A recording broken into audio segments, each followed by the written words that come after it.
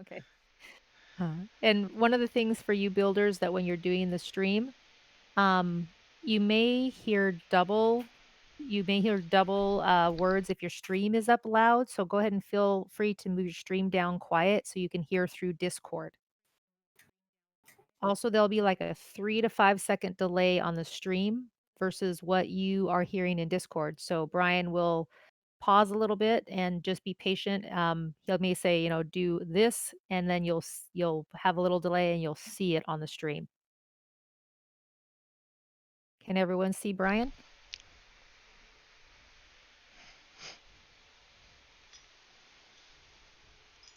Yep, we can see him. Hi. Yeah, I Brian, can. Brian is the guy in the blue. Yes. Yep. No, I'm the little girl in the chair. That's who I am. Well, you look totally different than what I expected. I mean, little girl, big Brian. I had no idea. I got a lovely dress. It's awesome.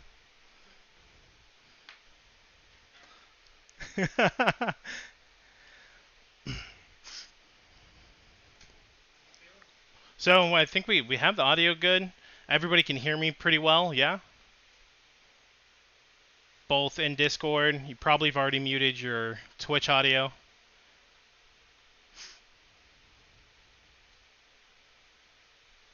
So, everybody ready? Yep. Okay. Well, we got 2 minutes, so gotcha. Just gonna have to wait. We just want to make sure in case we have any last minute people. Want to make sure nobody's left behind.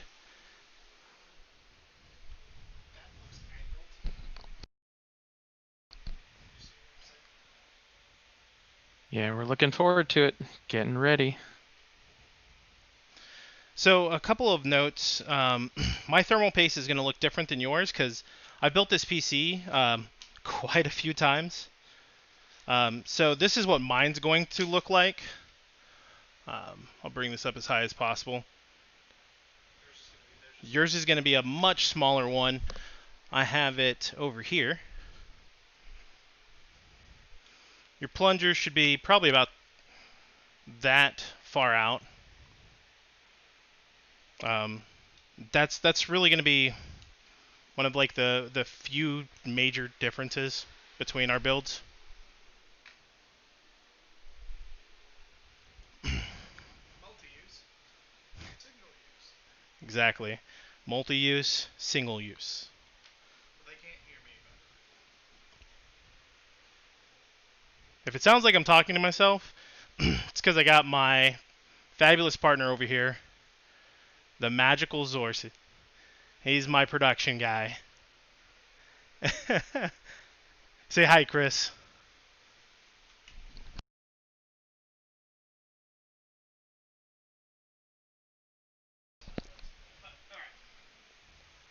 So, 6 o'clock. Everybody, take a bathroom break already. Wash your hands. Dry your hands.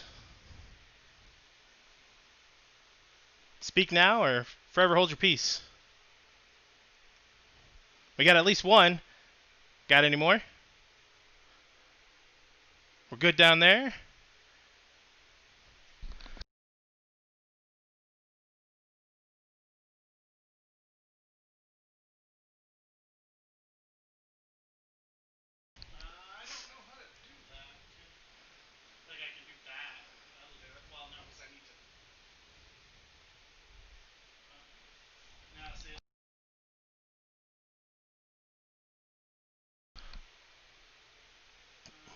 Yeah, we got kicks on kicks.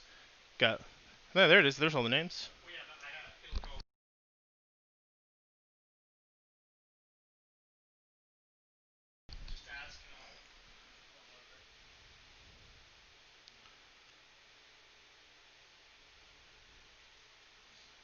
So one of the things I would recommend is grabbing a little bowl to put screws and such in, so when you dump them out, it's not all over the floor.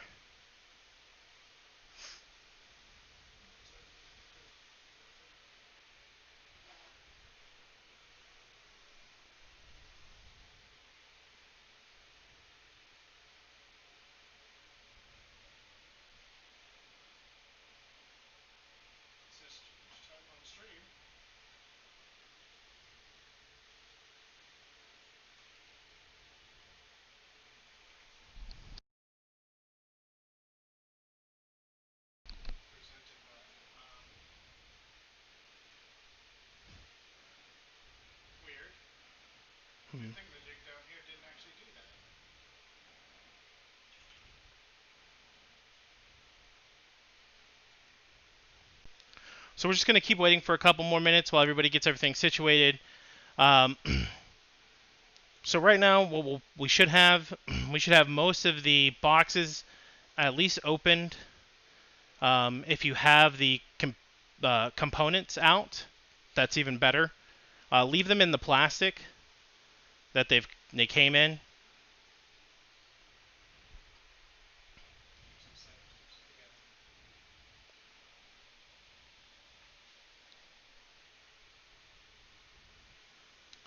Chris, you good?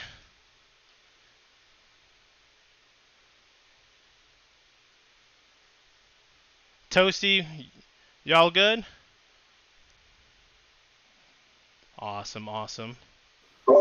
Yeah, just getting them out of the boxes. Perfectly fine. But Again, leaving it. just make sure to leave them in the anti-static plastic bags. I would go ahead and take the case out now as well, if you haven't already. That's going to be a great way to ground yourself if you're on carpet at all. You can just touch the metal case, gets rid of discharges any electrical like buildup from static. We got a follow from Lindsay Myers. There we go, 308.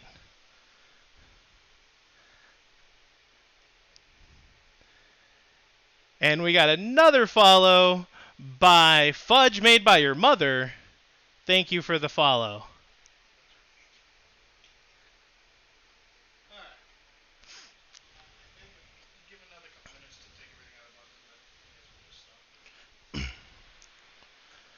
So, while everybody's still taking things out, we're going to go ahead and start with our motherboard. So, if you want to get your motherboard out and place that in front of you,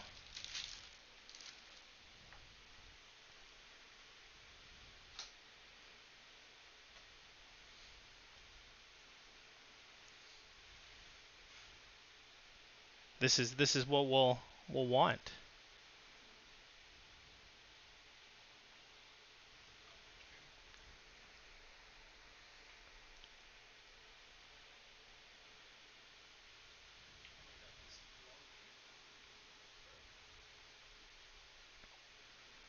One of the things you'll see, I do have nitrile gloves on. These are not required. They're fun. They help not conduct electricity.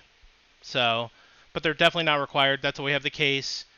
That's why we've tried to maintain an anti-static environment as much as possible.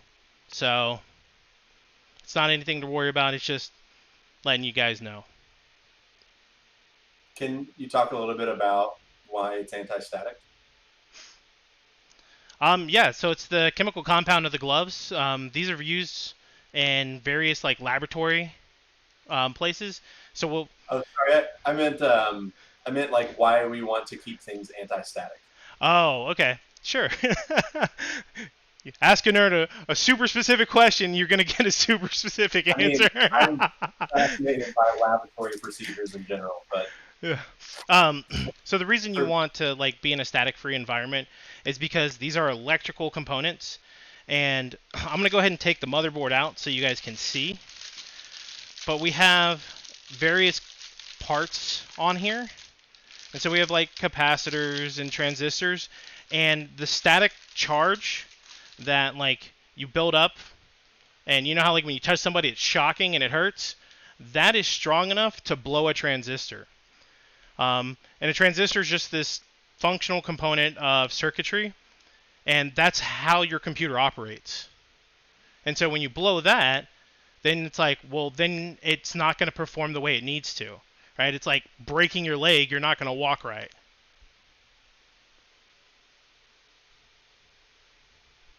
cool. Thanks. Sure.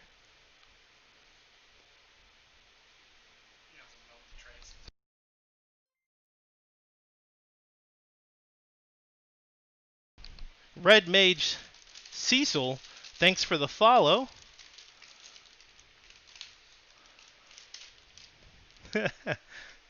Well, if you follow the website, we will have other PC builds, and maybe you can afford those. Katie Briggs with the 1,000 bits. Thank you so much, Katie.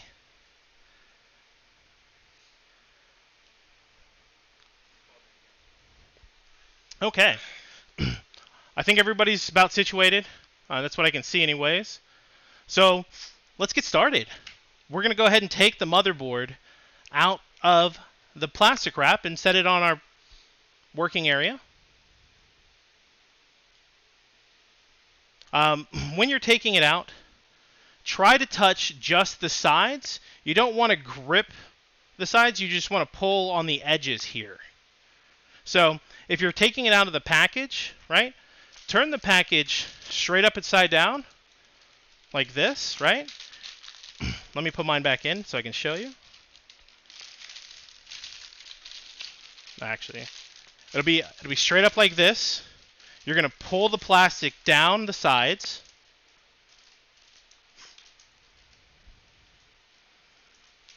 Right? Slide it down the sides. Okay. Then take your fingertips, grab the side of the board, but don't, yeah. And then lift straight up out of the bag. There's going to be pins on the bottom side, so it'll snag a little bit, but that's okay. Yeah, good job. All right, so now when we set it down, we want to set it down with the white part, the white plastic part up.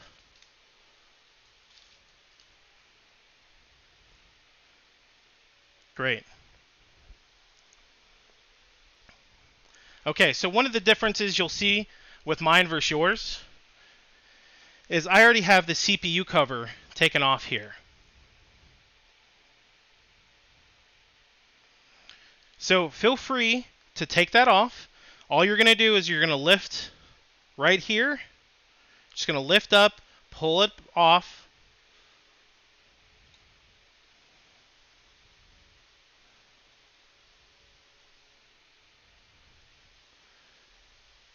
Good job. Okay, now I want you to not touch, but look inside, right?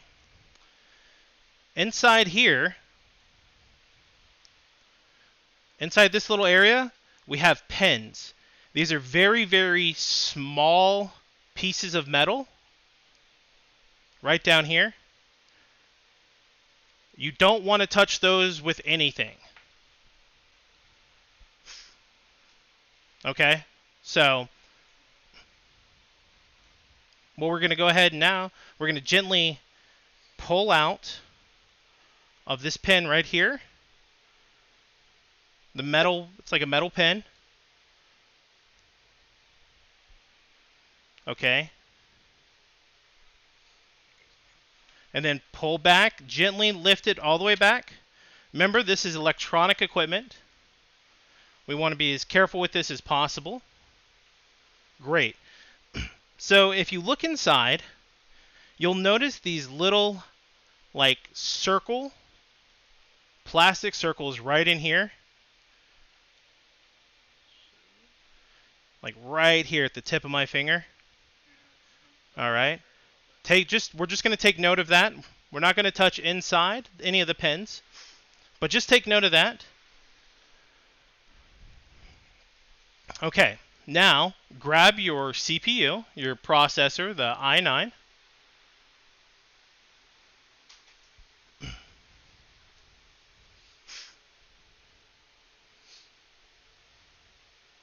And take it out of the package. We want it to just be where the plastic is.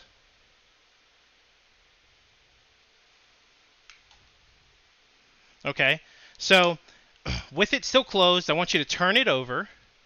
And you'll see that it has like a gold rectangle and like little dots all on the bottom side. Right? So if we see here, and we'll do a little zoom here, and let me pop this open so we don't get the glare from the plastic. Okay, we don't want to touch that. We want to avoid touching those at all costs. So when we open up the package, we want to make sure the silver side is up. Okay. We want to locate, there's a golden triangle at the corner. Do you see the gold corner? Toasty? You see the gold corner on the CPU over here? No, turn it the other way.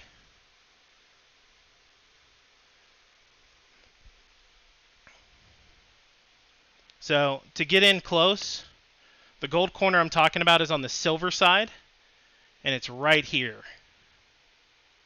Just a nice little gold triangle. Okay, now if we look above, we have these little half crescents, circles that have been cut out. All right. If we go back to our motherboard, those circles that we saw earlier on the side, those crescents are going to fit in there. And so when we open up our package for the CPU, we're going to have it nice and open. We're going to touch the sides again, just like we did the motherboard, right?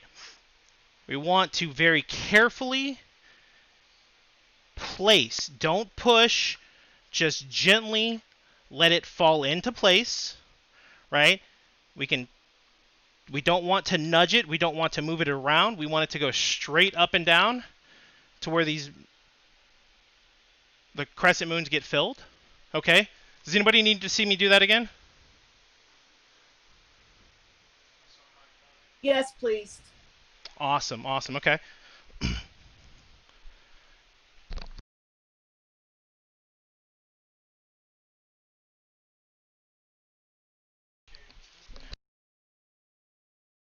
The gold triangle go?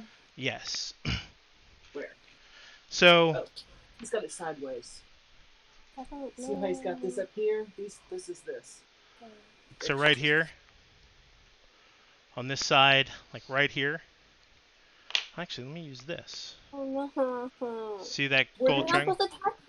Where does the gold corner go? And where is the gold? So. Oh, there it is. Where does this go? Which corner does the little arrow go to? So if you look where the half circle is, the plastic circle is on the CPU. Oh, excuse me. On the motherboard, I'm going to use this to pull this out real quick. All right. So we have this plastic piece here. And then we have the triangle is going to go in this corner. Yeah, that corner. Triangle goes right here. Look, triangle goes right here. I see.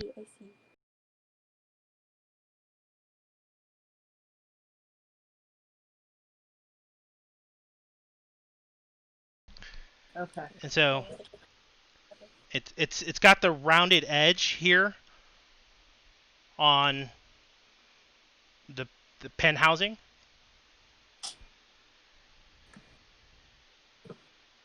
And so you just gently place it straight on top and let it just kind of fall in. And you should see it just like flush. You don't have to push down. You don't need to do anything like that. Just let it fall into place. Is everybody good with that? Yeah. Toasty, Chris? How you doing, Chris?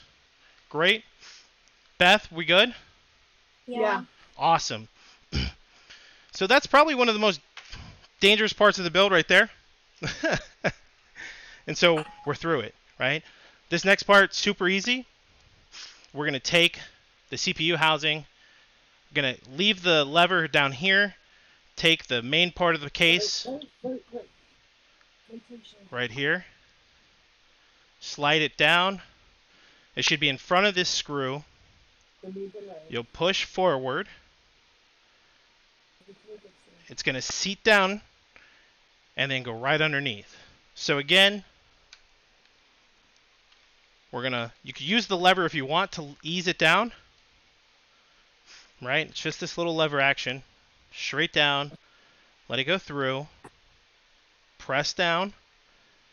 and push the pin in.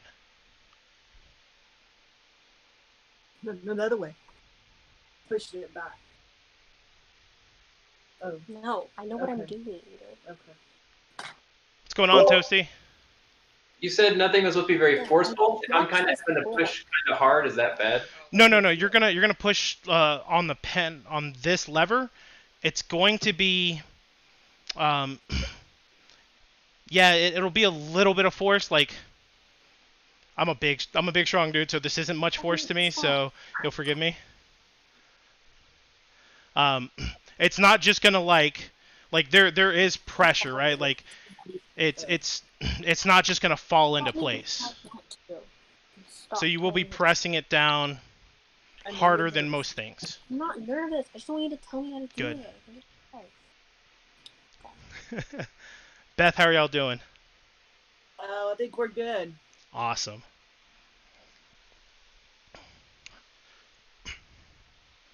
So next, we have the CPU installed.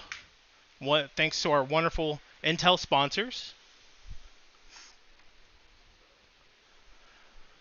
We're going to go ahead and install the solid state hard drive now.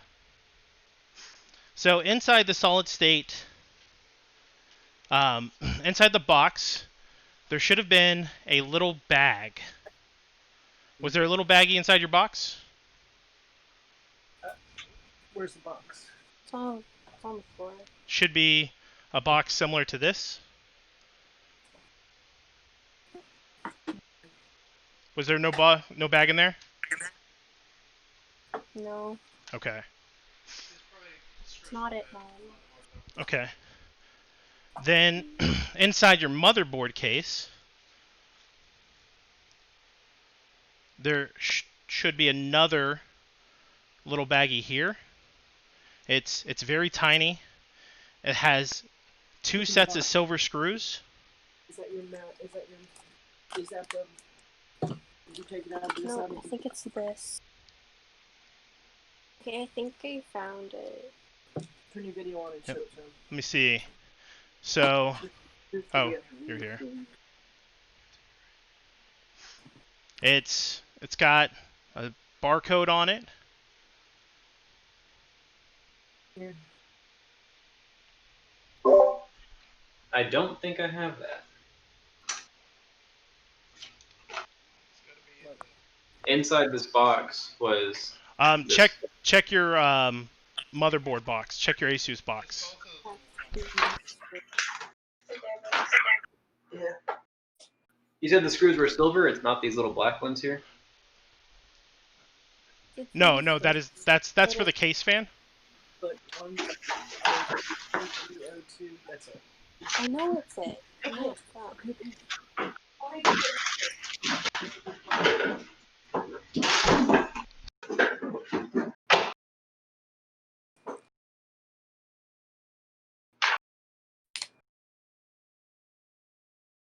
I don't think we had any The SSD. I don't think I have little silver screws. What? So it should have like a barcode on I the. found mine in my motherboard and like Yeah, box. your Asus box. Okay. Sometimes they'll be in the Asus box. Sometimes they'll be with the SSD. Yeah. And so what you'll notice the bag has a little barcode on it. Okay, this is it. And so they're very tiny. There's 2 sets of screws, and then there's 2 sets of offset screws, or standoff screws, excuse me. And so we only need 1 set of those. So 1 tiny screw and 1 offset. Excuse me, standoff. I'm going to be saying that all night. And so these are very tiny. That way we don't use them. Okay. Cool. So Once you make sure it's empty, so you got all click that. you don't need to open up your solid state drive yet. I'm just going to show you something. If you were doing this yourself, what you would want to do is take this out And this is where our M2 port is. And so you would just like kind of measure to see which hole that offset needs to go into.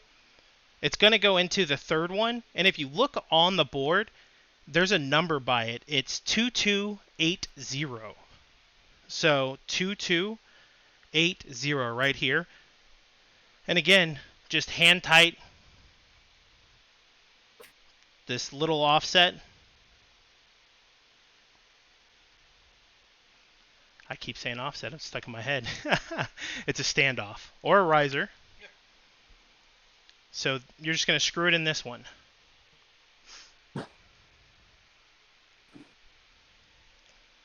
Was everybody able to locate their screws? Everybody got the riser in? Not yet? Okay. Chris, how you doing? I think we're doing good. She got the riser in. Awesome. Now, if the gloves make it hard to do this, it's fine to take your glove off. Just make sure you dry your hand thoroughly.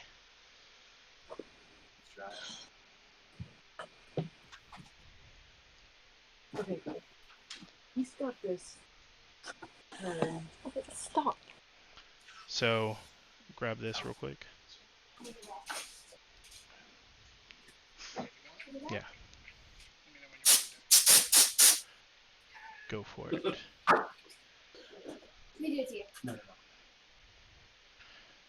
So, see right here.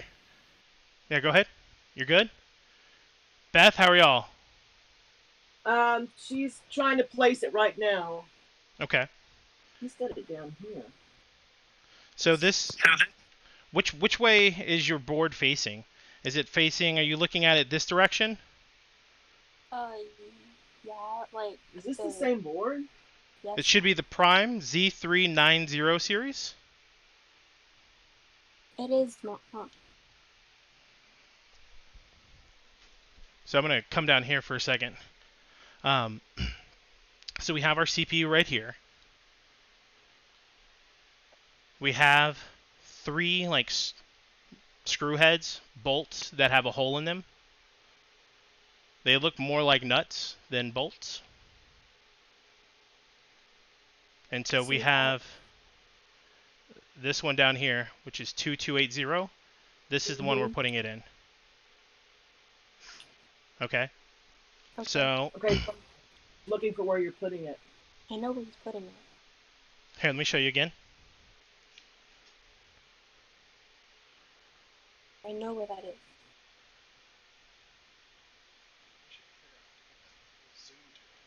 Yeah, there's autofocus for the win. Right here.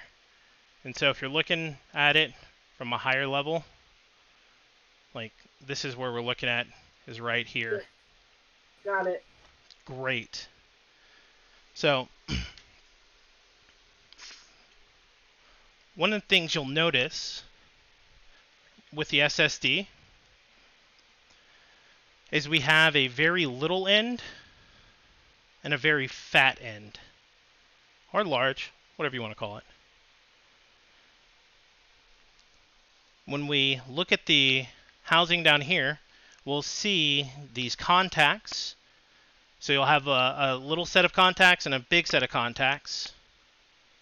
We're going to go ahead and place the SSD in there. You just gently push it in. It might click a little bit, but again, this is circuitry. Hold it by the sides. And when you insert it, it's going to come up at an angle.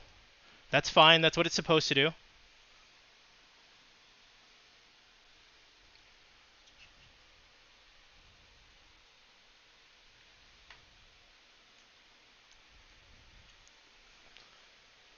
Now you're going to take the little screw that you have. Then you're going to get your screwdriver.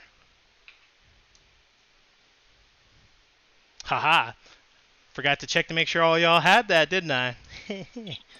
Surprise! Screwdriver time! I thought they were supposed to have a little thing on top of there. Yeah. And so Bob's not paying attention. this one can use either the flathead or the star one, the Phillips or flathead. You should have used those little ones. Please. And when you install, you'll gently push down the SSD. It'll line up. There's a little crescent cut out. It'll line up. You just put your screw in and you tighten it down. And as soon as it stops, it's there. You can give it just a little bit more turn to make sure it doesn't go anywhere, but don't force it. Again, electrical.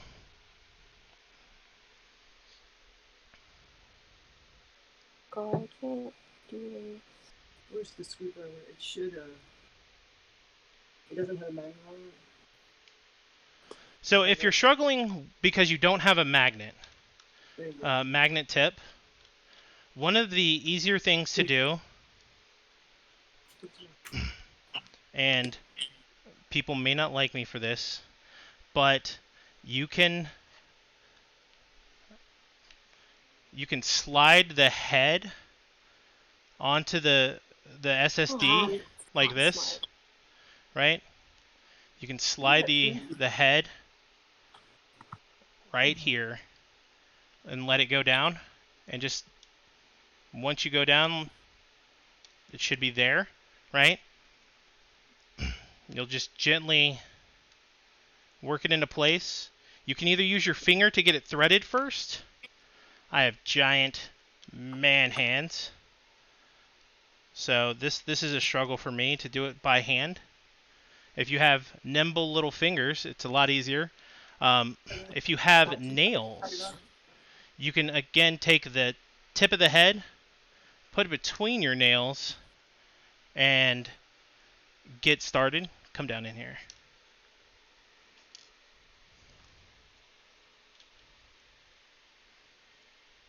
Well, yeah, because I know what I'm doing. Just between them. This part's easy. How are we? We good? Toasty, you're good? Chris? Kicks on kicks. Logan's good. Beth, how are y'all doing? Good. Awesome. Okay, so we have one more thing that we're going to do before we take a nice little break. You're going to get your RAM. Your RAM is the package that came in the Patriot by Viper gray box. Viper Gaming by Patriot. And so this is what it's going to look like. And so I've been using mine, and I put it in here and I intentionally offset them to show you something. When we're here, we'll go back and do a close-up on it.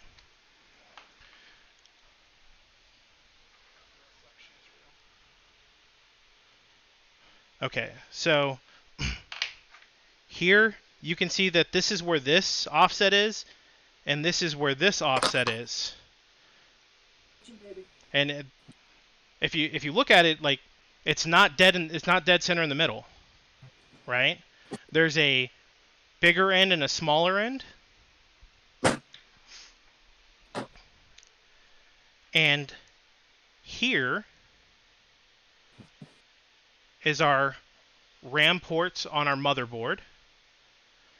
They have a bigger end and a smaller end. So when you insert the RAM,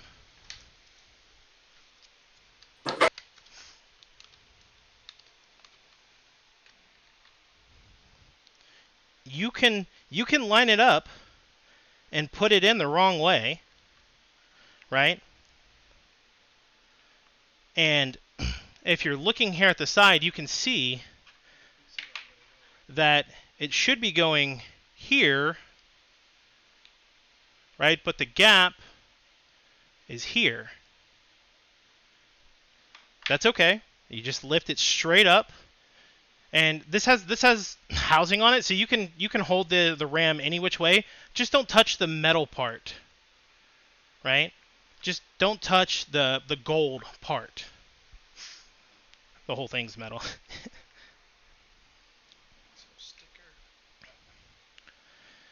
So another way to do it is you have this sticker here. The sticker will be facing the prime, the white box here. And so when you put it in, make sure this, go forward over here. Make sure this is not up. See, there's two variations of this, right? You want to pull it down, and then you'll go straight up and down, and just push the RAM down. Okay. You want to make sure that it's perfectly aligned from this standpoint here. You want to make sure that it's not offset, right?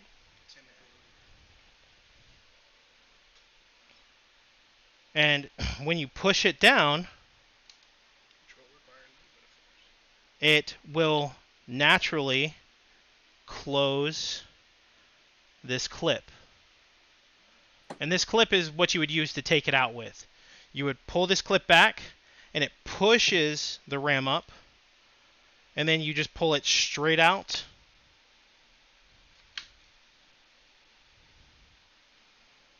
So one more time, we line it up, right? We're going to push it straight down. It'll click a little bit, and then yes. Oh, nothing. My Okay. mom's. So I didn't explicitly say it here, but what you'll notice is we have these different color RAM ports. You're going to want to put it in this gray one for both of them.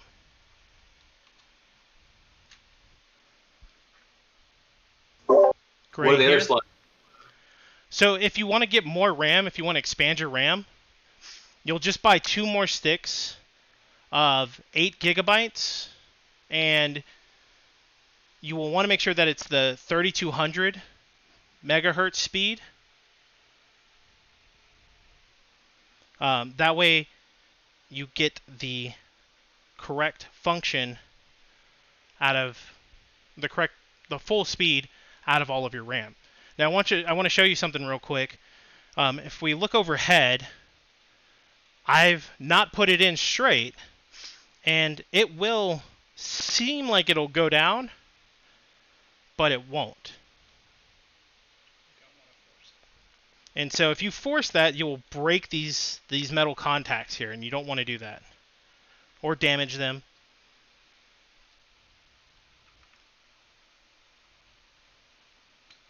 So straight down, clips, go on to the next one. Now, when you put the next one in, you're going to skip this slot, right? So if this one was 1, the next one is 2. You're going to skip 2 and put it into 3. Again, sticker facing the prime side. Line it up, straight down and put it in.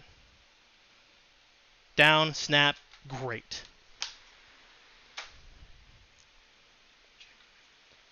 Everybody good on that?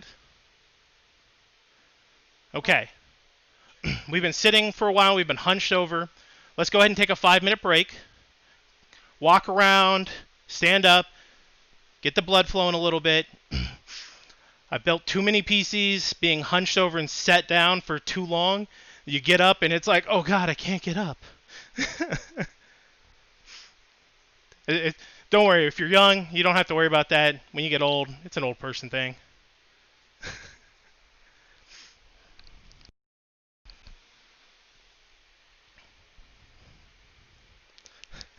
What's going on, Roadrunner? How's it going, Chuck?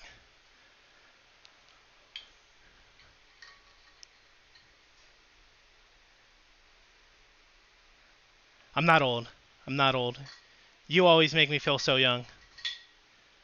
'Cause you're so young and good age. You've aged well, sir.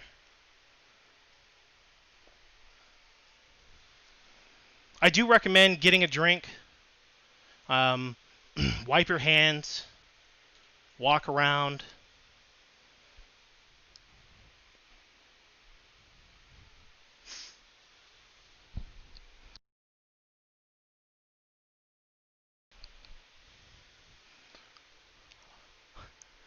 Looky there. Somebody's already got an extra 16 gigs.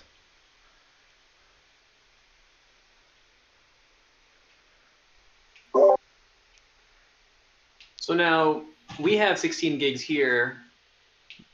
I don't really play too many intensive style of games like that. What would be like an example of a game, or maybe like mods or something like that would require more than 16 gigs? um, you you're gonna laugh like I did, but technically Minecraft. If you have like the 4K mods and you have a lot of intensive like assets with the mods, like you can really max out your RAM fast. I would say Skyrim would probably be one of those mods. Most games in general, like vanilla, um, they won't. 16 is more than enough.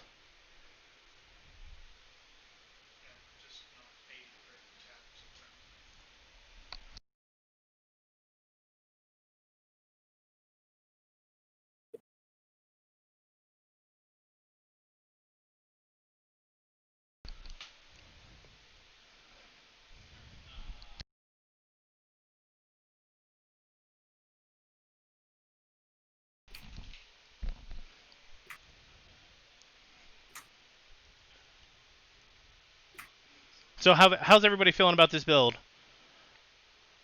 Good. I know we're going. I know we're going a little slow. I just want to make sure you guys understand what you're doing and do it right the first time, so we don't have issues. Absolutely.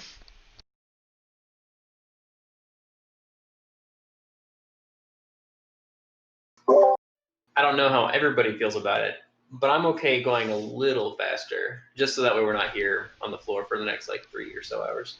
No, that's why I told you to get up and walk around. I'm kidding. I'm kidding. Um,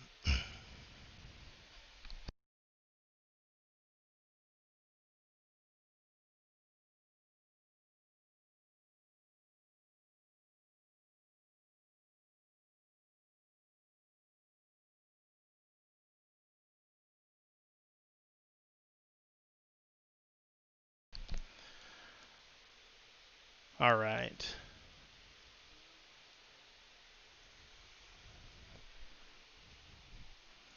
We'll be doing one more thing with the motherboard before we start to move on.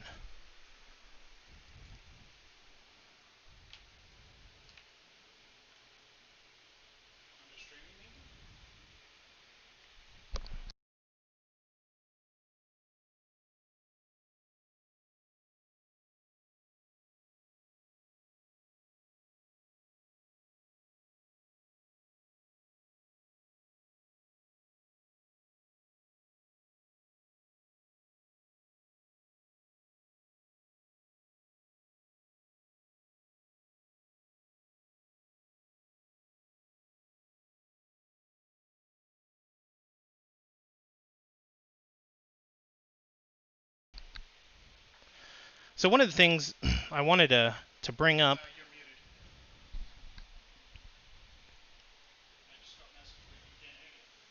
Can you guys hear me? Yeah, they can hear me. We can now. There was a while where we couldn't. Oh. Yeah. I'll cover my mouth next time because I was telling Chris to do something.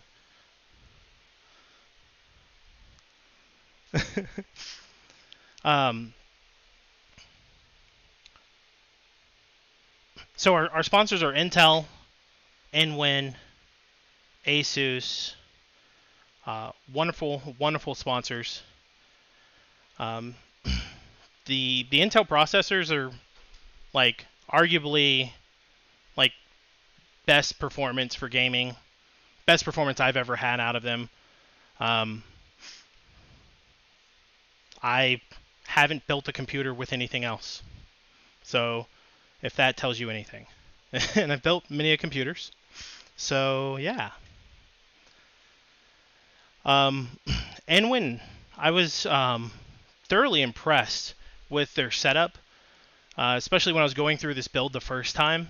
If you ever do something on your own, they have their kits very user-friendly. They know what it means to like build a computer, and they make it the process very seamless, very easy. They label things. It's like, hey, this is for your, LGA like 1150 socket set, right? And we'll see that when we start looking at like the power supply and the all-in-one. It's very, very awesome. Looks like most people are back. Beth, are you back? Yes. Awesome. Okay, we have one more thing to do with the motherboard, but I wanted to do a quick recap. We've essentially assembled most things on our motherboard here. We've done our CPU, the 9900 KF from Intel. We've done our M2 SSD, 2 terabyte M2, which is insane, and that's amazing. We have 16 gigs of RAM, Viper by Patriot. What we have left to do is we have to pre-harness the motherboard for the all-in-one liquid cooling SR24. That's going to be how we cool the CPU. So as the computer processes information, the CPU here heats up, gets real hot, and it needs to get cooled down. It doesn't just dissipate heat because it's continuously running. So we're going to go ahead, turn the motherboard up. Okay. I'm going to turn this over. I don't recommend you do this yet, but I'm going to turn it over here so we see the backside. We have 4 holes. 1, 2, 3, and 4. If you're careful, you can turn the motherboard over. If you don't trust yourself, or you have any reservations, not for dinner, Chuck. They make it me-proof. You're 100% right. You have this I/O shield. I would recommend I/O shield. Excuse me. You have your I/O ports. I would recommend turning the motherboard facing that way. Okay. And have your partner grab this cooling harness. So this is going to be in your SR24 liquid cooling box.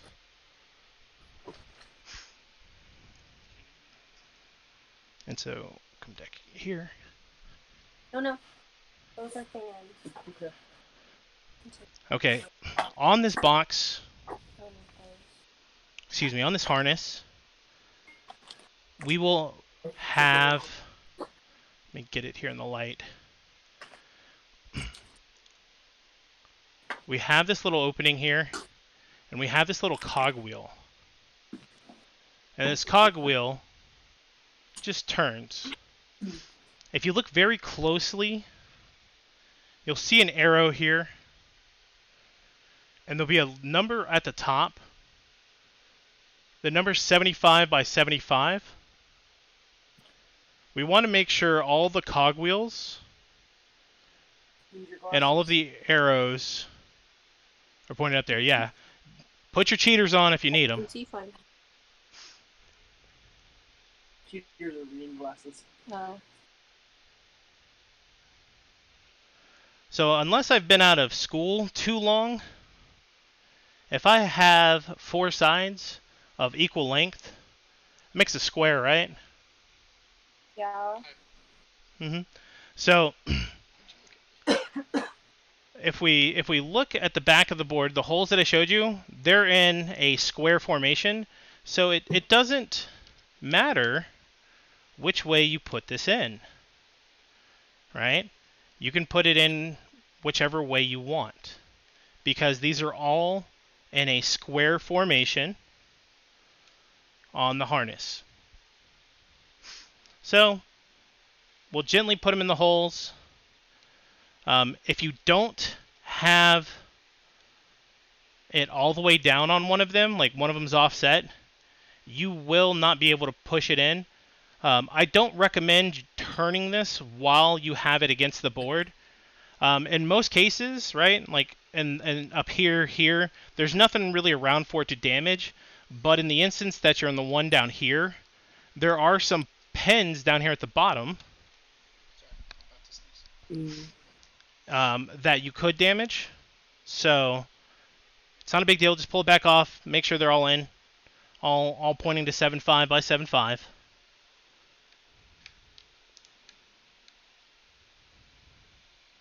And then place it in the hole.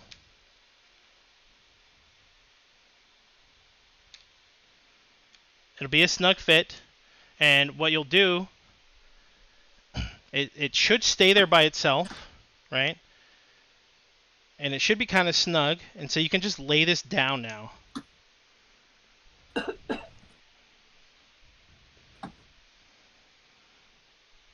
And as Magical Zorsh was showing, you'll have these little, lack of a better word, standoffs coming through. Back to your SR24 case, there'll be a baggie labeled 115X, and those will have these double-ended screws. Right? Just like we did before, we're going to find these holes here and just hand tighten all of them down. I know we already had the square joke, but I actually did find that there was a specific orientation it needed to be to fit properly. Fair enough. The logo on it is flat on part of the circle part, and there's 2 screws that stick up from the back, and so that part has to match the 2 screws, not the 1 screw. It seems like it's not fitting in. See how he has his. Try to make the logo match those 2 silver screws there. It'll fit that way. Yeah, I guess if you try and put the logo down here, this screw will get in the way. The 8 times that I've built this, I've never done it that way. So I'm sorry. I wish I would have told you that beforehand. It's too big. Okay, hang on. Yeah.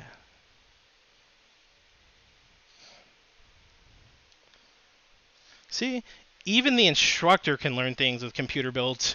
Like, this is awesome.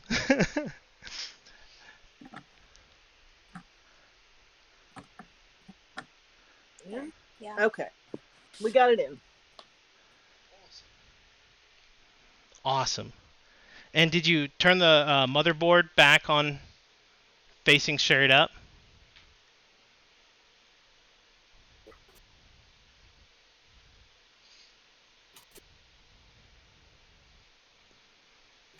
We have the double-ended screws that we've placed on the board in these 4 locations.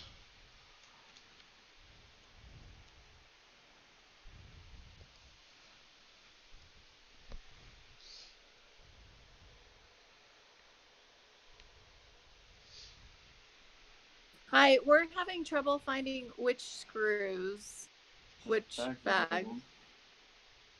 Okay, the SR24 box, the liquid cooling. Yeah, so there's 4 different bags in there. Okay. Labeled differently. Do you have the 115X in there? Yes, thank you. We were just not paying attention when you said that. We were still building the other, trying to get it in. Oh so no, you're fine. thank you. You're perfectly fine.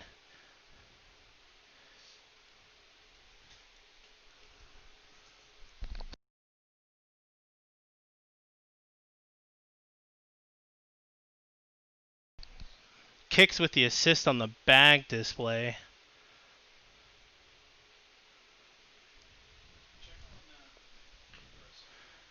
Chris, how you doing over there? How are you doing, Faith? Yeah, you got any questions so far?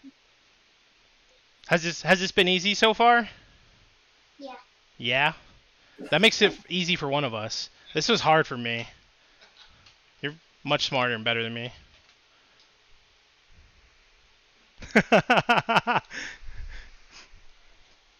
It's just like Lego. It's just like Legos. Yeah. I think that's why a lot of us old people like this. It reminds us of our Lego days. Heck, actually, at this point, building a computer is almost cheaper than buying certain Lego sets. Yeah, no joke. Okay, so we've pretty much prepped everything for the motherboard. Anybody still having issues with the double-sided bolts?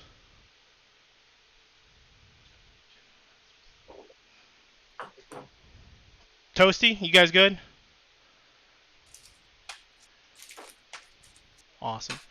Okay, so I had you do this for a reason. I wanted you to open up the SR24 box and kind of get a little familiar with it, because we are going to pre-wire, pre-build that all-in-one cooling unit. So I would slide the motherboard off to the side. So let's actually. If you still have your anti-static bag, place your motherboard on that and use that to place off to the side.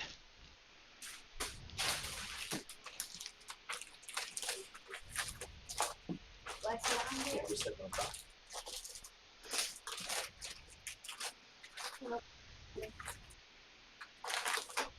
So we're going to grab the SR24, right? This is going to be a radiator and a twin turbo cooling, or twin turbo liquid pump. We're going to take it out of all the plastic. Now, this does have liquid in it, so you're going to want to be careful handling it. Don't twist it, right? These connections here on the actual pump unit do go up and down. They rotate in a circle, and that's great. That's what we want. Okay. The tubing is flexible, and just it's fine to move it around and twist it a little bit, but not significant. Like, don't play around and twerk it.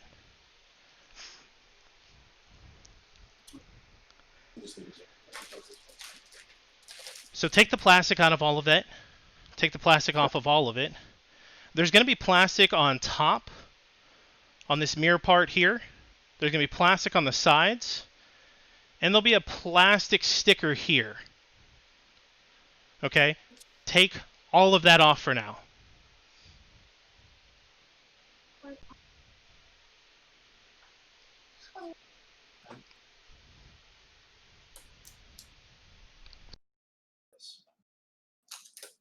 Super shiny.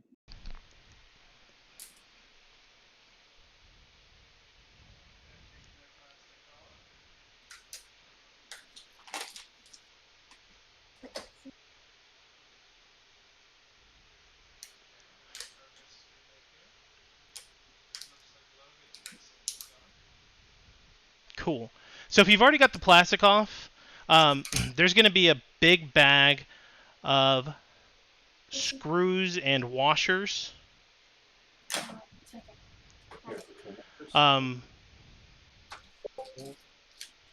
Unfortunately, I've already opened it too many times and thrown away the bag, but you should have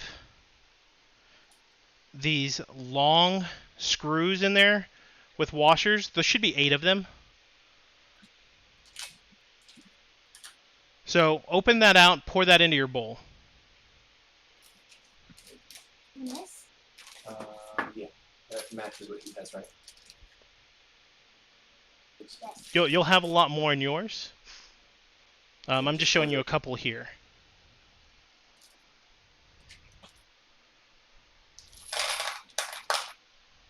Oh. Okay, these are. How many? Just put them all in there. Okay, so you should have 8 long screws and 8 washers.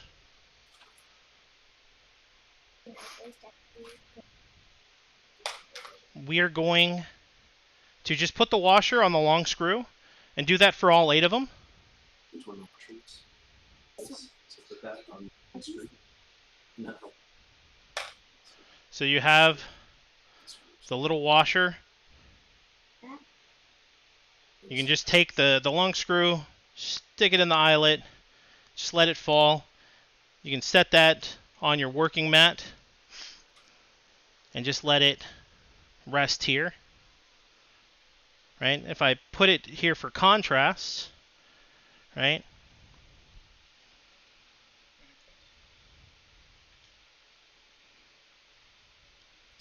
Right, you're going to have 8 of those.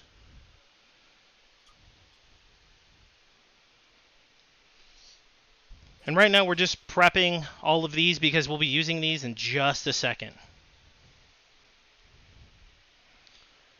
Grab your fans that came in your liquid cooling case. They'll be in white boxes with some tissue paper. Take them out of the plastic, take them out of the tissue paper.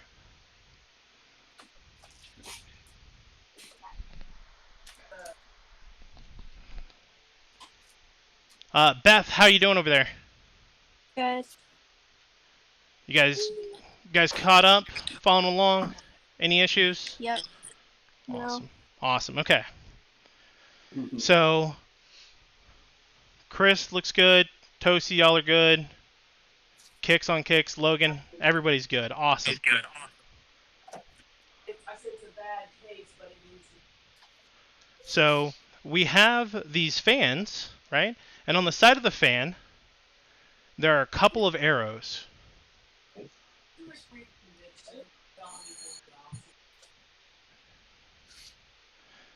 So, if you look at the InWin logo, you have the cords to your left, right? Your cords are to your left. I'm going to come around here so you see it, right? You turn it straight up like this. This indicates the direction of the airflow. And with a PC, like cooling and fan, we want to blow air out. We want to blow hot air out, passive cooling air in.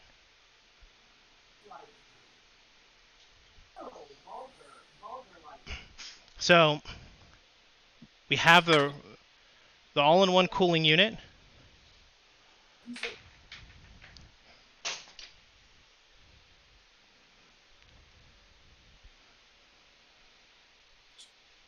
This is the radiator. This is going to be the top when we put it in our case. Okay, so you're going to have to trust me on this because we're not going to see it until we get it ready. But this is the side that's going to be facing the motherboard. So we want to place the fans in with the cords facing the motherboard. These were already on. You should have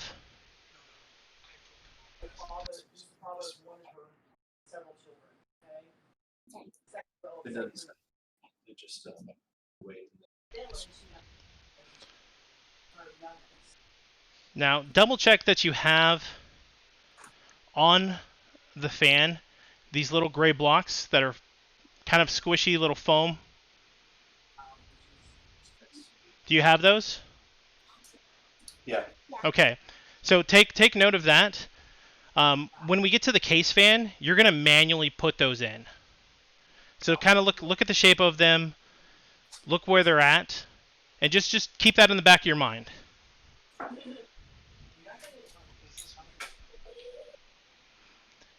So we have these set up.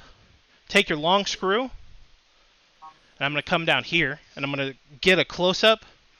So the way I do this, I put the screw all the way down. I let it go all the way through so you just have the tip sticking out. Place my finger on the head. Then I line it up with the screw hole, and I tilt it at an angle so I can see the screw hole. And then I just gently let it down. The head will stick up. And then we just gently tighten it down. If you keep turning and turning and turning and turning, and it just doesn't seem to go down, you're probably not in the, you probably don't have it lined up, and you'll just need to take another shot at it. That looks great. Look, see how it just started pressing out.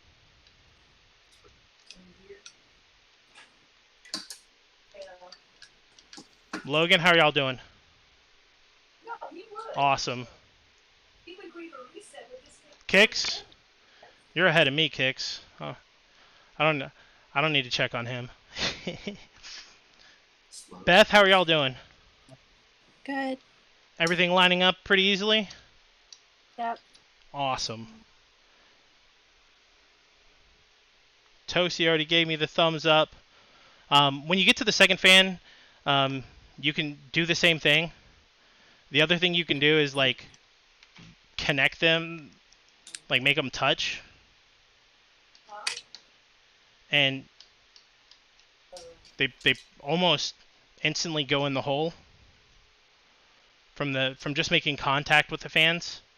It's a very well engineered setup, I tell you what.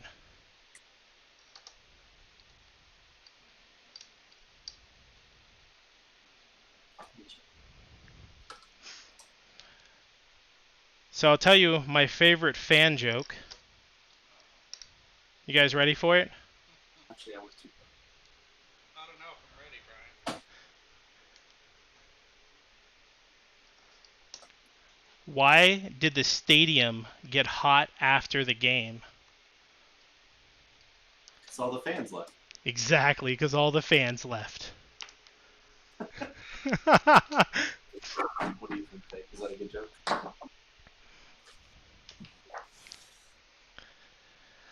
I think I'm funny. That's all that really matters. Is I make myself laugh. It's a great day. What do you call it at the beach? What do you call it? A sandwich. Oh, that's awesome. Brian, you found a new best friend. Yes.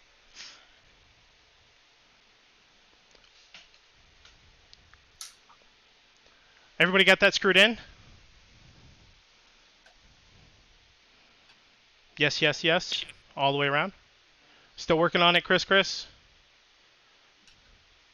We've got the first fan in, yeah. First fan? Okay. Looks like Logan's... Sorry, go ahead. I'm working on the second one. Awesome, Beth. Awesome. Yeah. Kicks is blazing ahead. Toasty just finished up.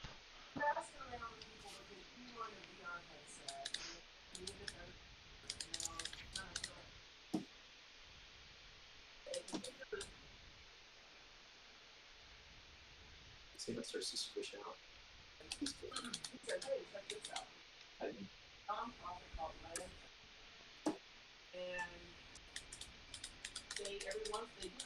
So if you look at your bowl, your little tub, What do you have left in there?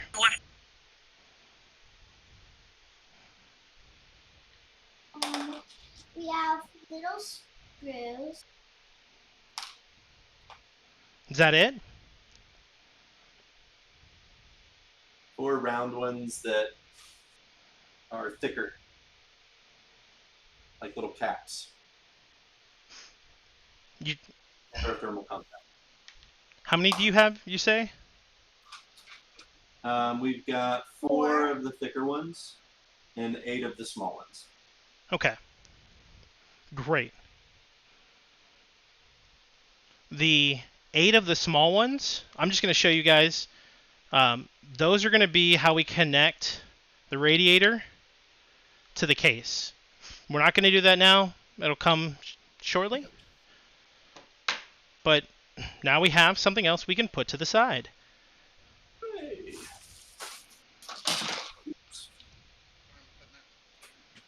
And so the 4 thick screws, they look like this, don't they? Yeah. Great. Okay. This is how we're going to attach this pump to the CPU. And we'll get to how we do that here in a little bit, but just keep in mind that's what those are for. I'm making you remember a whole lot. You thought school was over today, didn't you? I think that's, yeah, we'll move this out of the way.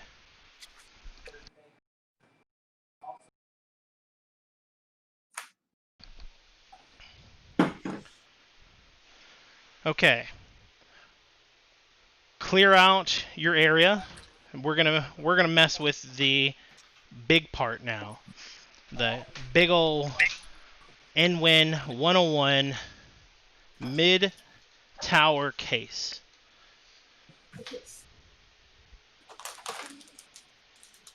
What we're gonna do is we're gonna prep this case to install the motherboard. We're going to install the motherboard, and we're going to put in the I/O shield. The silver piece that is in the Asus box, this is the I/O shield. I've got it over here. Oh, you've got it. Okay. So what you'll notice is we have a solid side of the case here, the USB 3 ports, the HD audio ports. Peekaboo. And we have a nice glass acrylic side that we get to see all of our fancy RGB.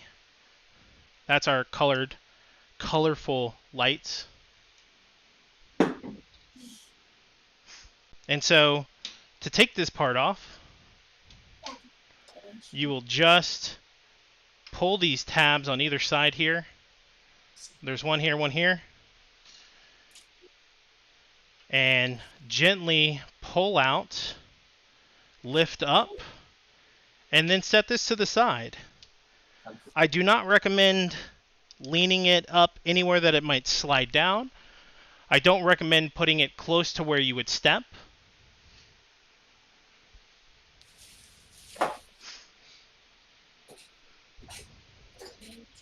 Okay, so now we're going to lay the case down on its solid side.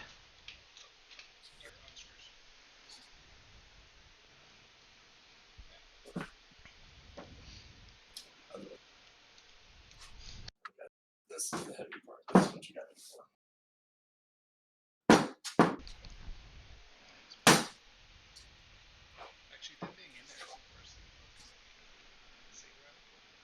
So when we look into the case, right, you're probably looking at it this way, right?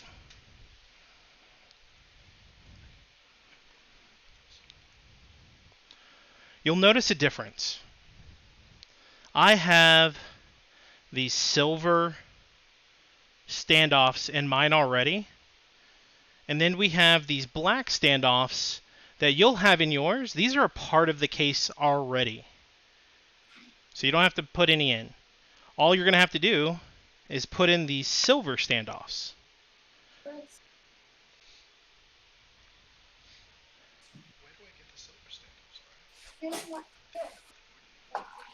So in one of your bags, most likely the big, thick Ziploc bag that came with your case,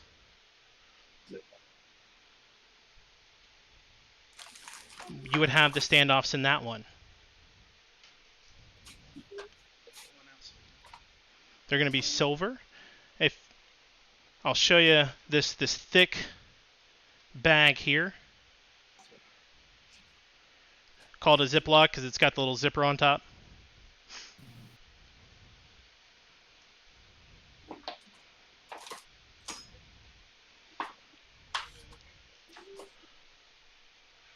And you'll need 5 of those silver standoffs.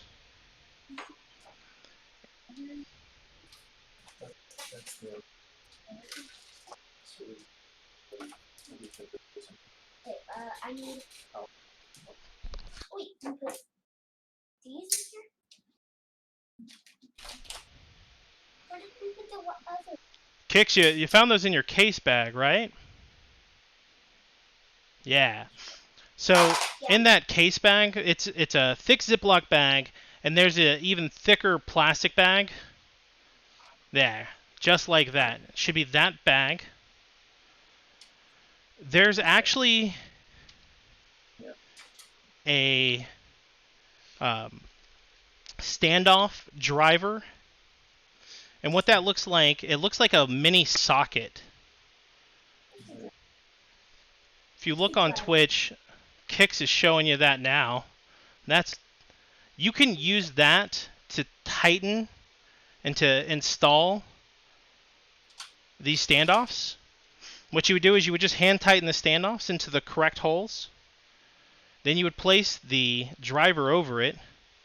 So you would take the standoff. You would take the driver. See the hexagon bolt pattern, and you would put it into the top of the standoff. And when you put them into the holes, you can use a screwdriver, a Phillips, to install them. There'll be 3 on the bottom side. So 1, 2, 3. If I were to take these out real quick just to show you, right, it could be a little hard to see which hole. And that's why I left these in here earlier, so we could not have to do too much guesswork. We have one here in the corner. This one is going to be kind of hard to get. If you have a lot of issues, we have an easy way to get to it. But give it a shot with just your hand right now. I got a big old meaty paw, and I'm pretty able to get in there. Okay, then if we keep going along this line, we come to another hole. This is a hole that we want because it lines up with this. That won't always be the case that you'll need it, but for ours, we will.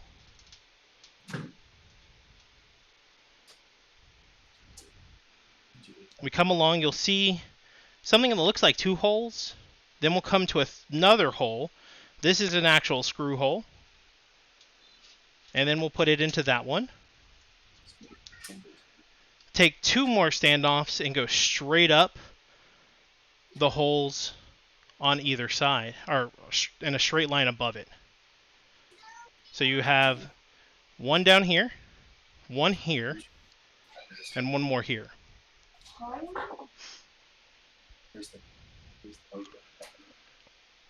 Toasty, were you guys able to find the bag yet? Awesome. Beth, how are you doing? Wait, are we supposed to have 5 or 4? 5. You'll have 5 of the silver standoffs. Yeah. Okay, so there's going to be 1 here in this back corner.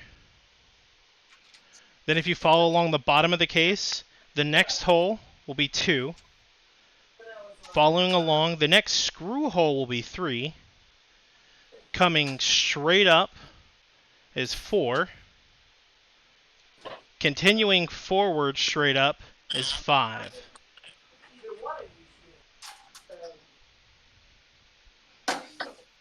You should have a nice, like, big silver L for LANFest. I just made that up on the spot, guys. I promise you I didn't rehearse that one. Wait, can you show them again? Yeah, definitely. Do you need this at a different angle? Are you looking at the case differently? Yeah. Are you you're looking at it like this?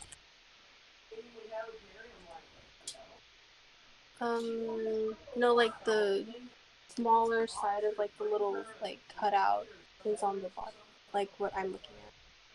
Are you so, yeah, like that. Like this? Yeah, I think like that. Okay, so your first screw will be here, right? And you'll see these like okay, graded here. Go there. What? Y'all are unmuted, Toasty. Just so you know.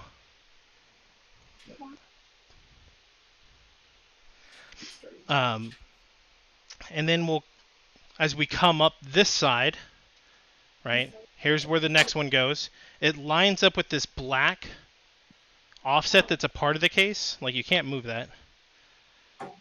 This one's here. And we come up just a little bit more. There's that one. Straight above, there's this one. Don't be confused. There's a hole right here to the side. Ignore that hole. You want the one here. So the one that is closest to this set of holes.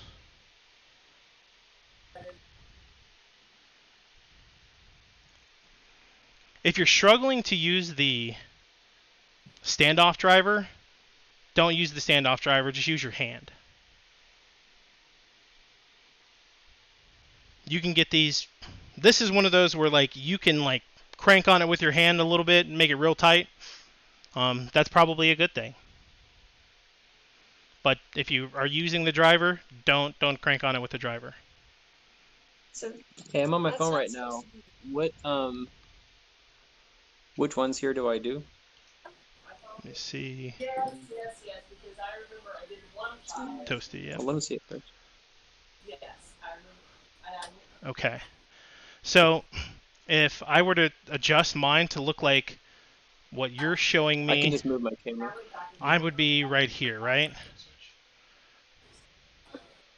This looks like what you're doing, right? Yeah. So, see the opening here? Right? You should have a black standoff here in this corner. So that would be the top right. Okay. You're not going to put anything in that, so if you have a silver one in that, you're going to take that out. You're going to come straight across to the other corner on the other side. This towards you. You're not gonna put any of those silvers in any of the blacks. Don't put it in that one. You're gonna come down here to this one. It's kind of hidden in the corner. So if you have one there, coming straight down, you should have one here.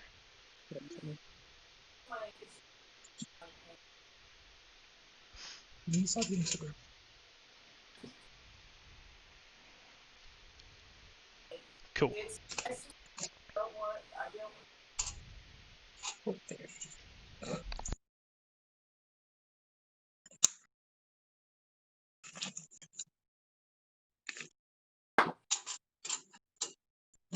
I will be right back.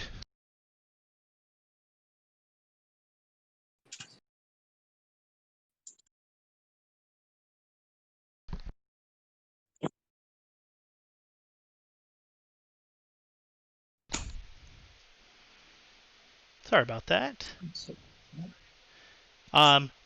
Joke's on you, Chuck. I can only count to 4 with my socks off.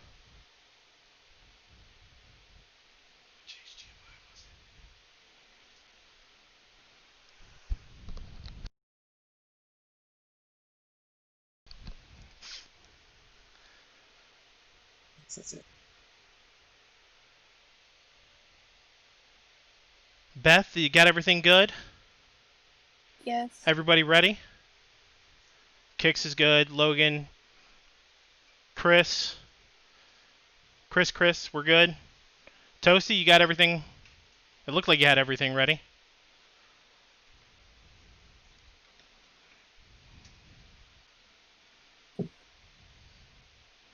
Okay, so if you haven't taken the case out and looked at any of the cords yet, you're going to lift the case straight up, turn it back on the open side.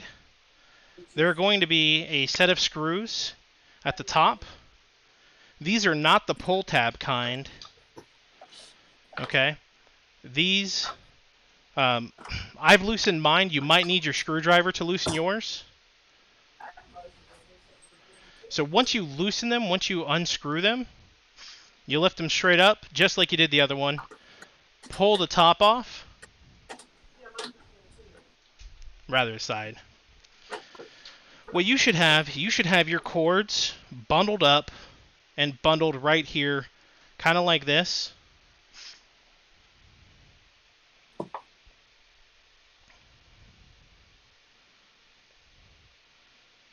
We're going to take these off, and we're just going to keep the tie, and we're just going to tie them off again just like they are, but just not tied into the case.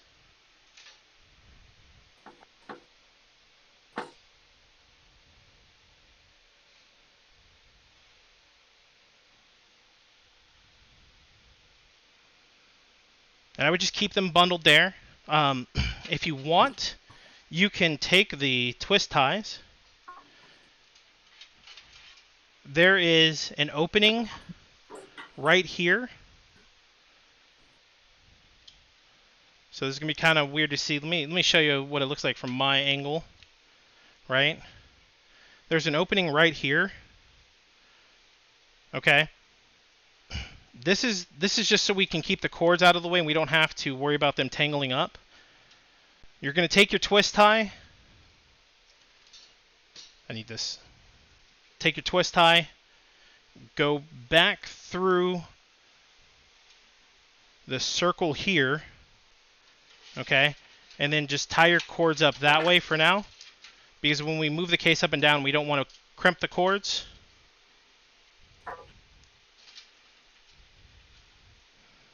It's not a permanent thing, but just something to keep them out of the way.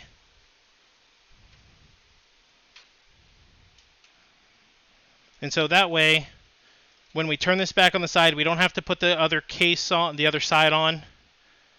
We can just flip it over because that's what we're going to do.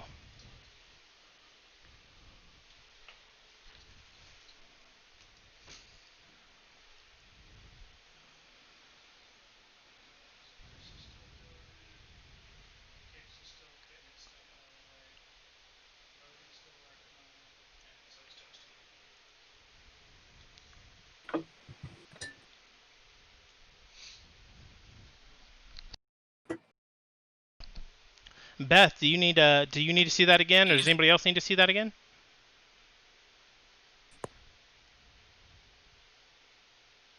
Awesome.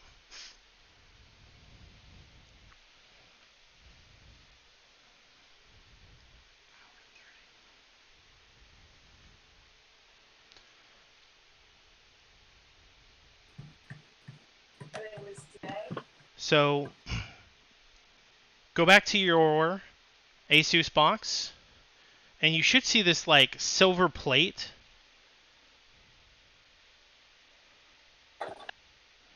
This is called your I/O shield. If you look at the top or the side of it, you won't be able to see it too well. But like they're little bumps. If I can get the right angle on it, you see the little almost looks like dividers in the camera. Okay.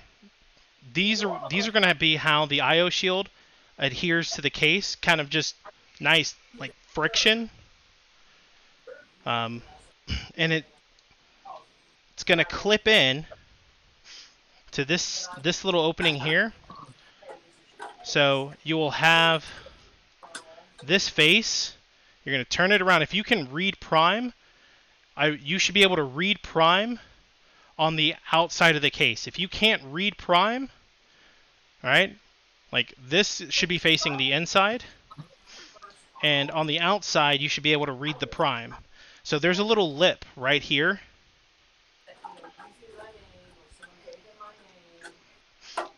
You're going to push the ridge here on the lip, okay? And then it will just pop in there.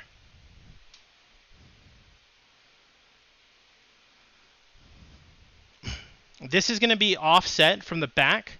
So if you look at it from this side, the back of the case, you'll notice a little lip here all the way around. And then like probably about ½ inch in there, you'll see the IO shield.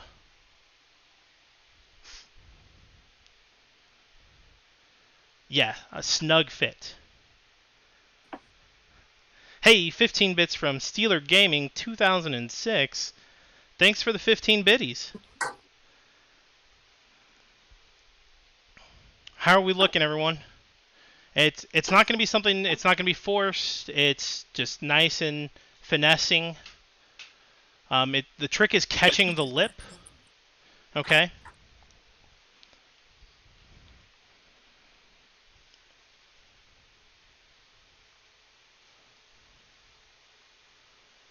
Okay, so Toasty, you're going too far. There's a lip on the inside of the case. There's like an offset, right? So like ½ inch in there, there's going to be a lip inside. There you go. That's what you want to catch it on. You don't want to push it all the way forward. And so it's not going to be like super tight. It should just kind of pop. We got a good shot of that from Kicks on Kicks.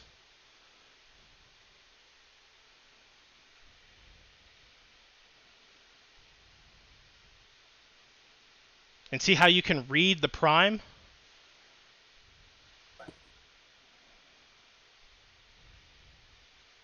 That's right. Now, I noticed he's already done something that you guys probably haven't done. And this is probably the most painful thing of the IO shield that you will ever experience. I want you to pop the IO shield back off.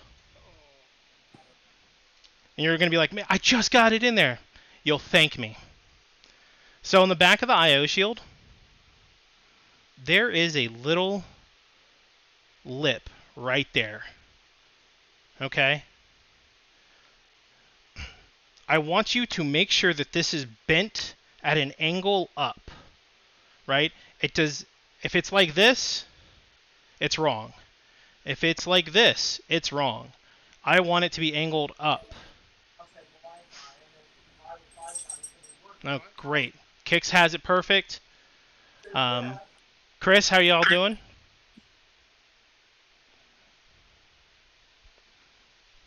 Awesome. Great. Okay.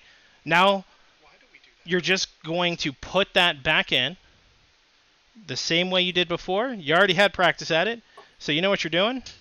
Bada bing, bada boom. It's a pizza. So the reason you want to do that is there's a USB port on the back of the motherboard. Okay? And when you have that little metal dangly piece, if it's not bent up, it's going to go right into that port.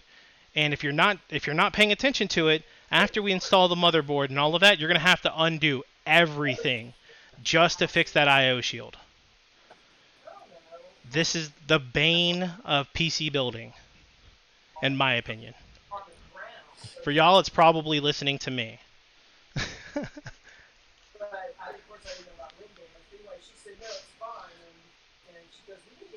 So, Beth, you good? Toasty's Yep. good. Chris, y'all look good? Awesome. Okay.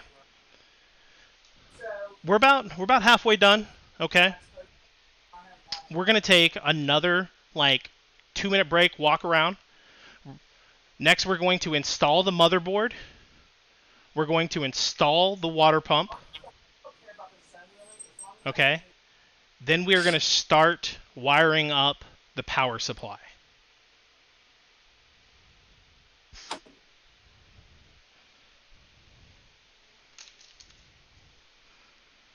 Does anybody need any extra attention? Anybody have questions?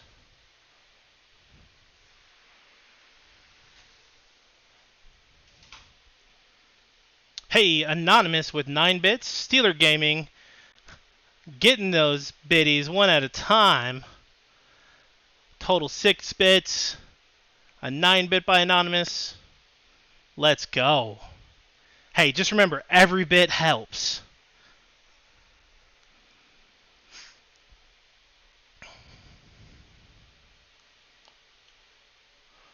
What I'm going to do is I'm going to put a break on the stream real quick.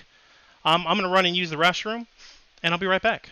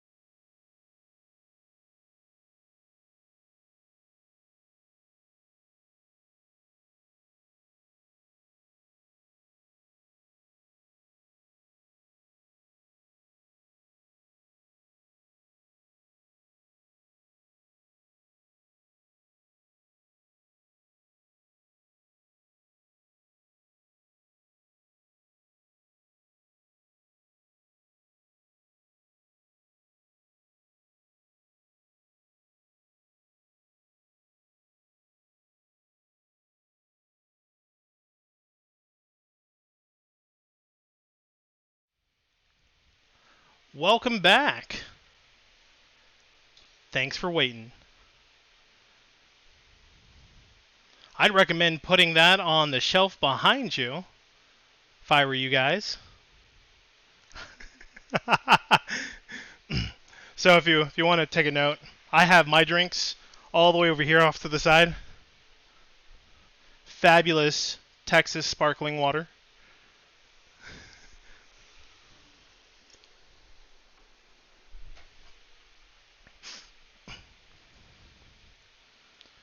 So let's continue on with the build. I think everybody's back. Beth, you back? Yes, I am. Awesome. So we have the motherboard. Motherboard's close by, right? This is going to be very fun on how we put the motherboard in. So go ahead and grab it from the sides.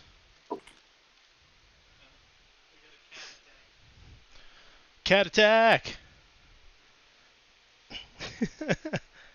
Okay, so I want you to notice I'm not putting it in straight down. I'm putting it in at an angle, holding it from the sides. Okay. 15 bits from Steeler. We're going to come in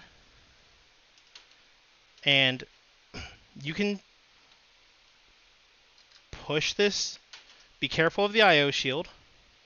You may want to hold it from this plastic guard. But what we got to do is here we have the IO shield. We want to fit in the plastic with the IO shield. We want to line the circles up with the standoffs. I always like to do this far screw first.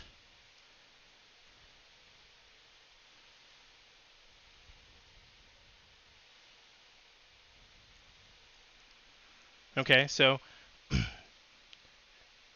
it's okay to slide it like less than a centimeter if you have to.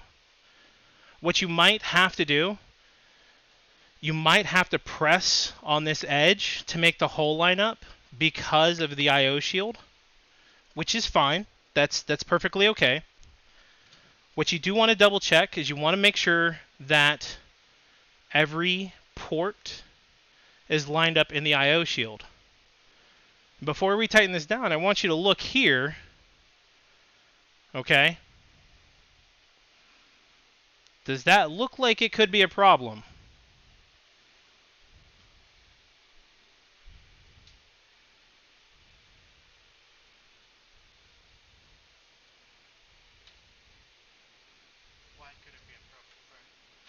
So, like we were talking about before with wanting this to be lifted up, if it is down, it'll make contact with the USB connector, and it will short any connection you try to put in there, and it won't work.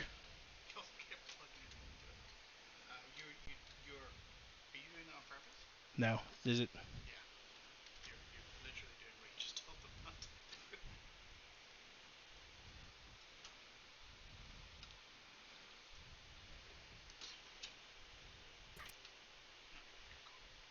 Now this part is okay to struggle on. It's kind of hard. What's up?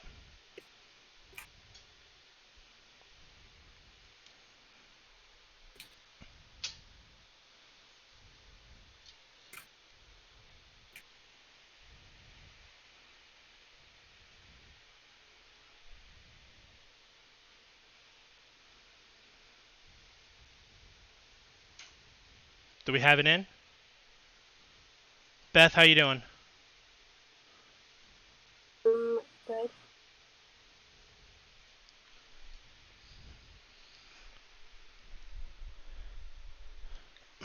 So one of the things that Chris is doing, or excuse me, Kix is doing, is he's like just verifying that the IO port is snug in there and everything's seated all the way around. We don't have anything sticking out from the insulation.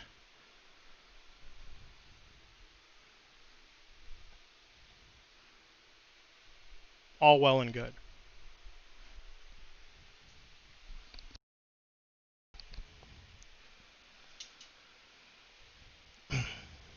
So, okay, you see the bowl of screws that we had for the SR24? I want you to put those away from you for now. so you don't get them confused with anything else. Because the case screws look an awful lot like those screws. Now, back in that Ziploc bag, you should have had these hexagonal screws, right? Those are going to be the ones on the right. The SR24s are going to be the ones on the left. So that's the SR24. We don't want those. We want the ones on the right. You are going to need 9 of those screws. How many screws are you guys going to need?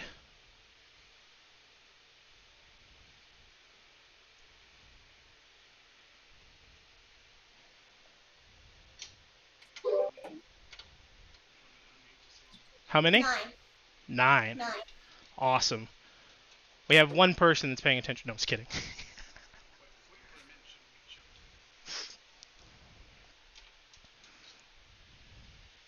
I got ahead of myself here. We see how it's lined up, right? You should have this contact hole right here. Right? So this is grounded and insulated from the rest of the board. This is also part of how the board gets grounded. Is this contact right here. So we're going to take the case screw, put it in just like we do with all the others, hand tighten it, and then we'll do that 9 more times. There's going to be one here. This one's going to be offset. It's not going to be in the corner. And if we follow along the white heat shield, we'll have one here. Following along to the bottom, we have one here. One right in there too. Right in there. And then keep following across the bottom, we have one here. And then one more at the end. And then that's not it. We have 2 more going straight up. Again, we have one here. And then on the other side of the RAM, there's the one that's in between the Intel M.2 and the Viper RAM. So I'll screw those in as you guys do the same.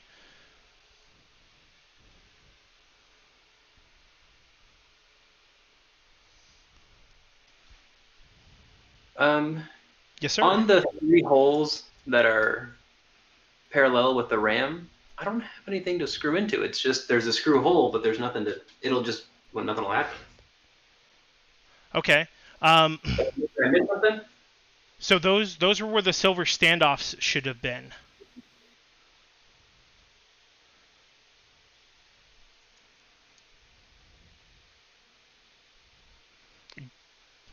Show me with your phone again, like what you're seeing.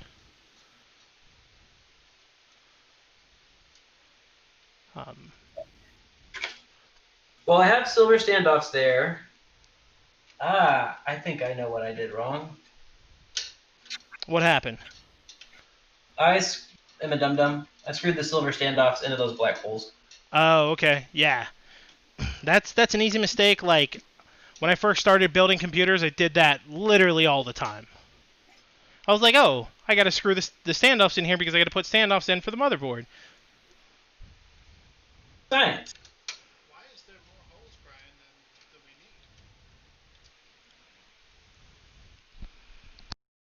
need? One more. Little silver tiered.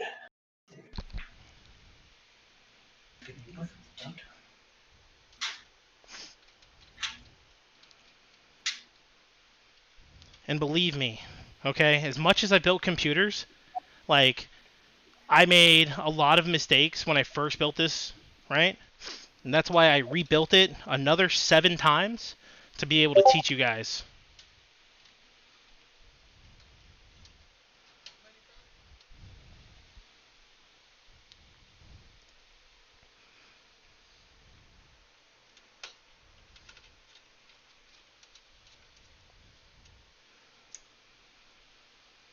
So I took out 9 screws, and I have 1 left over.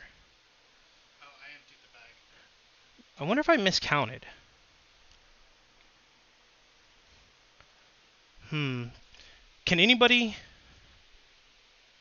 tell me if I've missed a hole? I want you guys to look at the stream and tell me if I've missed a hole anywhere. It's probably the middle one. I don't know. I didn't check. I'll keep going. One.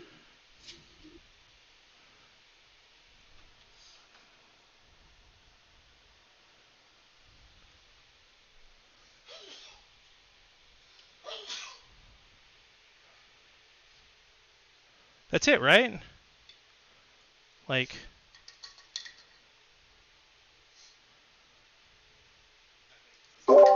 I have 9 holes on my motherboard, so. You missed the one in the top corner. oh, I missed that one. Good call. Now, would you guys believe that I've missed that screw hole 3 times?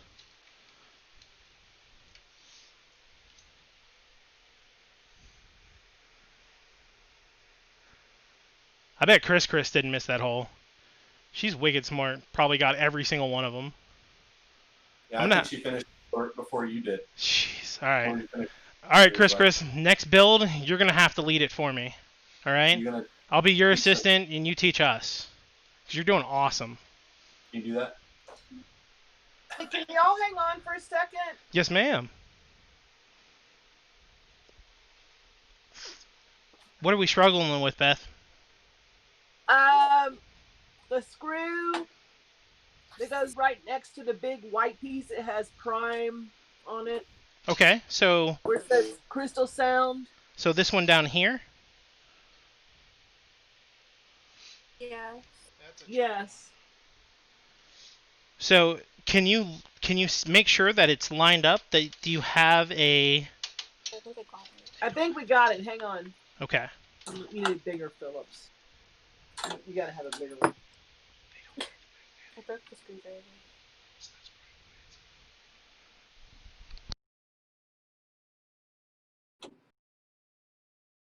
Yeah, I'll tell you that one's probably going to be one of the most difficult ones to screw in without a magnetic screwdriver.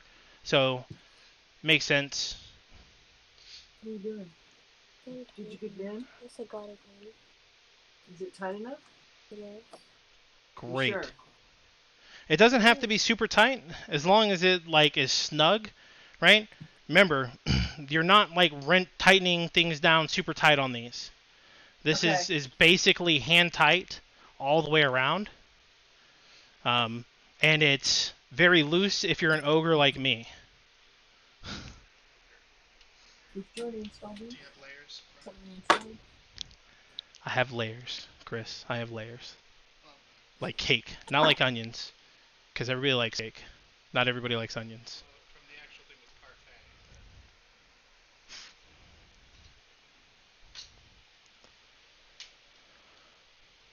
So I want to show you guys something. The reason we put this harness on the motherboard before we installed it is because, see right here how it just clips this? No, something fell out of it and it broke. Hey guys. I'm hearing some chatter over there. What broke on your end?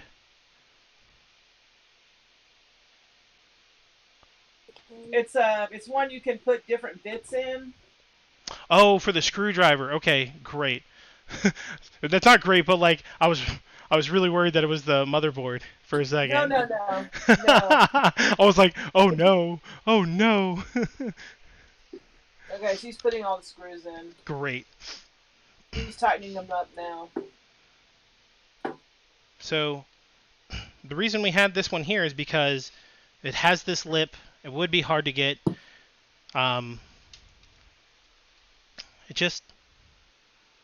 It is. It's beautiful. So, next thing we're going to do is we're going to lift this up.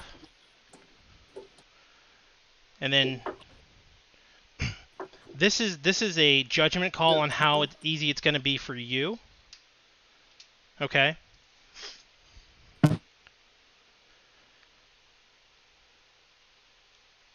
You can turn it to the side like this. Okay? So that the front is facing the ground.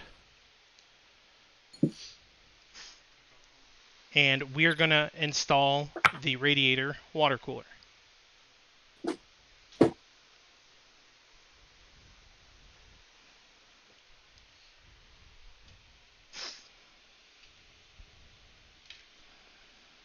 So if you decide to place it on the front side down,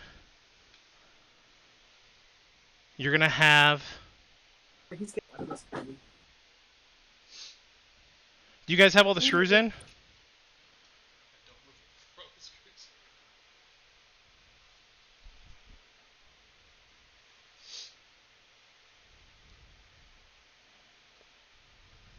Cool. All right.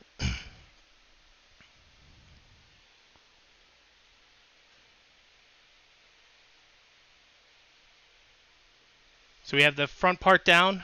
We have the radiator, the all-in-one. The fans are already tightened in. Turn it sideways. This will turn sideways. Again, don't force it to stay up like this while you turn it sideways. Just let it all lay on the side. Lift this up, slide it in. Okay. To get a good angle on this, I'm going to switch over here.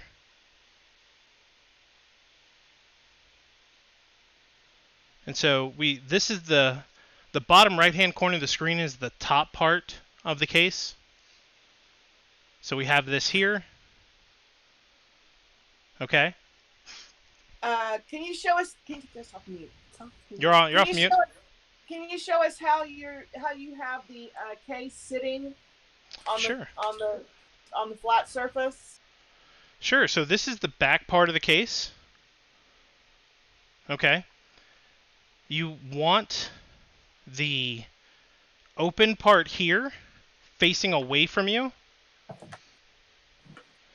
You want to be looking at the back side of the case. This would have been the solid side with the sides. You're going to want to be looking at this because we're going to connect the radiator down here with that bowl that I told you to put away from you.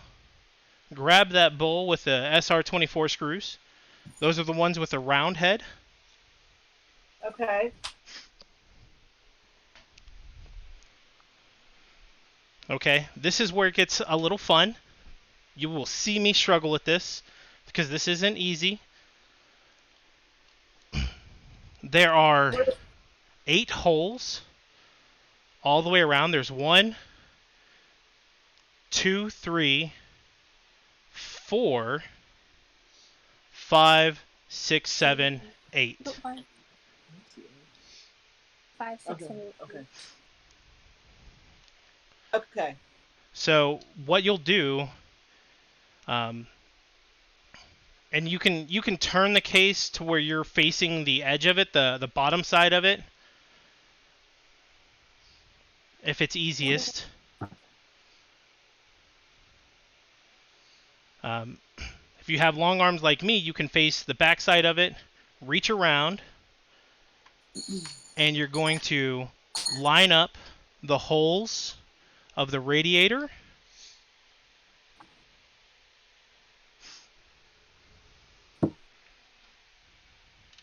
Trying to get you a good light. Why would it go the other way? Because you have to have... If you have a phone flashlight and you have like a kind of dimmed regular light, that'll be great for this piece.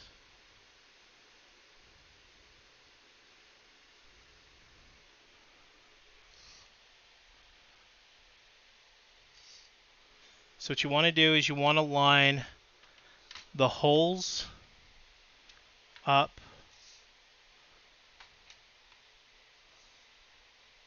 with the radiator, and then you'll just put a screw in.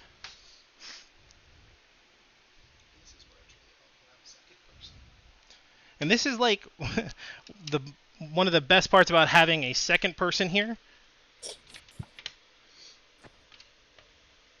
So if we're looking inside the case and we're putting the radiator in, does the big box attach the radiator on the right side or the left side? It'll be on the right side, assuming that's the top of your case. Okay, yeah, we have the radiator openings in the bottom of the case, and we're looking inside the case with the radiator on the bottom of the case, where the holes are, the big round openings are for the radiator. So the big box attached to the radiator goes on the right-hand side, correct? Let me give you a different angle so you can see what this might look like. Oh, I think we've got it.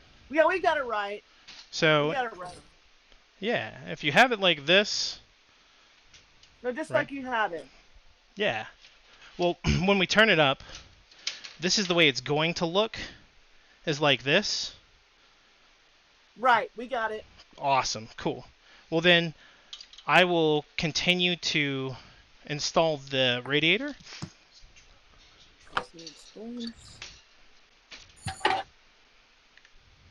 But what screws?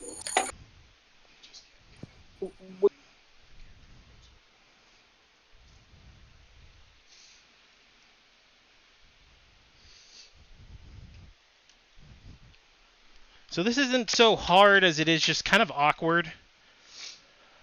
I personally recommend like going towards like a corner, because that's a lot easier to line up than the middle.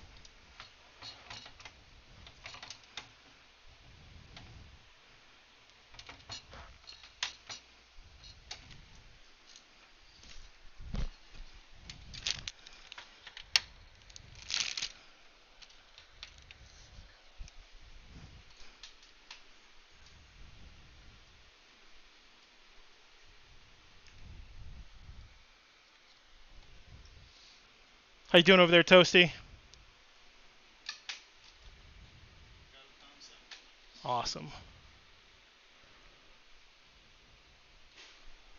I'll bet you Chris is already done. She's been kicking my butt all evening, guys. Oh, not this time. Yes, I'm winning. She actually doesn't have a gamer. So Chris is the extra Pokemon Go account. Ooh. But she really needs a gamer tag. She does. What about Fluffy Bunny 123?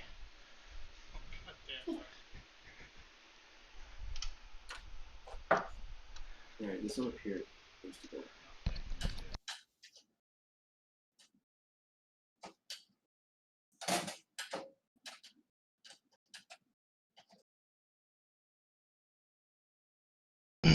If you're anything like my wife, you probably prefer Fluffy Corgi 123. I say 123 because that's as high as I can count.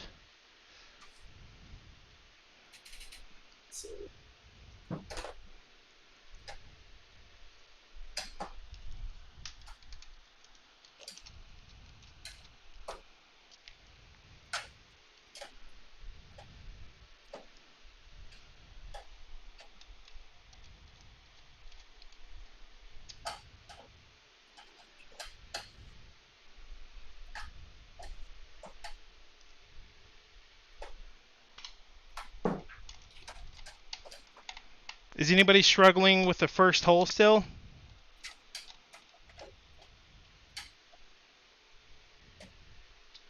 Yes, we're having trouble with the first screw. Okay, are you starting at the corner or are you starting at the middle? Corner. Okay. Are you starting at the top or the bottom? The top. Okay. Do me a favor. Start at the bottom. So if you're looking at it, the pump is on the right side. Okay. And the bottom is going to be down here. Let me push this up just a wee bit.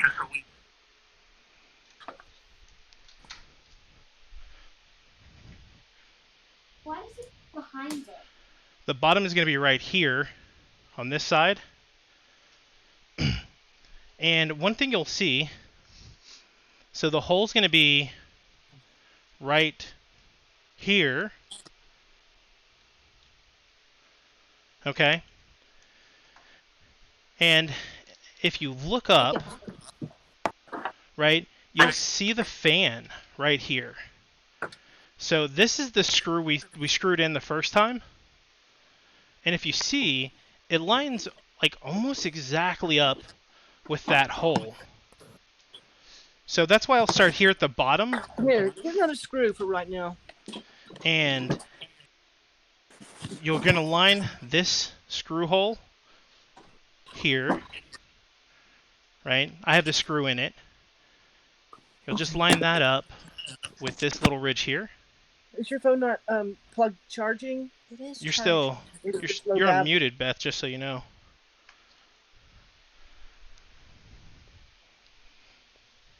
Uh-oh, cat attack.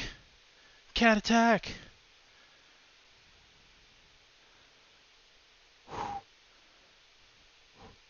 Got lucky. Got lucky.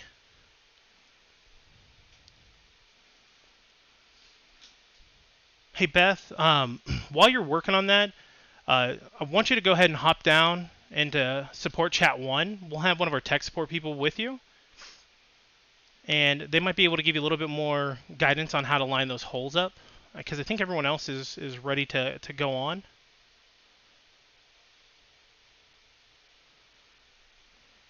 And as soon as you guys are done there, pop back up. That'll be great.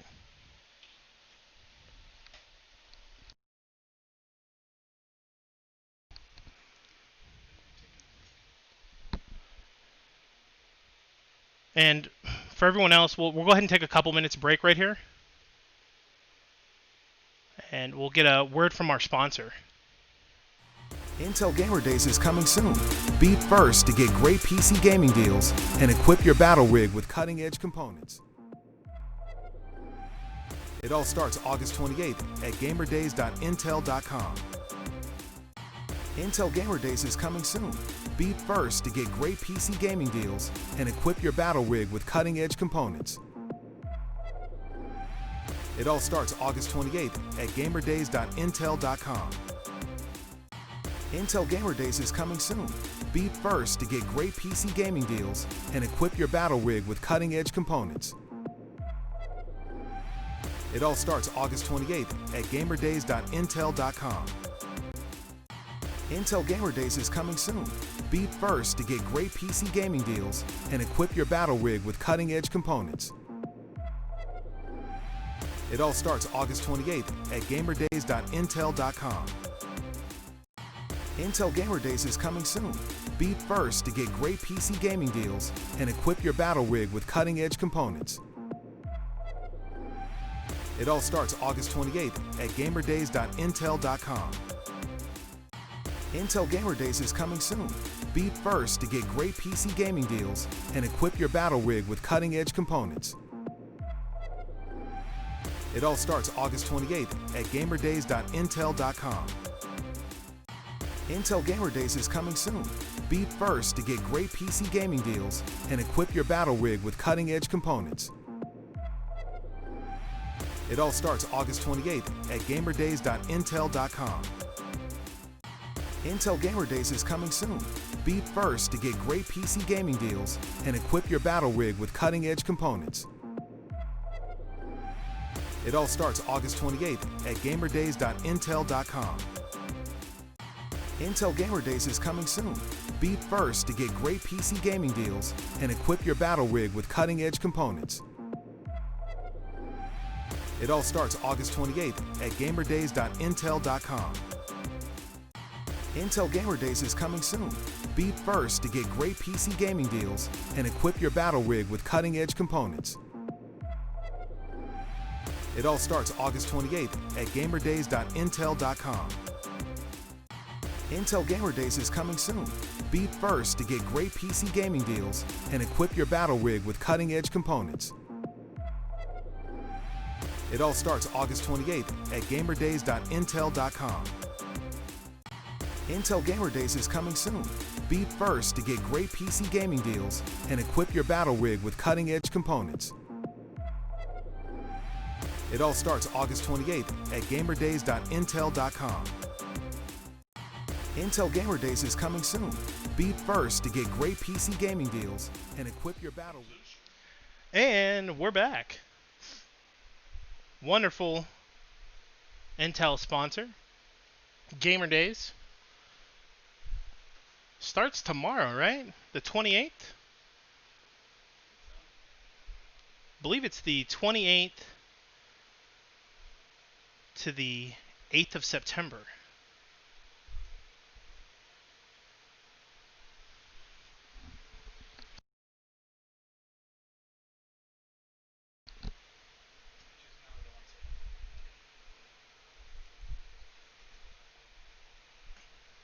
Everybody back?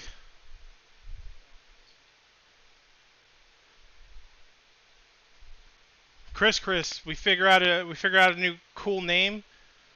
Chris was giving me a hard time saying Fluffy Bunny is like way too soft. You seem more like a warrior princess. Are you a warrior princess or are you a fluffy bunny?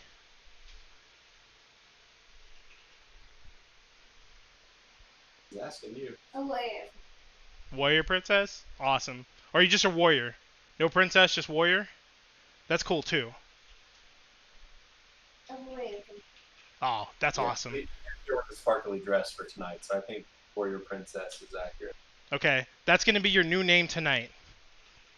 Warrior Princess. Is that good? You like that, or do you want to be Chris still? Alright. All right, Warrior Princess it is. I like that.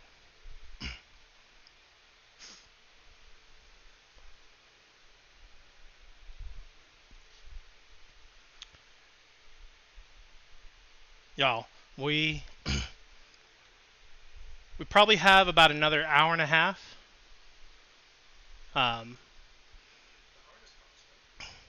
Like the hardest part's done. It's great.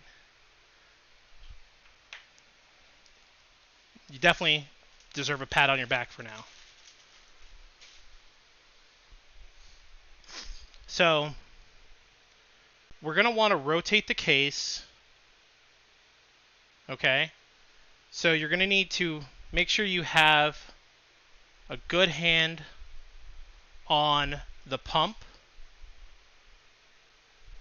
And what we can do to mitigate like any potential issues, we're going to rotate the case. You guys probably already have this in front of you. Like I'm turning it to me, so it'll look different in the camera. Right? But what I do is I hold the pump in one hand, I grip the back side of the case, and I just tilt it back to be on the back.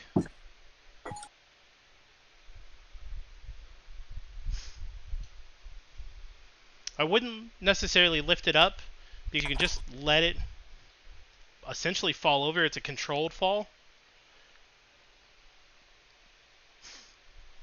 And then you can just keep this in your hand, grab the side. You'll grab the other side, lift it over, center it in front of you. Backwards. Got this in backwards. So. No, that's right. We have these are stuck. All right. Beth, did you guys get the radiator connected? But now I think the little cables can't come out the backside. These cables right here? The little tiny cables that are attached to the fan? Yeah. Oh, there's a hole there. These aren't going to go out the backside. these should be facing up inside the case here. Okay. But when I'm stuck. Is it stuck? Like, is it pinched inside here? Did you screw the wire down in it? Good. So I need to loosen this one. What you probably have to loosen like all of them to to get enough like space. You'll probably need to loosen like the 6 screws, right? Because these connectors are very delicate, very sensitive. You don't want to try and pull them through a little opening. You want to make sure it has enough room to pull it through. Okay. Okay. We're gonna keep going though. Inside your AIO, there's a little baggie that should say Intel on it. Actually, I lied. It won't say Intel. It has the Intel brackets. Okay? There'll be 2 sets of brackets. They're going to be halved like this. You want the ones with the loops.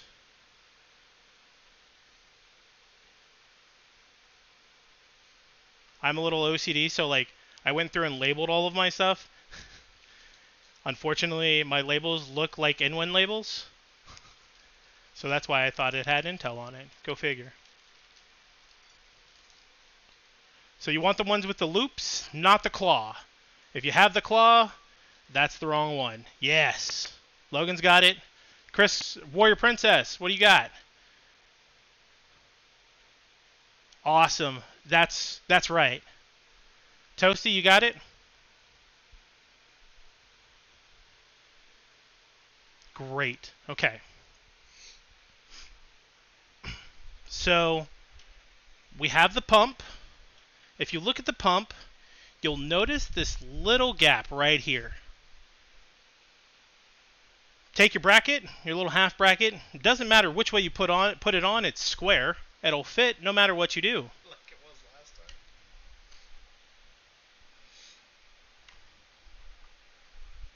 It was square last time. I just didn't do it right. And you'll just connect them on either side. It'll make a, would you call it a cross? My little cross here. Sure.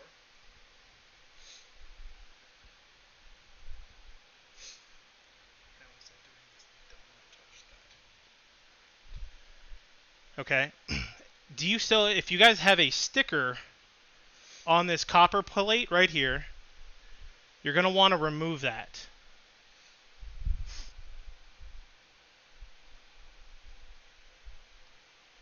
If you don't have a sticker there, don't touch the copper plate. If you have touched the copper plate, tell me now, and we can fix it. It's very simple. You're going to want to take like a non-lint cloth, right? And just rub it, clean it. Remove any like of your body oils or something on that. If you've touched it. If not, don't worry about it. Okay? We have that prepped. We can turn it on the side. Chris lets it go. It'll just rest there. Now we're going to get our thermal paste. So that little syringe,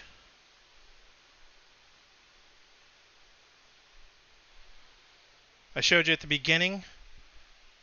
Mine's much bigger than yours. There is a plastic seal on yours. You're going to take that plastic seal off. There's also a little black cap at the tip. Leave that on, but take the plastic, like if you were to get like a mocha frappuccino, that little top of the plastic piece off.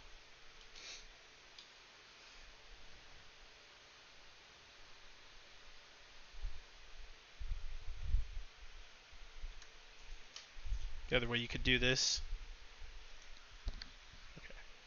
is have this just sitting here like this. That's probably safer.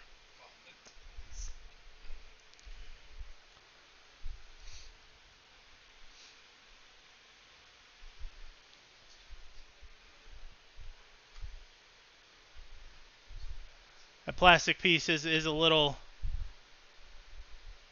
is very secure.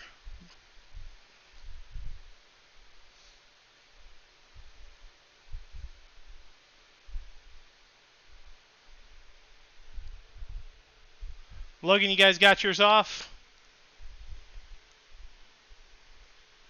Yep, we've got our thermal paste ready. Cool. I want you to take the cap off, the little black tip.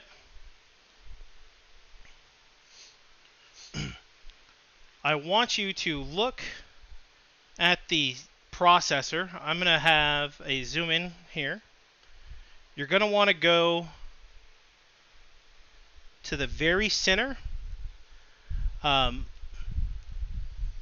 If you can read it, you won't be able to see it on stream, but there is a like 3.6 gigahertz, right? I want you to put the thermal paste right there on it. Okay? You don't want more than a P size. A little bit goes a long way. You shouldn't have more than a P size in yours, but sometimes you get lucky and you get a little bit more. So don't put the plunger all the way down.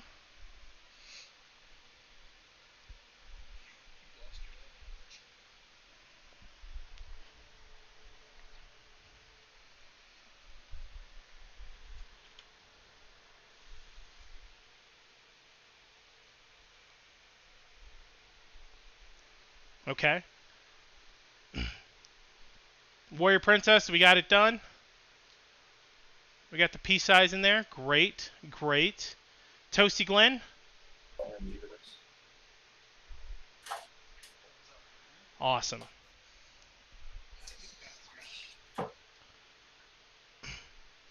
So what we're going to do now,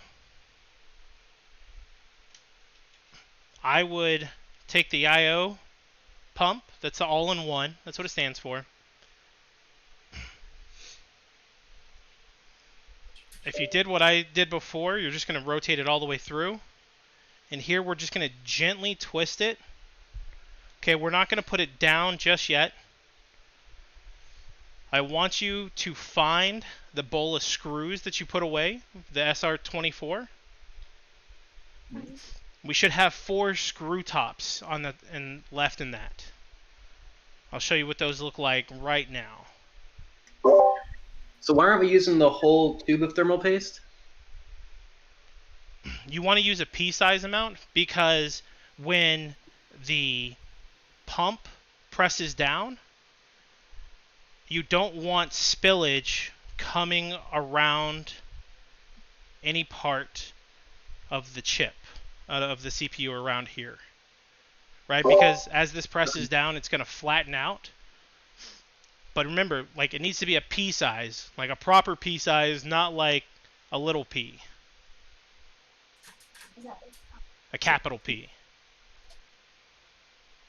See how big it is. See how big ours is. About the same. So if you see mine on stream now, you want that much. You might when I first built this with the InWin thermal paste, I used every single drop of the thermal paste they sent me. Okay? But like I said, sometimes they don't fill them all the same level, so you just want to be careful.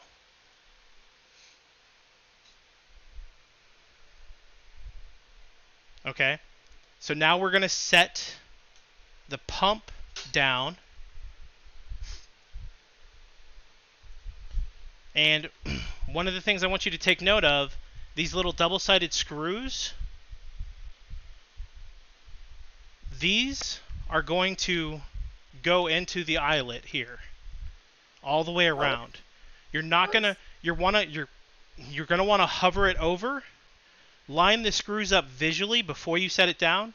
You don't want to move it around because you want that paste to distribute evenly and not smear along the edges.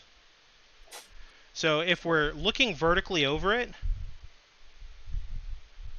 right, we're going to line the screws up visually on at least 3 different holes. And so when we start to go down, you're going to keep looking over it. Keep the screw lined up with the eyelets. Okay?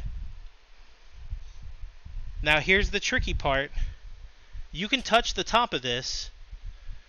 You're going to hold your finger. You're going to bring these tubes up.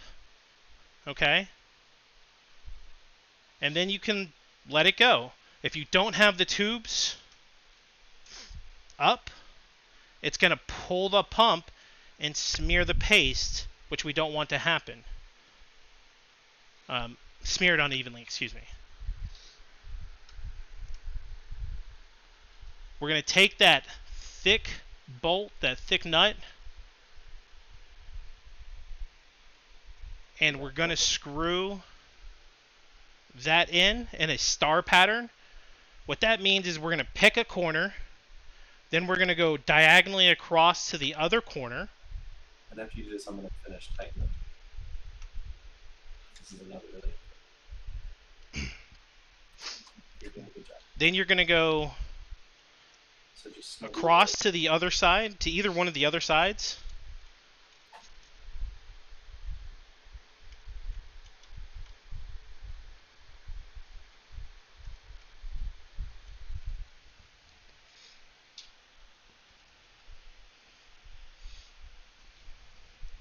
The one by the ram can be a little tight. I recommend going under the water pumps and then just placing it down here. And again, finger tight. You don't want to cinch one all the way down.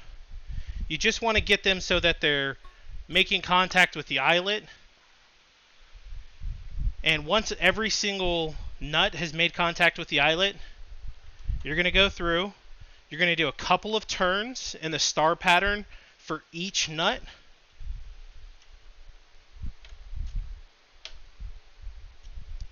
Just to make sure this is fully seated down.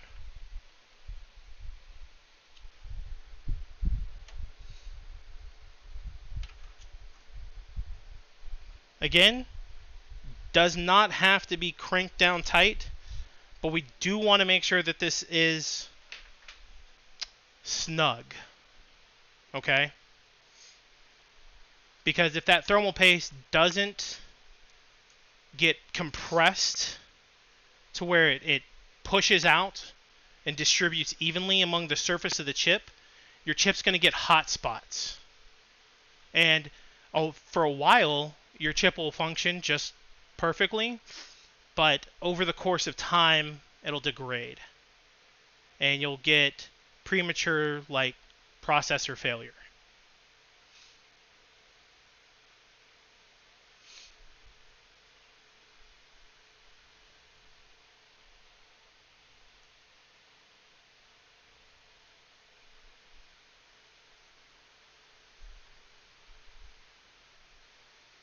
Beth, how we doing? What? We're good. Were you guys able to get the thermal paste on? Do I need to go over that again? No, we have it installed all the way. Oh, that's wonderful news. Wonderful news. Tosi, how are y'all doing? Great. Warrior Princess? Good. Yes. Logan, how about you guys? Kicks on kicks? You're doing fantastic. Great.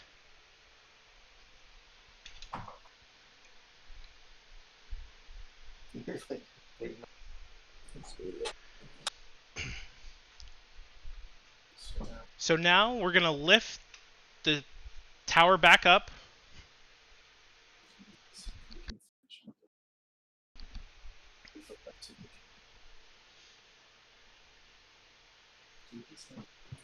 And I'm going to turn this towards me. So what you want to see is you want to be looking at the back side of the case, and you'll have this solid side. So if you remember earlier, we tied these cords off up at the top. Now comes the time to untie. You could say it's untimely for us to untie them.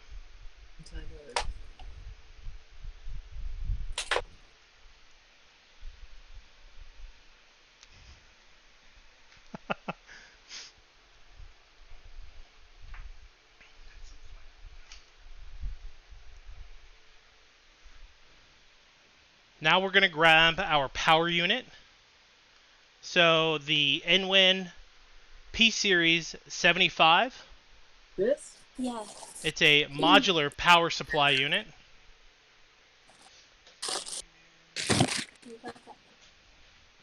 It came in this box.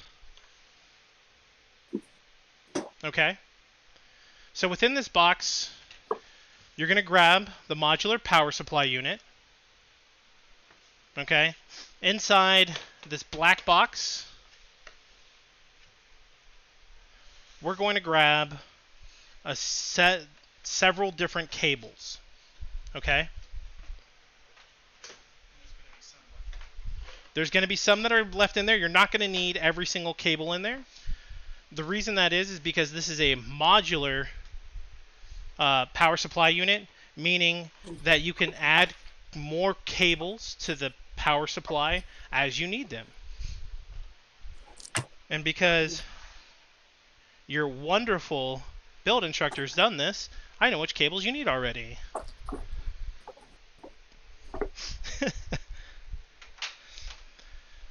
So we're going to have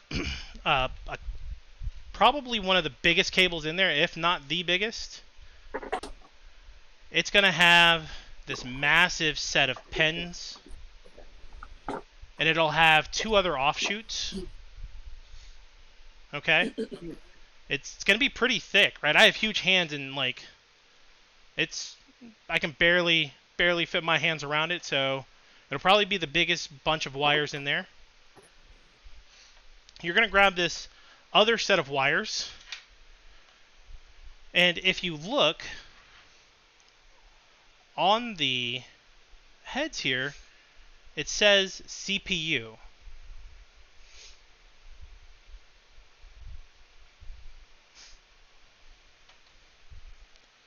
There's going to be another one that looks very similar, Found it. only CPU? it's going to say PCIe. PCI-E. You'll need one of those. This one doesn't have a label on it, but it's a 6-pin. I mean, technically it's 5, but we're not going to talk about that. But it has 6 prongs. And then the connectors are going to be very different. They're going to be these flat connectors. These are called SATA connectors. If you want to be simple about it, if you turn them sideways, they'll make an L. There's just a little kick right here. So a very poorly shaped L. And those are the 4 cables that you'll need to connect to the power supply. Yeah, I think so. So we'll bring the power supply unit up.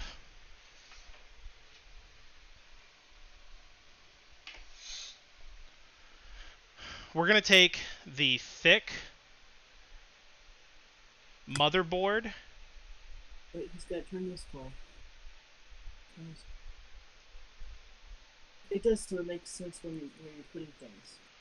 Okay. So this is the one that has the very big, like 22, 24 pin. And what happens is it splits out. So if you look at the me camera, it splits out into like a V. So these have two ends here. We're going to plug those into the MB slots. And if you notice, there's No, turn around the a little gate here. You're going to take the toggle here. Bless you. And you're just going to push them in.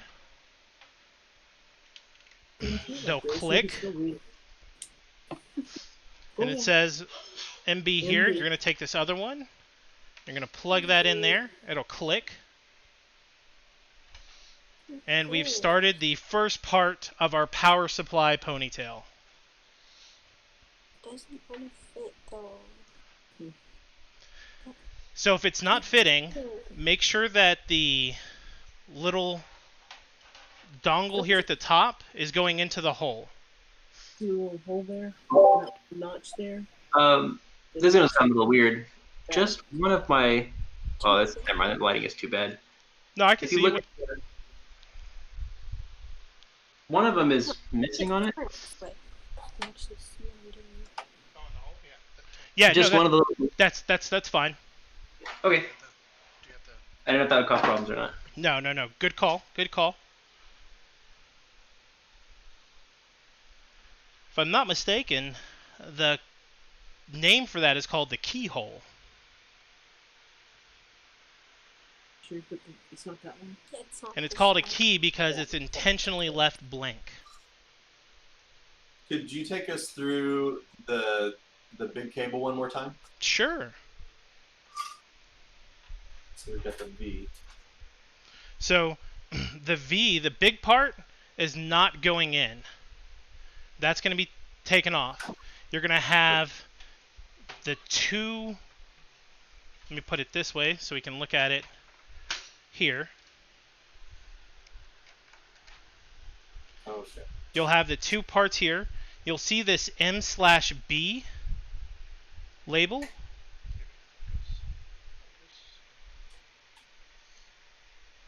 And you'll plug the big one in the big MB. You'll plug the little one in the little MB.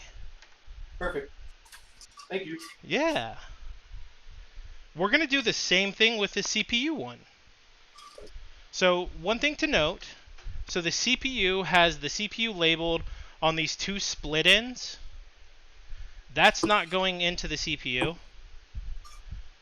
This is going into the CPU.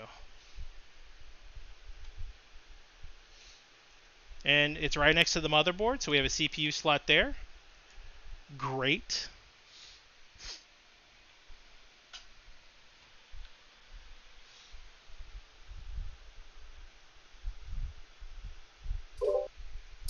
We were finding the cable. Could you do the whatever Sure. you were showing on camera one more time? Definitely. So this cable has CPU labeled on the split ends. Those are not going in the power supply.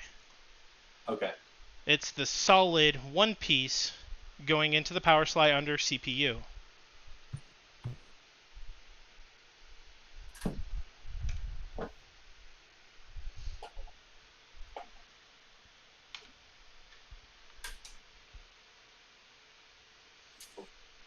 All right. Thank you.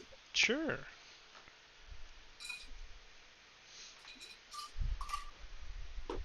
Warrior Princess, how you doing? Good. You got those two plugged in? Yeah. Trick question, you should have 3 plugged in. You got an official Warrior Princess eye roll. Yes! Yes!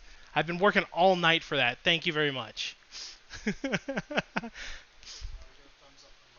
Logan, thumbs up. Kicks on kicks, thumbs up. Beth, how you doing? Good. Great. The next cable we're going to plug in is the PCIe. So just like the CPU one, we have PCIe labeled on the one we're not plugging in the hole. And guess what? Right next to the CPU is a PCIe. There's two separate ones. This is for expansion in case you ever need to power another PCIe slot. It doesn't matter which hole you put it in, which set of holes. To make things easy on you though, I'd recommend just keep going across and just have it put into the top there.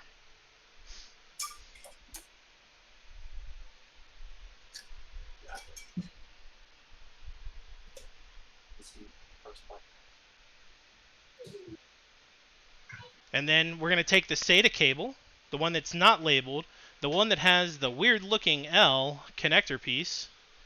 If you count them, there's 1, 2, 3. What comes after 3? 4. 4 L's. How many fingers did you need for those? I needed 2 fingers and 3 toes. Good. And then see how it says peripheral? Peripheral? Peripheral. Yeah, that word. And SATA. Or if you really want to be snazzy, it's SATA. And there's only one set of plugs that'll go in there. I believe in you. You've plugged in 4 other cords at this point. I think we all scored 100%.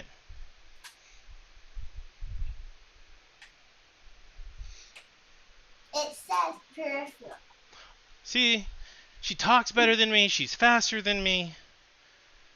You're gonna steal my job, Warrior Princess. I'm gonna have to pick it up. I'm gonna have to pick it up. Okay, so if you're looking at this the way I've done it, if you were reading the labels the way I was reading it, you should have the fan facing upwards. Turn it over. Fans facing down. Case. Opening. This is the back side. You're going to take this, going to fit it in here this way, right? It just slides in. The ponytail hangs out. You'll probably have to like take the ponytail, hold it up, slide the PC in, the power supply, and then slide it all the way forward. So if you look at it, when you slide it all the way forward, it's the great thing here is your holes are already lined up. It's almost like they built this power supply to fit into this case.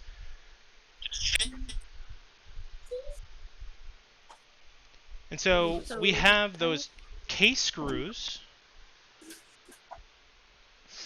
If we go back to that thick plastic bag,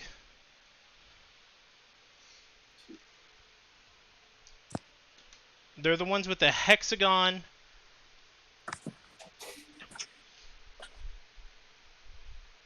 ends.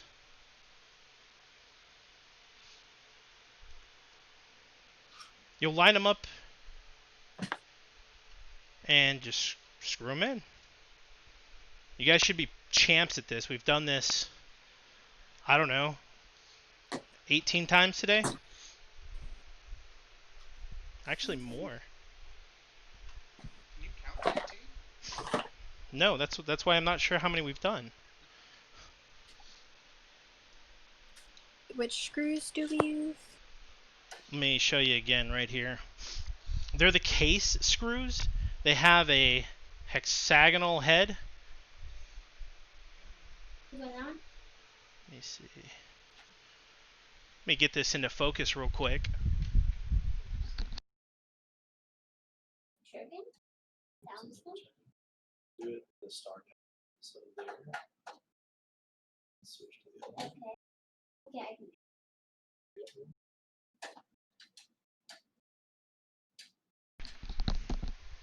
that clear?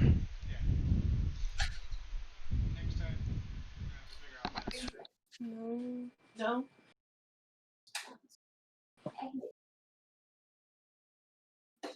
Unmute yourself. So we need to we'll show you. Are you trying to find the screws, Beth? Yeah. Yeah. I think I found. So, do you remember when we had those silver screws, the standoffs? Yeah. They would have been in that bag. Oh, so the ones we used to like screw the motherboard on. Yes, those screws. Yes, it is. See how this has got a flat edge? His look rounded. No, these are going to be flat. They've got like a flat edge and they're Phillips. Yeah, that's right. And they're short. Yes. Okay, ready? Oh.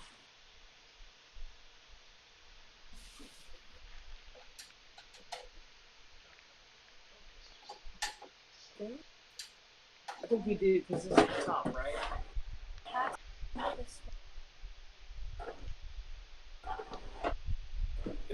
We're using the 4 from the power supply. You can, yes, yeah. So the power supply came with 4. The case bag came with extras. They are literally the same screws. But make sure that's right. Yeah, I think we'll go like this because they have to have the power out. So you can turn it on and off. And the one you handed me is correct. Yeah.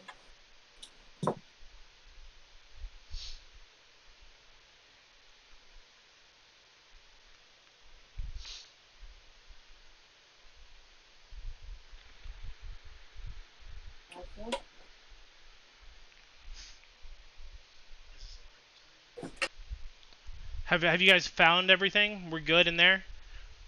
Yes. We're gonna do one more thing before we take a break and come back to wiring. Can I see the outside of the case where what they were screwing in right now? The part we're screwing in right now? Definitely.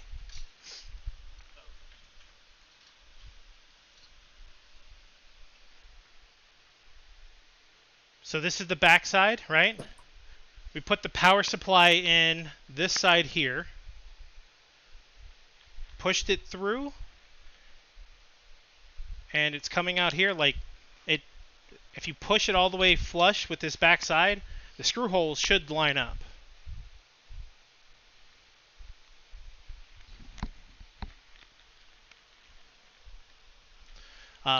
For everyone else who's got this completed, go ahead and grab the case fan. Looks good. Awesome. That's going to be the singular fan that was in a box with colorful lights on it. Yeah, this video's delayed. So let me let you go.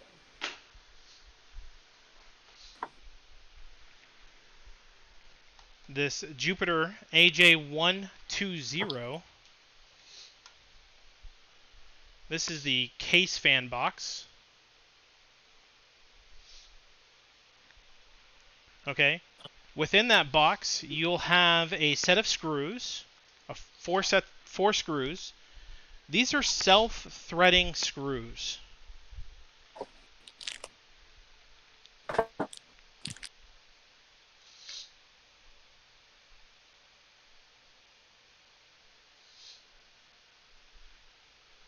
Inside the box, you're going to have a gray foam, like it's going to look like kind of like a sticky foam. It'll have a white back, like, you know, like stickers normally come in.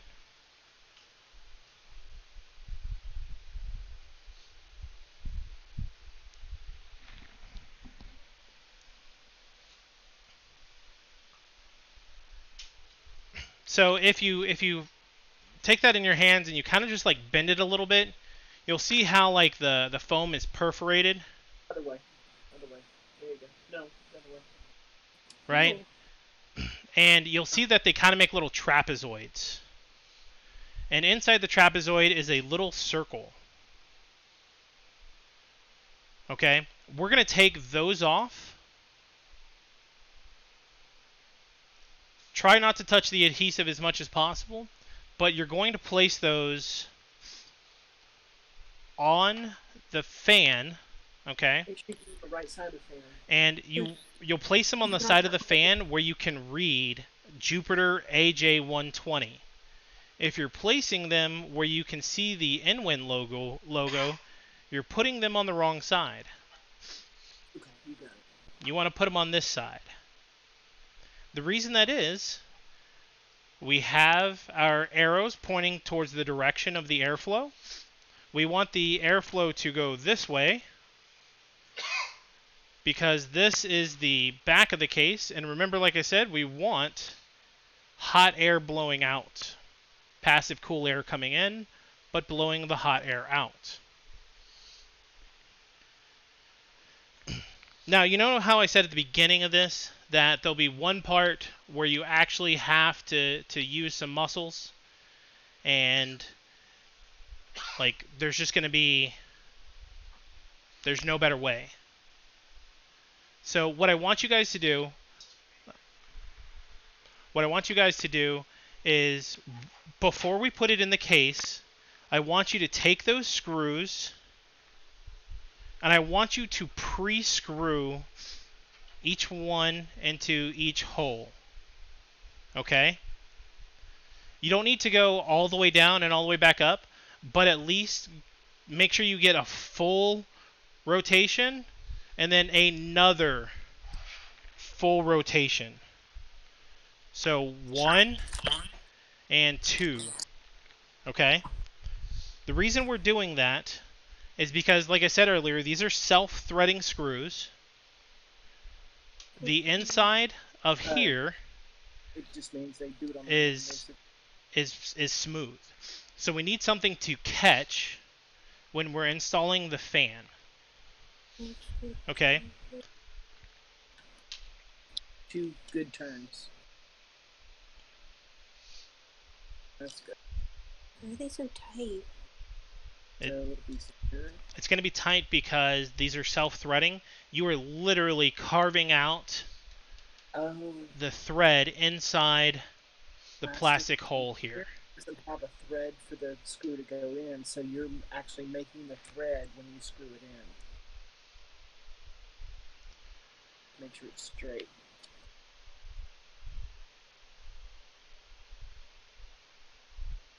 And so, like I said, this is one of those where this is the only time that you're going to have to put some real muscle into it. Okay, you're ready.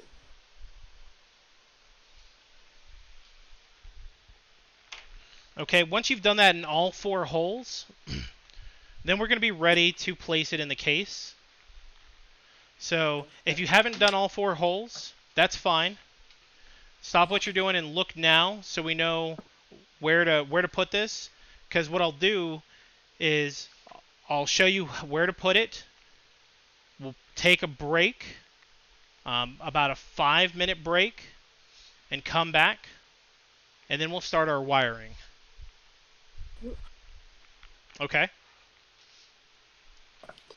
So we want the arrows pointing towards the back of the case. So if we're looking at the back part of the case here, right, we want the arrows pointing towards this.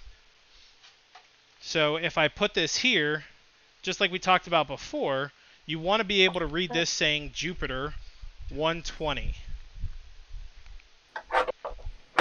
Okay? And if you look on the side, we have a much better hole range. Right? It's not going to be as hard to find the hole here. Yeah, because see how it slides? You have all the place you can play with it. So we pre-threaded it earlier, so you should be able to just hand tighten one of them in there, and it's just going to go just a little bit. Once you have that, you can let go of it, let it slide down, grab your other one, and do the same there. Okay? Now here, you're going to hold the back of this, and then you're going to finish threading the hole. I can't see that far. And so what you'll want to do is you'll want to put your fingertip on the back side of the screw, where the screw hole that you're currently screwing in, and press that towards the case. And again, you're gonna have to use some muscles. Get it in there, and you're gonna want it to be snug.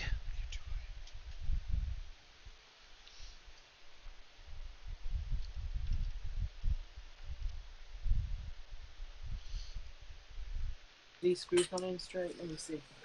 It's okay. It's okay. Beth, how you doing? I think we got the screws in a little crooked, so... That's not a big deal. The self-threading, InWin makes super durable products. So just back it out, put it in straight. Even if you were to like push it in like crooked, it's self-threading. It'll stick, right? It doesn't have to be perfect. It's a solid plastic tube that you're screwing into. So even if it's at an angle, you're perfectly okay. So these screws do not want to go through the sliding hole. Right. So this is what I'm saying. Like you're literally gonna have to force them. Are you talking about they're not wanting to go through here? Hang on. So we put the screws into the fan thingy. Do we take them back out and then install it? Yes. Sorry. Oh, okay. Gotcha.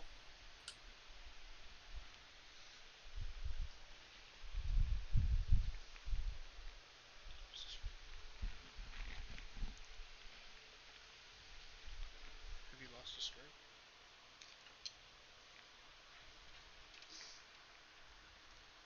I got a screw loose. Screw down.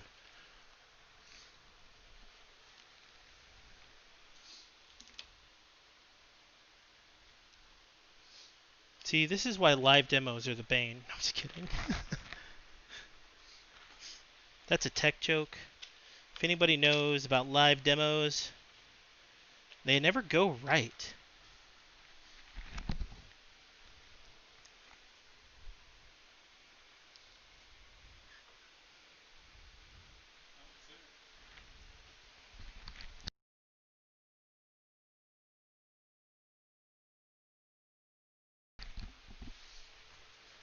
So I'm going to stay in Discord and talk you guys through this. We're going to take a 5-minute break, and then we're going to start our wiring.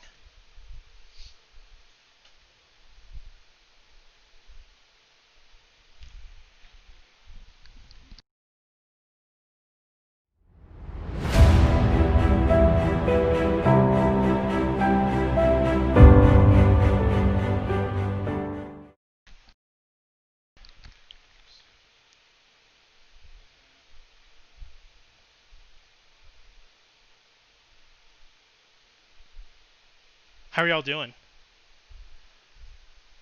Warrior Princess, you get everything screwed in on the back?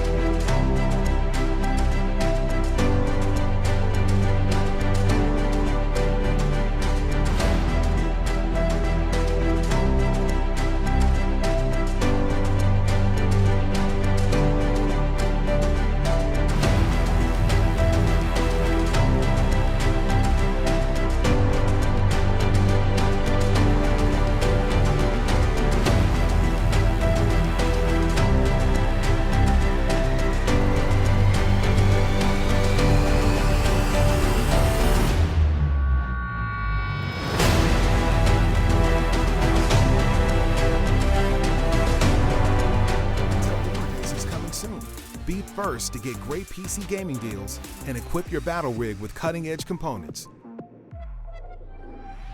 It all starts August 28th at gamerdays.intel.com. Intel Gamer Days is coming soon.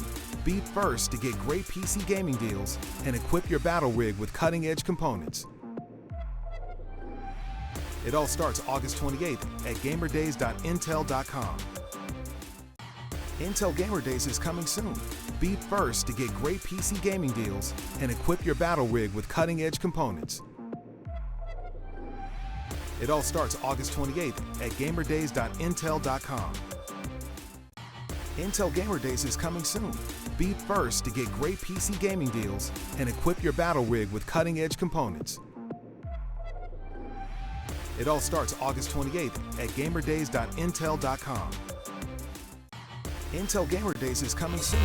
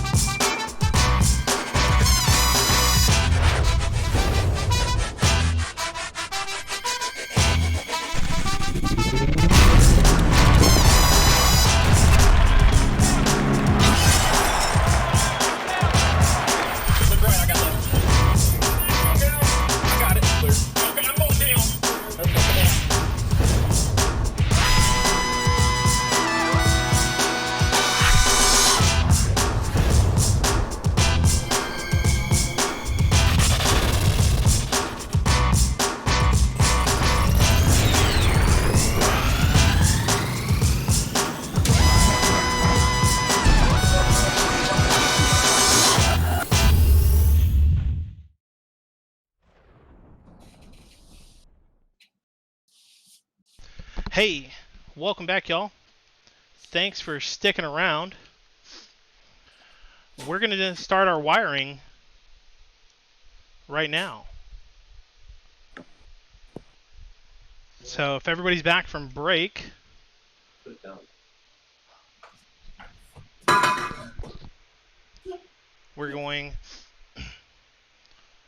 I'm going to lower this.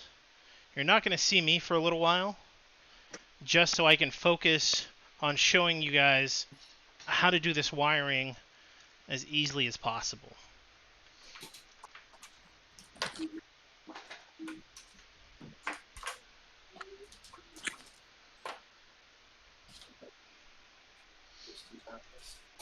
All right, everybody ready? Beth, you back? Yep. Warrior Princess is ready. Logan, Toasty, Kicks, great. So we have the case set of wires right here. Okay. You're going to grab the entire bunch of wires. All right. You should have a thick rounded wire, a flat wire,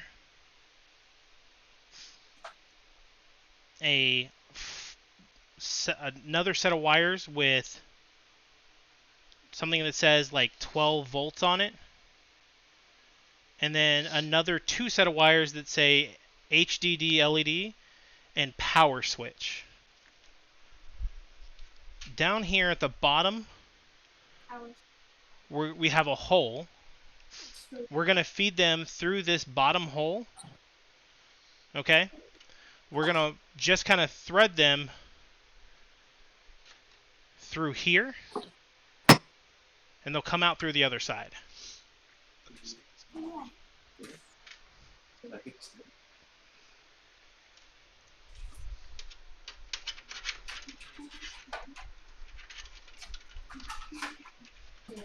go on the other side?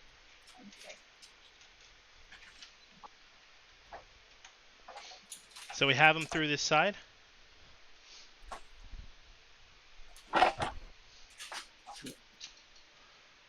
I'm going to back this off just a little bit.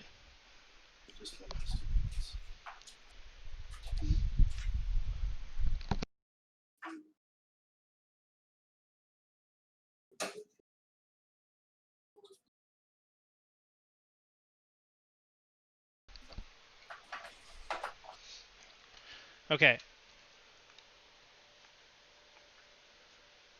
First thing we're going to do, we're going to take the one that says HD audio. Okay. If you look at it, we are missing a hole right here. So right here where it has the D, we're missing a hole. When we look,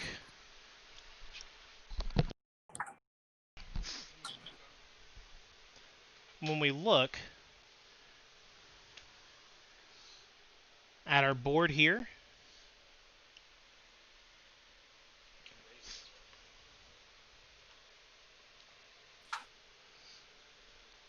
we have a missing pin right here. Right there. So when we plug this in, we just want to match that up with that plug. Okay. And again, just press it down. It doesn't, it's not going to like snap or pop. If it doesn't go easily, don't press it down. You probably have something misaligned.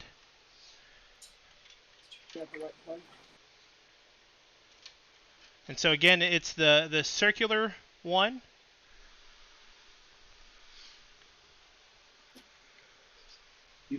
With the HD audio. And the HD audio is going to be up. And then you'll push it in flush. Wait, do you have to like push it all the way in, or does it just like sit there? I think it just sits there. When you say all the way in, what you should see is like no gap between the two plastic pieces. I don't see it as HD audio. Right there, man. You can't see it because It's already in. And so if you don't see a gap, that's fine. It like this isn't gonna make a click or anything. Yeah. And okay, so now we're gonna take the one that has the 12 volt and it says GRB. Okay. We're going to turn it so the 12 volt is upside down.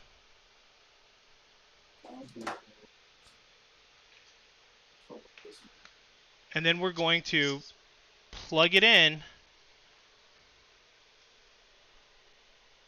right here to the white plug right there. So that make sure the 12 volt symbol is down on facing the bottom, and you'll plug it in there.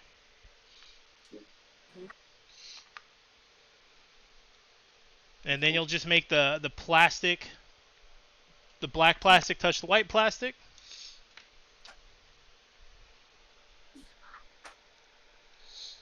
You're solid there. Next up, we have the USB 3. And what you'll see is it has a little notch at the top. A little divider, little riser.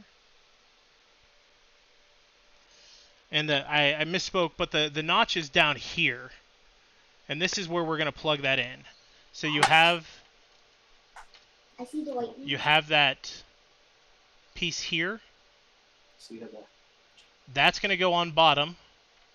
You're going to plug it into this one. So you'll notice the screw is there, right, for our reference point. And so you'll just put it in flush.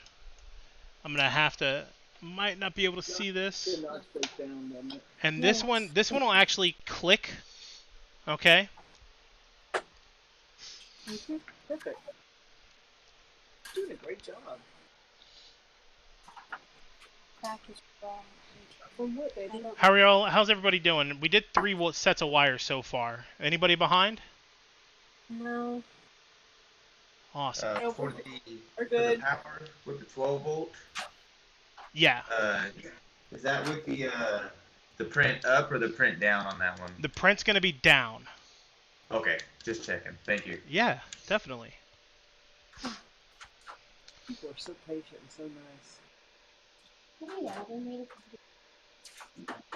This is your memory right here? Mm-hmm.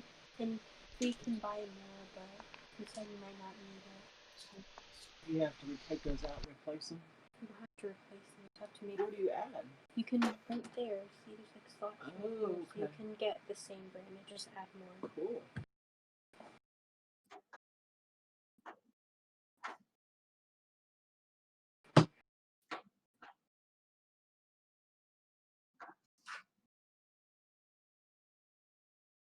Why did you?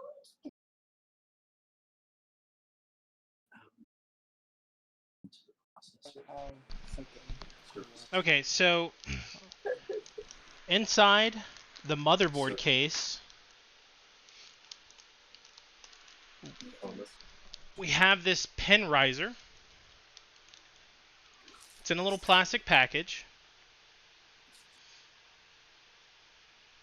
I want you to find that and then pull it out.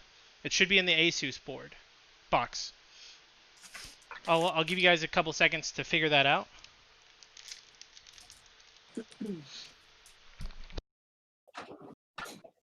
Don't touch the copper. Yeah, right here. Don't you got it. Nice. Oh, I should have taken a before picture of the case and after picture. You want to take one now? Take one now, and then we'll take another one after everything's in. You know, it just brings it out a little further, so it's easier to reach. You just have to add the GPU. The what? GPU. GPU? What's that? Like the so we can get push the screwdriver. Yeah, like they bust the screws out. And then do you take it off? This will stay. Things for.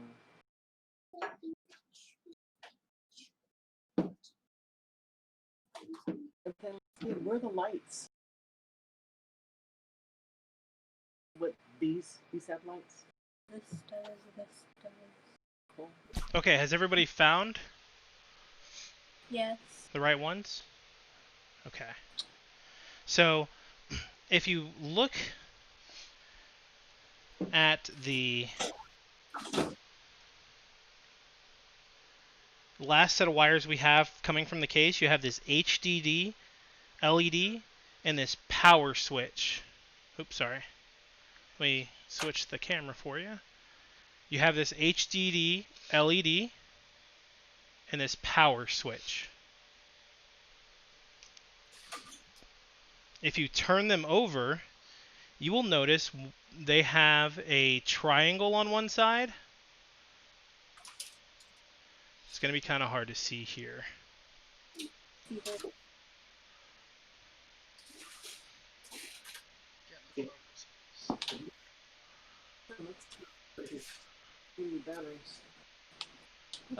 Okay. I got one more question. Go for it. I know. You can see I have this one still here. Okay, that's the USB 3. Okay. Oh, wait, sorry. That's the SATA. SATA power? Yeah.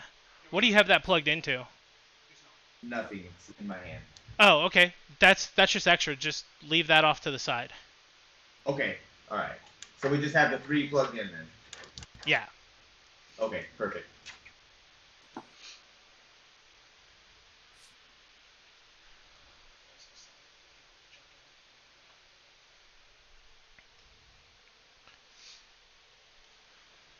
So the other 2 that we have that say HDD LED and the power switch, we were looking on the other side of those. It's kind of hard to see, but if you're looking at them on your own, you'll see one that has a triangle and one that's just kind of blank. Barely visible. Okay. We're going to grab that gray pen set, the gray pen piece.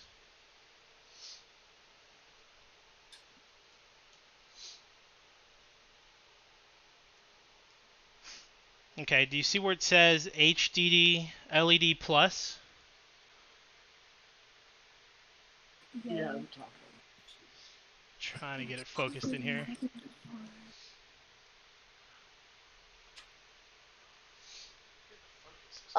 For us, both of those cords have triangles on them. That's great. That's what we want. So take the cord that has the HDD LED, find the triangle, right? And then on the gray piece with the wires, you want that triangle to align with the plus sign. But if you do it this way, you don't have it connected to anything. Right? Okay, thank you. Yeah. So we're just going to do it. Have it face forwards. A little bit out of focus. Yeah, this is going to be hard to see. Okay, so yeah, you both want both of the holes to go in. Correct. Maybe you have to do it wrong. So again, this says HDD LED,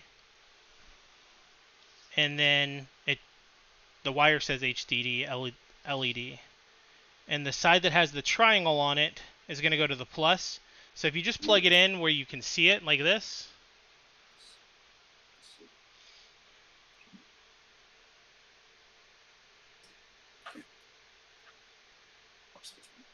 Okay. Okay. To make life easier, I'm not going to make you find this other one. I'm just going to tell you you're going to take the back side of it. You want to see the back side. You don't want to read it. You're going to count 1, 2, 3, 4, and make sure the top part of that is in the 4th pen. So you should have 2 pens on this side and then 4 pens on the other side. Leave 2 and then plug it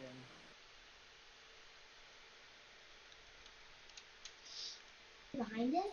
No, and then count up 2. Yep, just like that, Kix. Show me the back side. No. Looks good. All the way plugged in. And then go 2. Right there, right. It's more involved than I thought it was taking longer. Okay. So we're going to take this gray piece. We're going to find this block set of wires over here. Okay. And we're just going to plug this entire gray piece into that block set of wires. No, not down. Okay. No.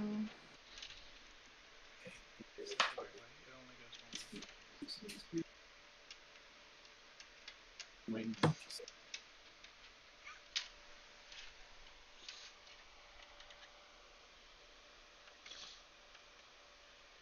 there's a hole. Notice there's an empty spot.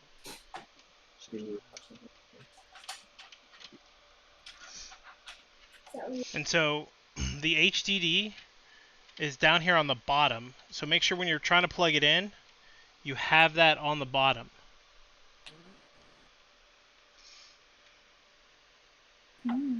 Right. Is it supposed to be on the bottom of these wires?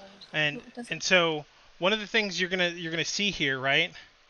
There's gonna be this extra set of 2 wires on the right side.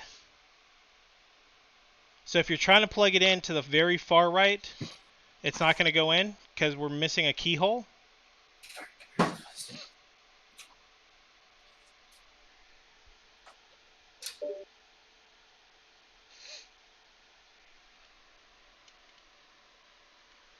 Cool. Merry Christmas. Not Christmas, I worked for this.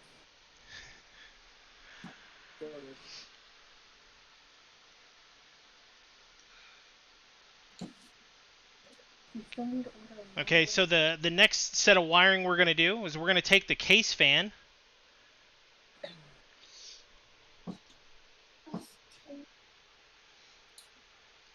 And we're going to plug it in right here where it says chassis fan.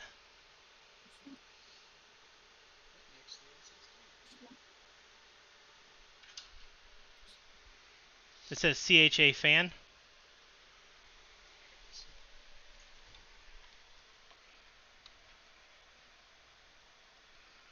And so just like everything else, we're not going to force it. If it fits, it fits. If it doesn't fit, you're probably off center on it. There are several wires coming out of the fan. Right, there should be two. One's going to be your RGB, and it literally is going to say ground key D5V plus. Yeah. Okay. You're not going to plug that one in. You're going to grab the other one. The other one's going to be 4 wires that go in. Right. That's going to go in. There's 2 things. Right. So if it's going to plug into the bottom one. No, but there's so coming out of the fan, there's 2 wires. One is 4 and one is 3. Mm-hmm. 4. And the 4 one has 2 connectors on it. Right. Ignore that second connector. Just grab so if you're looking at it, you'll have the one here, then you'll have this extra one here. This one's extra. This is the one you're plugging in. Okay, and can I just check the step before? We have another extra connector just hanging out. Pretty wide. You're talking right here, where you have this extra pins on the right side. Not the extra pins. It's an extra wire that comes out of the set of wires that we connected. There's an extra connector that's hanging out. It's pretty wide, and it's just a. Oh, are you talking about the one that has the flat wire here?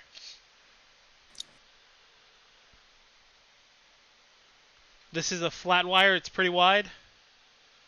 I think it's No. In all of the things that we plugged in, like so the little tiny black one we plugged in that matched up with the white.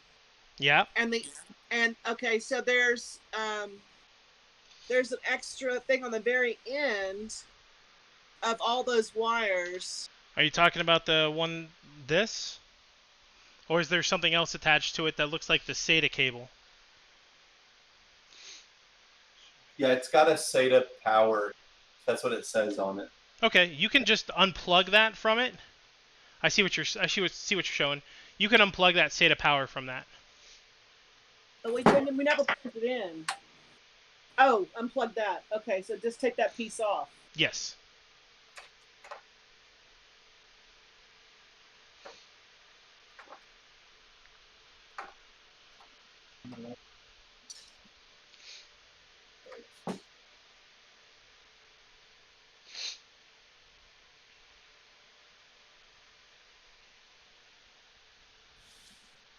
So now we're back to wiring the chassis fan.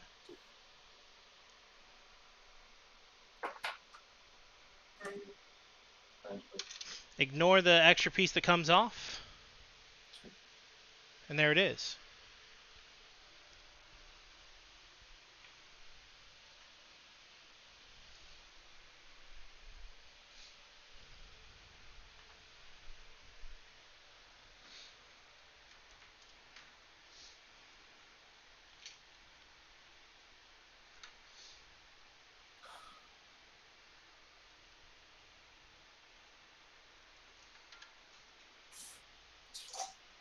So we have this lovely braid of wires from the back. Take the thick black wire with the 24 pin connector, and you're just going to lay that over the top of the case to get it out of the way. we're going to find the cord that corresponds to the CPU. I think I missed the fan. The chassis fan? The case fan? Did you already plug it in? Yes. Okay, my thing cut off a little bit. I just missed it. No, you're fine.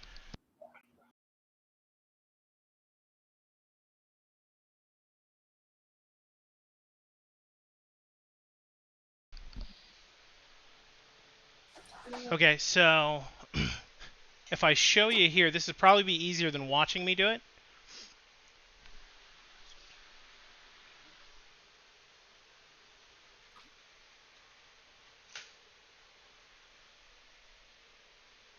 So we have the wire coming from the fan.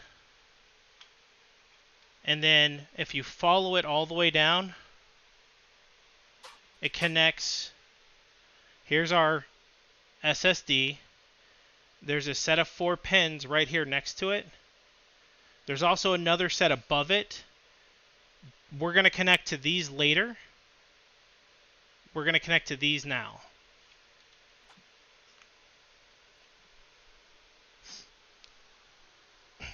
There are another set of wires coming from the fan with the ground, the key, the D, and the 5 volts.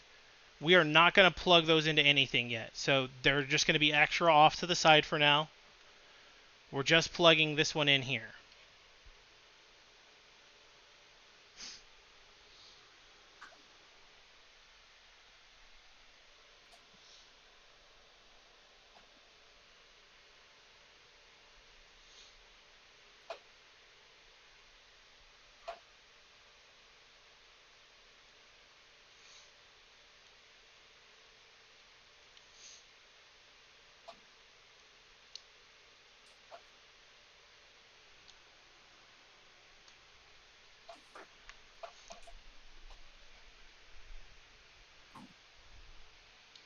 Gonna lift this up here.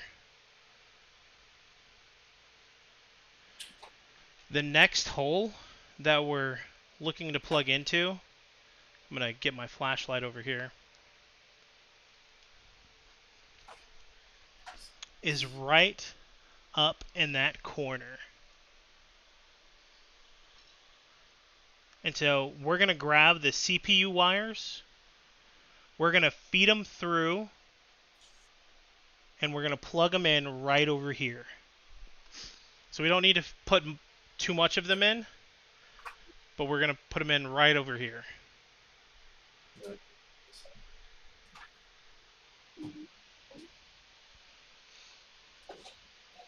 So I will show you what it looks like to feed them through now.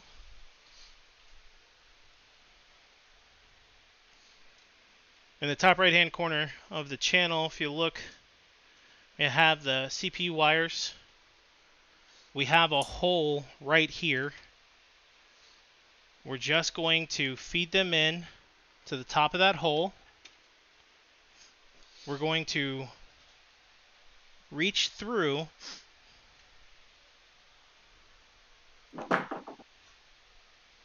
okay.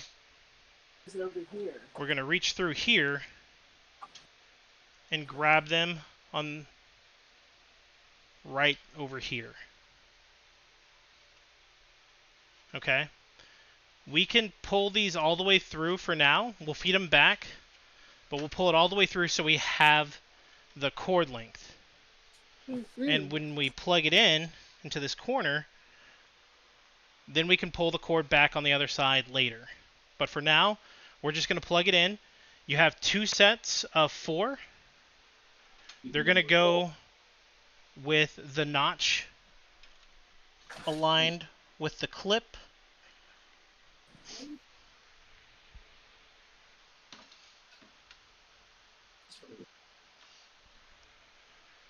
So it's really hard to see, but at the top of this is just a little ridge that the notches will go on.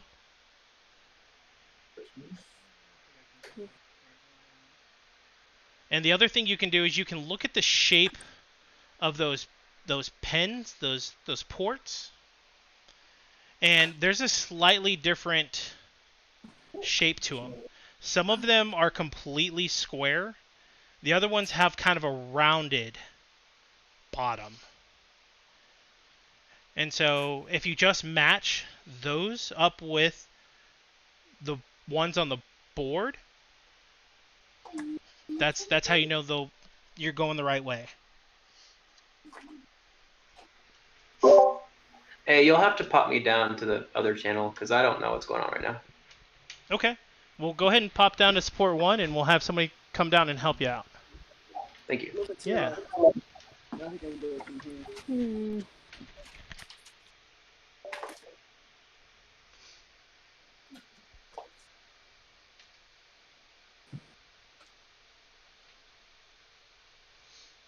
Goes on the top.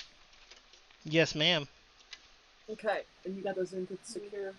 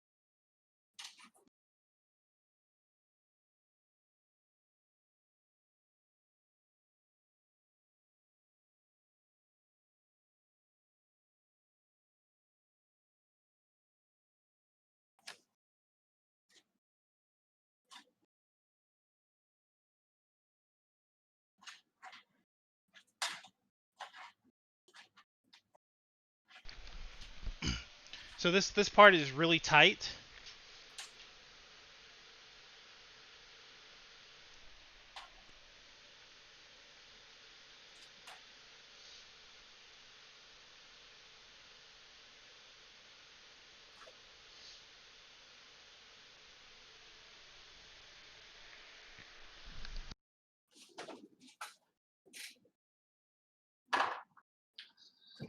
I'm sorry, did we move on from the plugging in those two little square? No, ma'am. We're still plugging those in on our side. Oh, okay.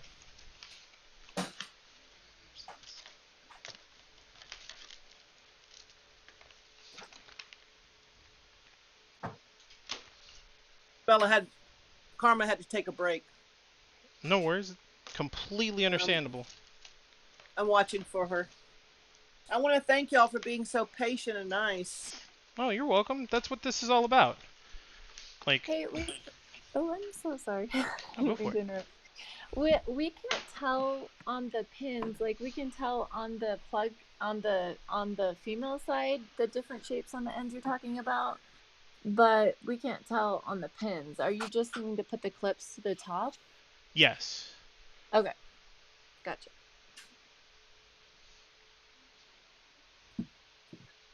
They're still plugging in those, baby. They're still plugging in those things. People are having. I know.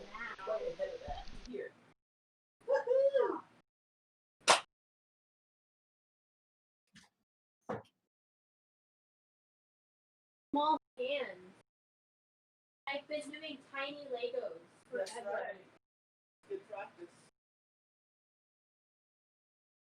I have your phone. So it's really tight fit. Warrior Princess, you guys look like you're done. Logan, how are you doing? Okay, great. Beth is done. Kicks on kicks.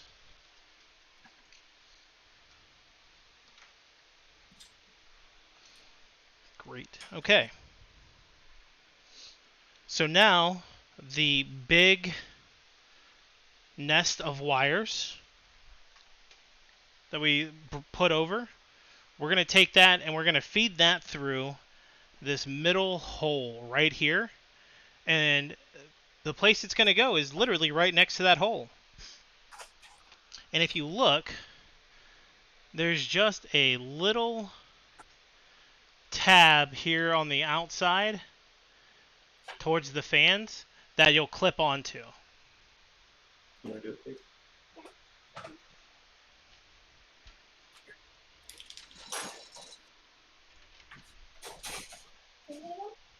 I wish I could say that there was an easy way to do this, but this is mainly based on your hand dexterity and how comfortable you feel with how you want to do it. Some people don't pull all the wires across. I do it just because I have large hands and I need the room.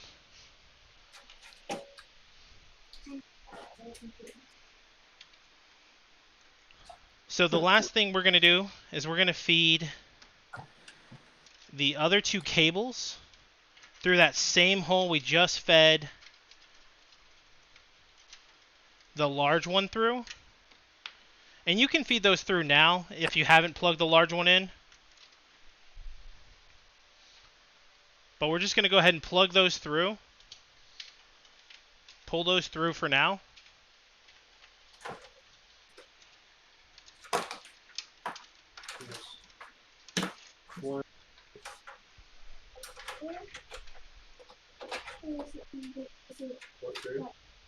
Just pull it all the way out. And there's the other one.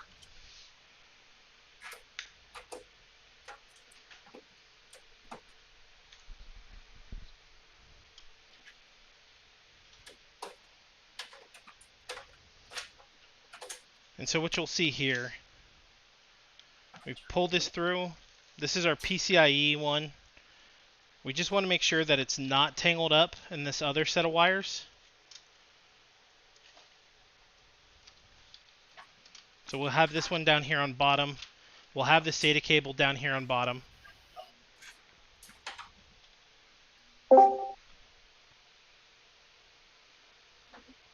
Welcome back. Thank you. Let's see. So you're just tightening up cords right now? Yeah, what did you get to in the support channel? You got the CPU plugged in?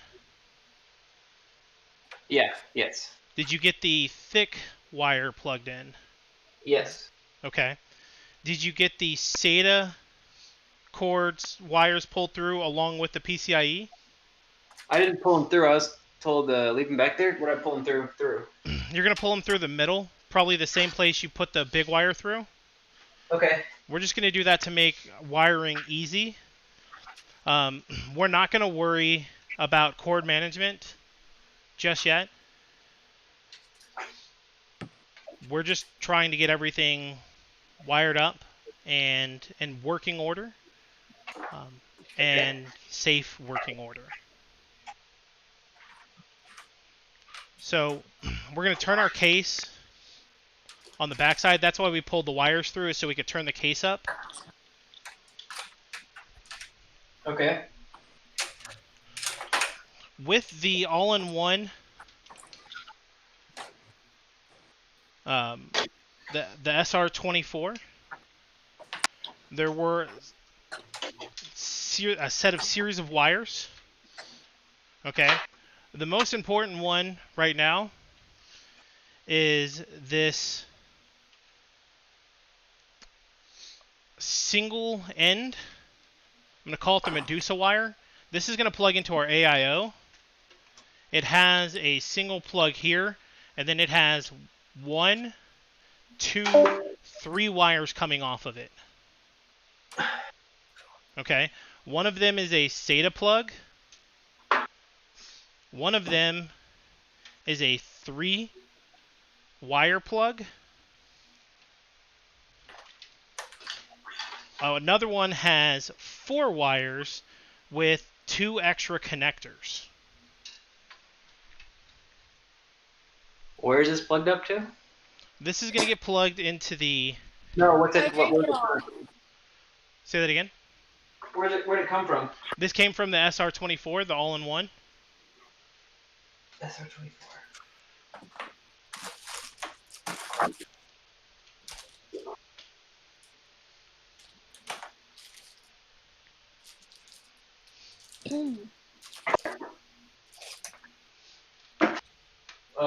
All-in-one, is that the power supply? Oh, wait. That's the water cooler. The liquid cooler. Is it from the InWin package? Was it in a package?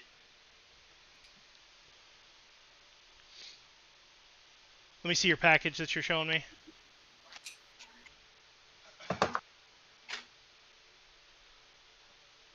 Lift it up. Higher, just so I can see it more. That looks right. Okay, so it wasn't a package. Yes. Okay. Yes. Okay, sweet. We're going to use, I believe, all of the wires in there. You should have one that's this Medusa, that's the 1 connector to 3.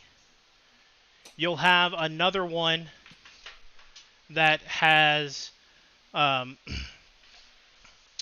wires that have a 3 extra connector on it. Then you will have a SATA control device here that has InWin, and it looks like a little push button. And it has a magnet on the end of it. Oh, holy cow, that was a magnet. Cool. Okay, so you're going to take the Medusa wire. You're going to look on this side of the pump. Right? So this side of the pump here. I'll get some better lighting here in a second.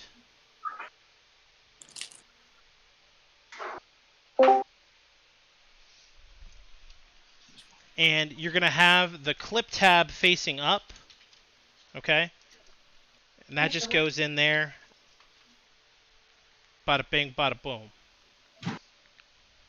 Hang on just a second. Yes, ma'am. What? So I'm confused. where are we? Wait. He's got... Oh, you mean there's a plug on the side? Oh, I'm plugging this into the cooler? Yes.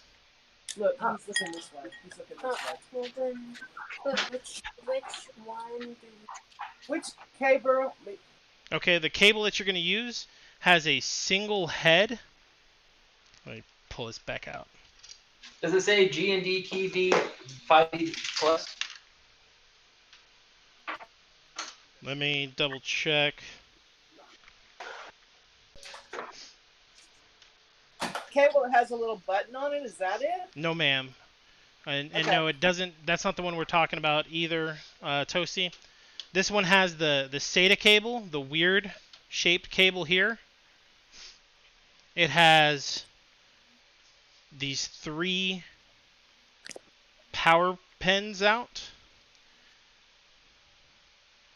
And this one... Oh, this one, the SATA power cable. Is that that's the little extra piece we took off earlier? No, this would have been in the bag that was in the SR24. It was a bag of, I'll say, 3 sets of wires. Okay. The bag that I opened only had 2 sets of wires. However, I did find another cable that does say SATA, and I think it's the one you're talking about. I'm not It's sure why we're talking about. In trouble finding it. Did this Is come my in a video box? No, it didn't come. Oh. Oh wait. Do you see any that look like this? Okay. Wait. Is my thing clear? Okay, so it's Okay, so this I see the SATA on it. What does that SATA connect to? My SATA cable here? It says SATA power. Right. What does that follow to? Oh, it goes straight down to I don't know, some little But dude there's that breaks off into 2 cords. Hold on. Pull it up so I can see it. No, Can I don't put see it this? closer to the camera. Oh, do not hold that over. Okay, Right so yes, that's the right one. So see how that end piece has like a female end, right? And it looks like this. Which one are you showing us? It's on. Okay. Show them the video. Show them the cord.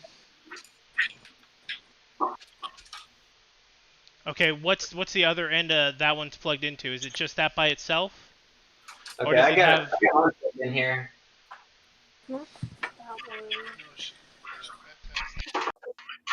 Okay. Is this a cord that's already connected to the case? No. Somewhere. This Okay. this is going to be a cord that should have been in your AIO box. Yeah, that's cool. And here. What do we connect that to? Have you shown us yet? Yeah, I'll show you Oh, we guys can- here again. Okay. The cooler. Okay, It's a little- so you're just showing me the one end piece, Beth. I need to see the rest of them. Okay. Here's what we have. That does. So there's something at the top as well, or is that all the cord? This is the whole cord. This is the bottom with Mhm. 3. Okay. And this is the top. Okay. No, that's not the cord we want. We'll need that for later, so just set that to the side. Okay. Not that one.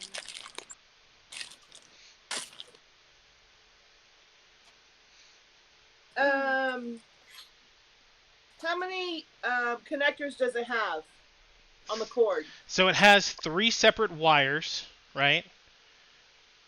One of the wires has 3 connectors at the end. Oh, I think I found One of the it. wires has a single connector. The other wire has a SATA connector.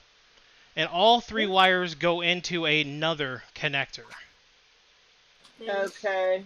Very confused. So let's show them the 3 wires. Here. Stay. Hold that. Okay, so I'm holding up 3 wires. This is the top of the 3 different wires, and this is the bottom. It's not going to be 3. It's not going to be 3 separate wires. This is all connected to a single headpiece, a single connector piece. Okay. Right here. And it did not come in the box. So with that looks right. Who's on the kicks? Did it come in the box with all those wires? Come in the box that had all those wires? There's several boxes that have a lot of wires. So Well, remember we opened that one box and it had a ton of wires in it. And you said it's the InWin box. No, not that one. So it's probably not that one. Well, this is an InWin. Okay. Right? You're probably thinking the box that you're referring to, does it say P Series 7.5 on it?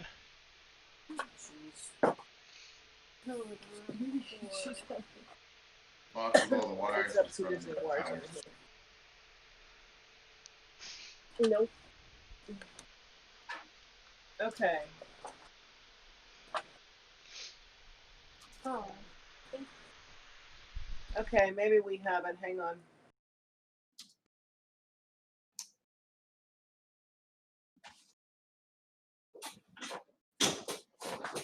Okay, we're unwrapping it now. I want to show you. Awesome. Toasty, did you figure that one out? Did you find that one? Logan, you're probably set on this one, right? Okay. Can you Warrior see Princess? this? Yes, ma'am. We have this one that's got 3 wires. This is the top of it. Yep. Okay, that's the right one. And then this is the bottom. Yep, that's the right one. Okay. So what do we do? You're gonna plug that into the side of the AIO here. The mirror water cooler, liquid cooler.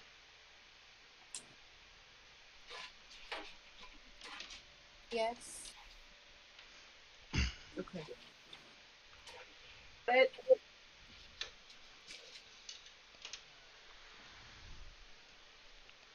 me get my light so I can show you what it looks like on the side.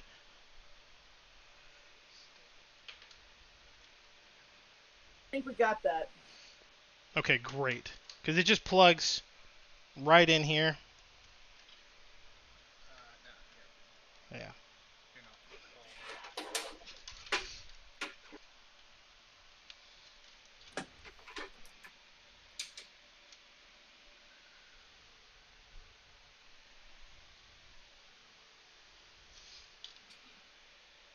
Cool.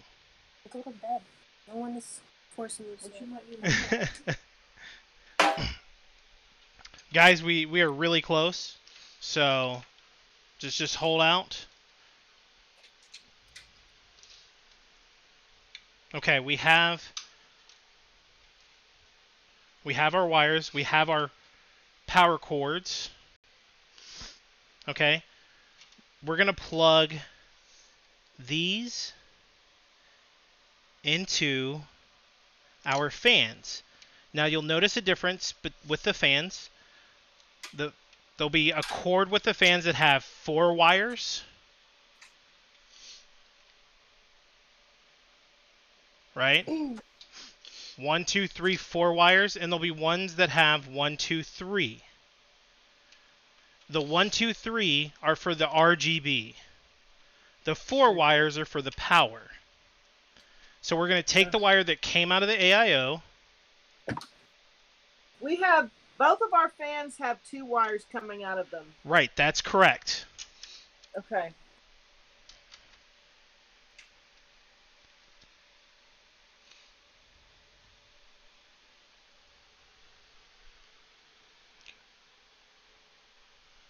Excuse me 1 second.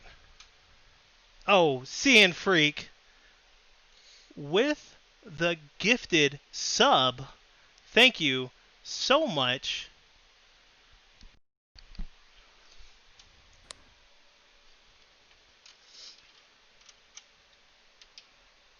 And we're going to connect it to the other 4-pin power for the fans.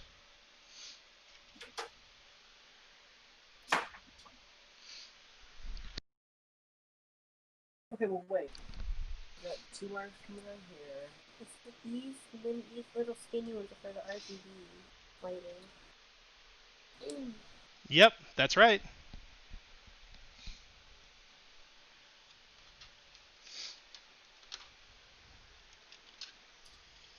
So are you just connecting the top fan?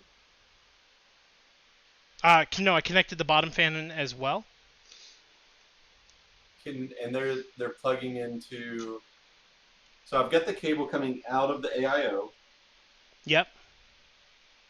And it's got 3 ends to that cable heading towards the fans, right? Yes. I'm sure you're doing this right. Okay.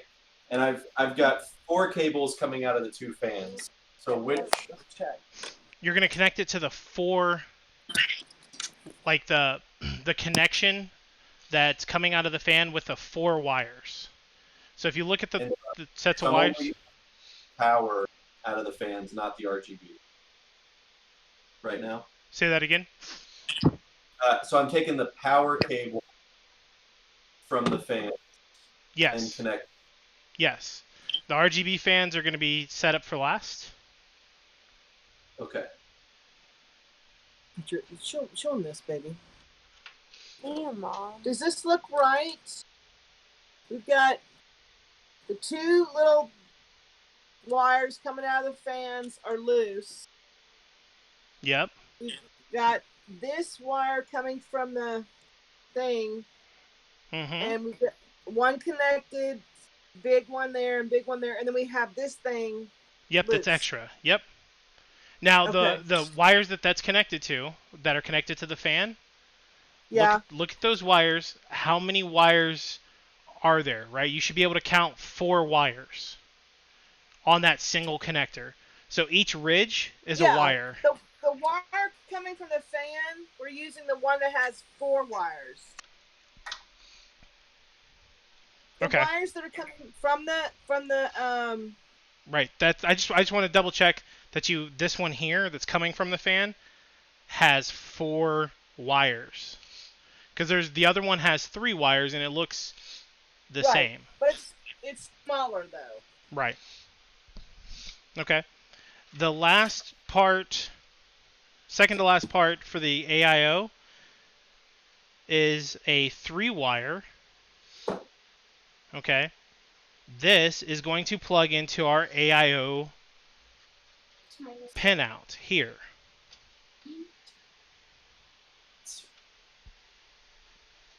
I think I just got lost. Yeah, I got lost too because Here's the difference. I have the 3 connectors.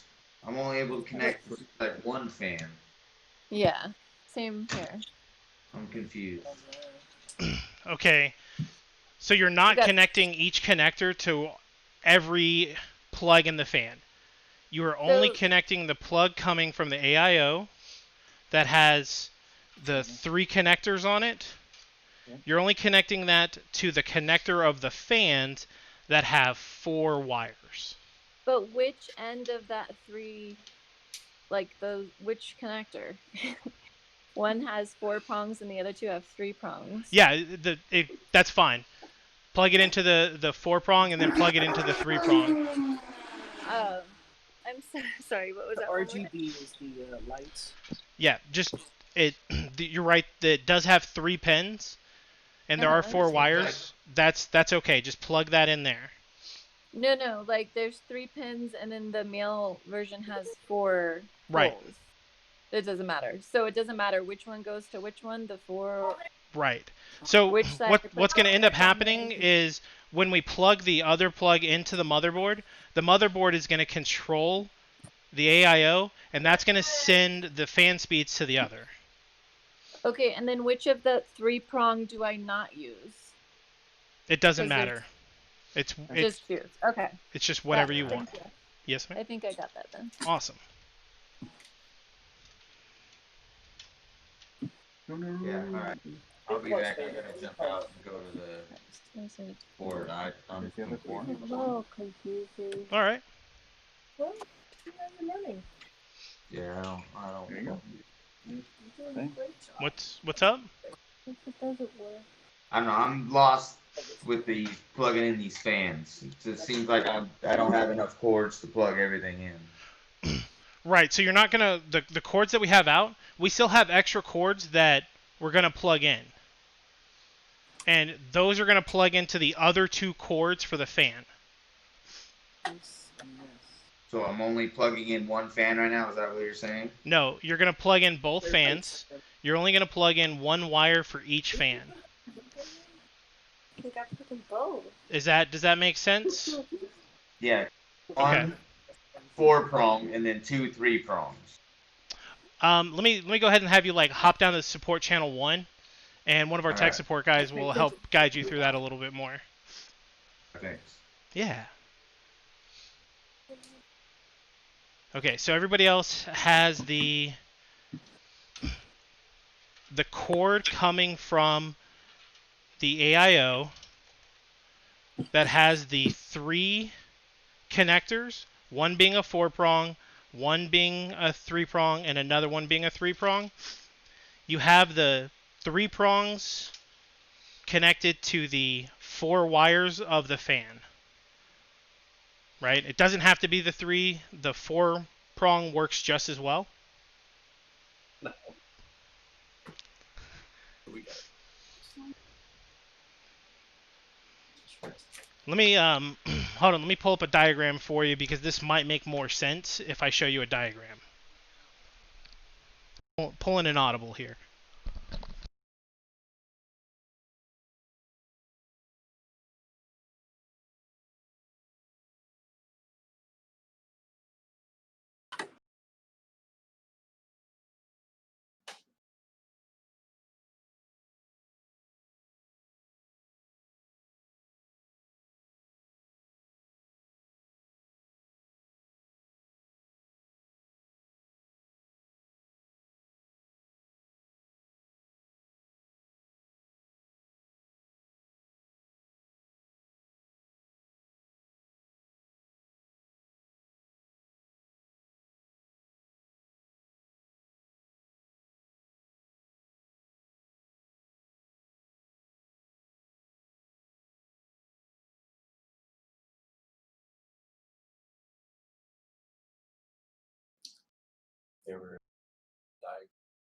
No, I'm sorry. I'm still here. What I'm going to try and do is pull up something in Discord for you to be able to see.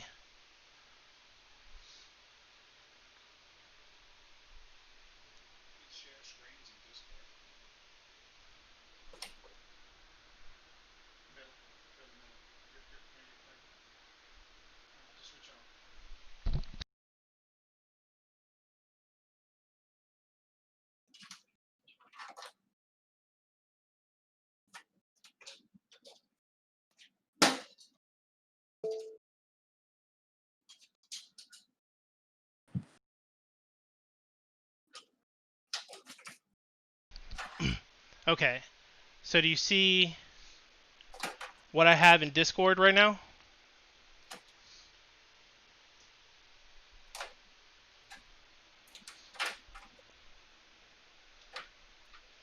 So this is what we plugged into the AIO, is this piece here.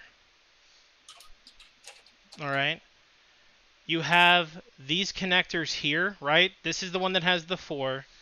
These have the 3. These you're gonna select 2 of these to plug into the fans that are connected to the radiator. So this cord here is this one here. The one that has the 3 plugs are those.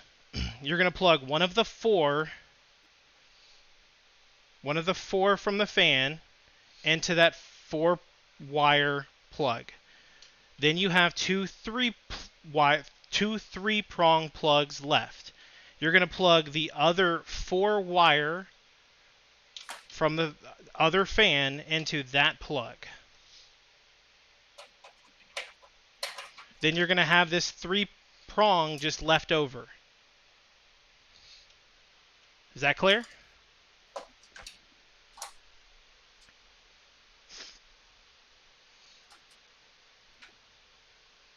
I think I'm back. I think I got it. Awesome.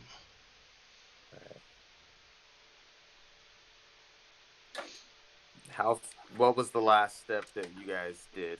We're still working on finalizing what you just got finished. Okay, because I have the 1 4-prong left over. Am I good to go? The 4-prong from... Okay, so are there 3 wires? So it shows 4 prongs, but there should only be like 3 wires in that 4-prong. Yes. Okay. Correct. Yes. So you have one of those left over. You should have one of those left over on the other fan as well. Okay. If you have that one left over, that's good. Okay, yes. Then you're solid. All right, sweet. All right, well, cool.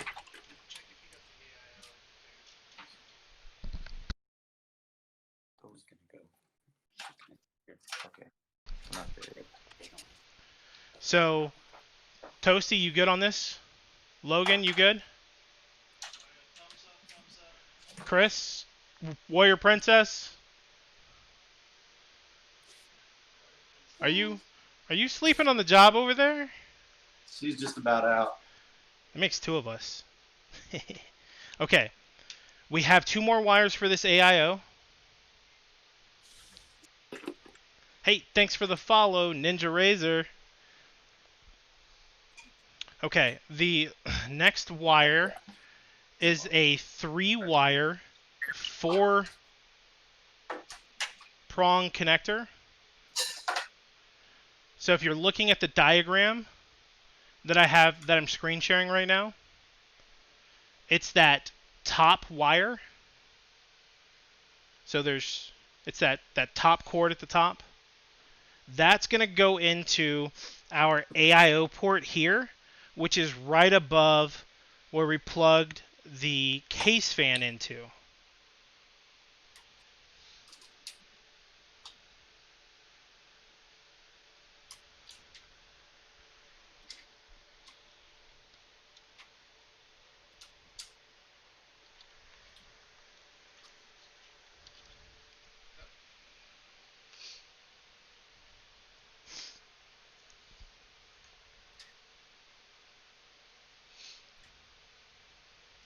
How's that for everybody? We Gucci? Thumbs up, thumbs up. Chris is struggling with the meaty paws. I lost my nimble fingers. Warrior Princess probably cut him off because you didn't get her ice cream. No, we're good. Awesome. Toasty, how are you doing, man? Great. Good. Kicks? Huh? Beth? Back hurts. Yeah. Beth, are you guys good over there? Yeah, we're good. Great. This is the home stretch. I think we have 4 more wires to plug in, and then we'll be able to turn it on. I've already included that video card in the account. What about the graphics card? Oh well, that's going to be included in that as well. Okay. I would not forget about that bad boy. Okay, you'll have a SATA cable from the AIO. You have a series of SATA cables. Pick your favorite one and plug it into that one. I start at the bottom.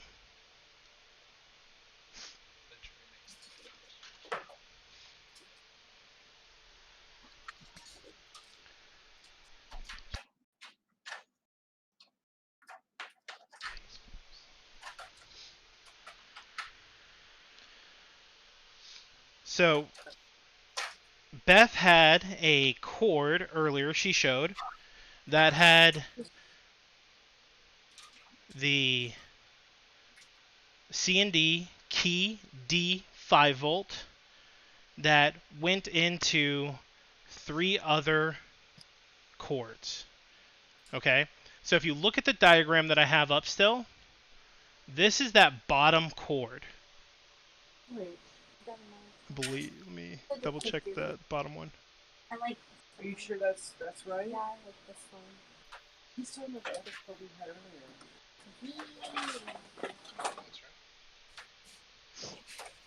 So this is going to go into this one. Who's this guy?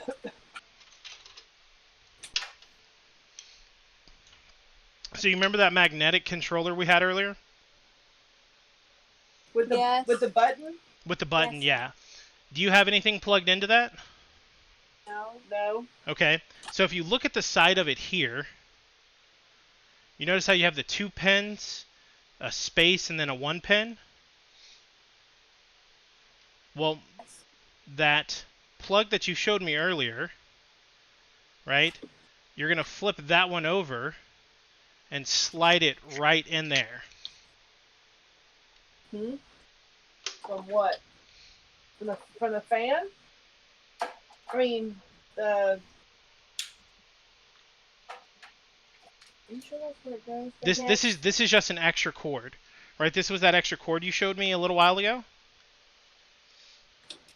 Wait, is it connected to the It's not case connected to fan? anything.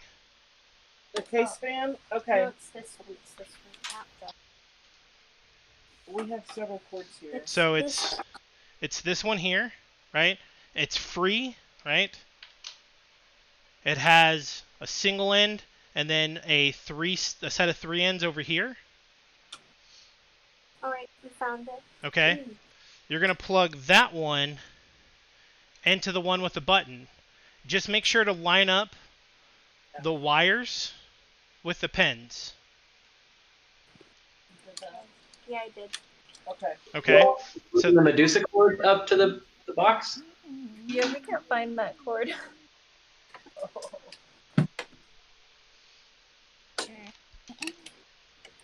okay.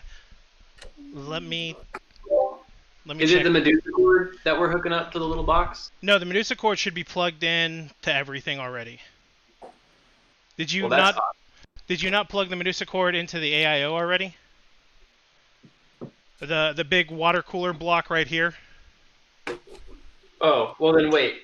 Is this not called the Medusa cord? The one that has a little cord and then the 3 little prongs at the very end of it? No, that wasn't the Medusa one. Oh, okay. Well, yeah, I'm good with that one then. So is this the one then? The one that says this one we're plugging into the block? Let me go back to you real quick. Let's get this little cord. Yes, that's gonna go into the clicker. Cool.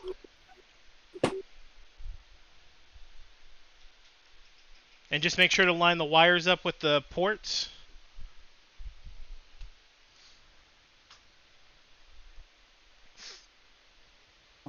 Yeah, we don't see that cord anywhere. Is it something that we already installed halfway in the computer, or is it just a cord in a box? It would be a cord in a box. Okay. Mine's in a package, I think. Say that again. Sorry, broke up a little bit. I think mine was in a Ziploc bag. I don't remember anymore. But it was from a box. Right. It's going to be from a box. It's not going to be connected to anything. We found it. Can you go over one more time where to put it? Yeah, definitely.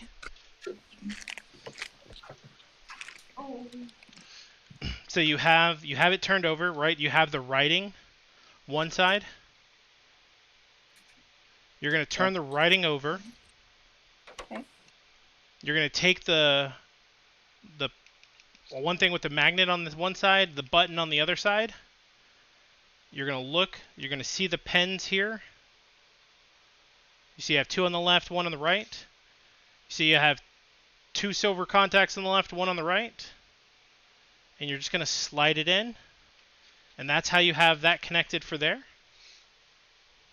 Is it a fan? Is it connected to the fan, or? It's not connected to anything. This is all by itself, open in the air. Just you could play jump rope if you were short enough.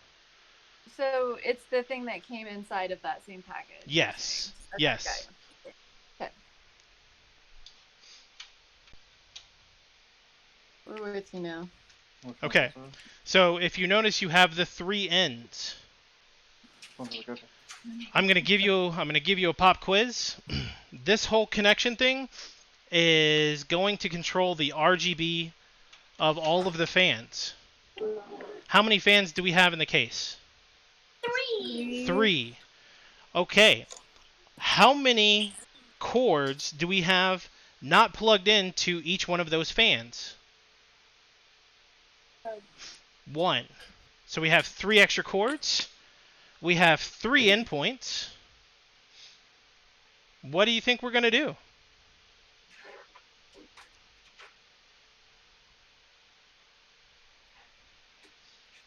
We're going to plug them in together. Yay! Yeah, we're starting to hit that part of the night, mate. We're home stretch. We're the home stretch, y'all. Just bear with me a little bit longer. Just a graphics card. And we'll be gaming. All we have left is once we get this hooked up, we have the graphics card. We'll install the graphics card, we'll plug it in, and then we'll flip it on and install Windows.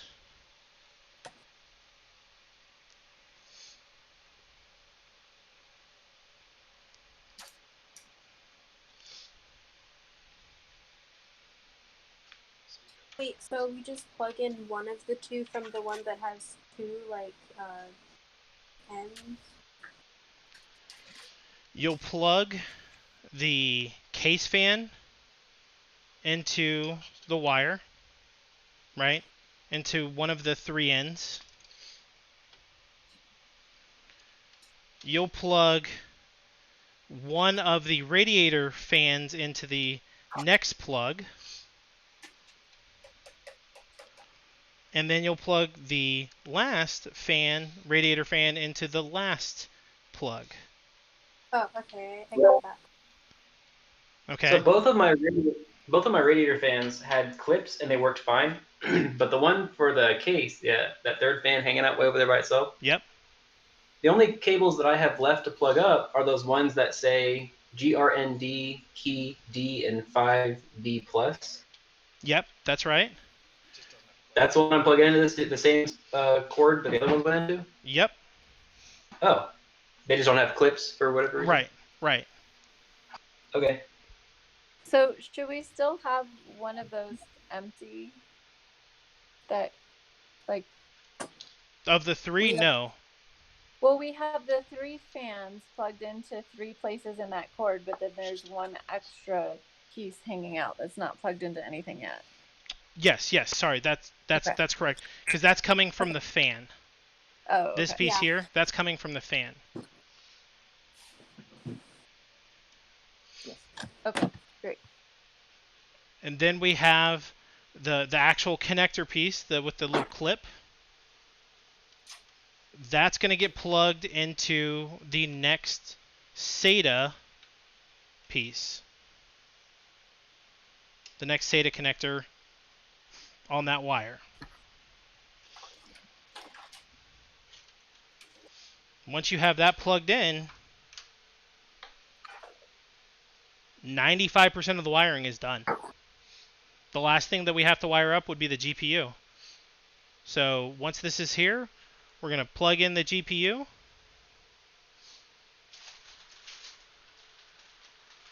We're going to wire up the GPU. And we're going to turn this bad boy on.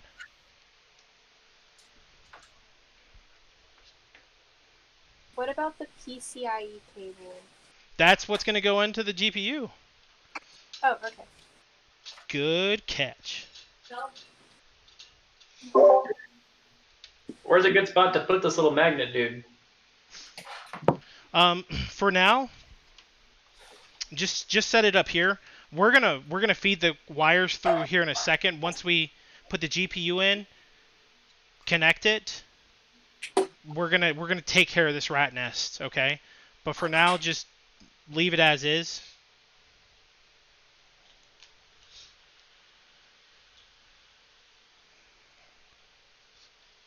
So on the side over here, the back side of the case, we have these little expansion bays. All right, you're just going to take your Phillips head screwdriver, unscrew 2 of them, save these. These look familiar. They're the case screws. All right, and if you notice, I skipped the first one. I'm doing the second and the third one. And you'll see why we did that here in a minute.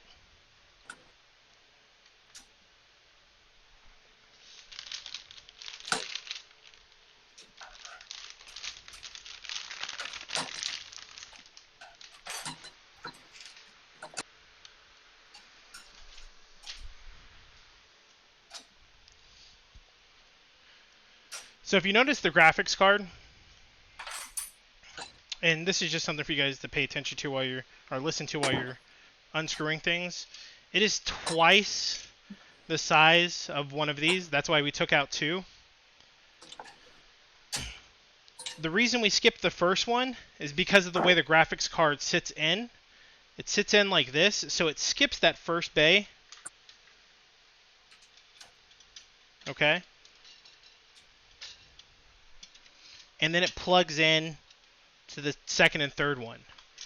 So when we plug the graphics card in, just like the RAM, just like the M.2, we have a little end and we have a fat end, and then we have this little clip. Make sure the clip is down. Align the skinny end with the skinny hole, the big end with the big hole. Make sure the graphics card is vertical. Push down, you'll hear a slight click. The holes will align on the side. and then you screw them in and you're good. I can definitely go over that again.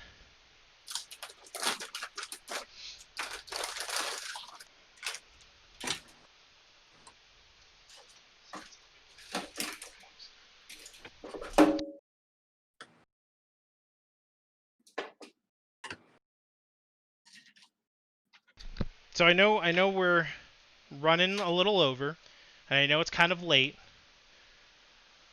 Still make sure we practice good safety techniques. Don't hold the graphics card by anything other than the sides. If you got nitrile gloves on, it's okay. Should it be completely secure, or is it still a little wobbly? It should, like, if you see this, if you consider this wobbly, that's perfectly acceptable, right? It's not going to be super solid in there. This is fine. This is normal. You're not going to be. Okay. Is it? I think we're good. Okay. So did you plug it into the top one here? Square. So notice how. It's just a little more wiggly than I thought it would be. Oh, okay. And so, yep. Okay, hang on a second. Yes, ma'am. Can we back up? The gigabyte is up. And does it go underneath or right on top of ASUS? Yeah. So like right here, this Asus, this what you're talking about, it'll lay on top of it. Yes, ma'am.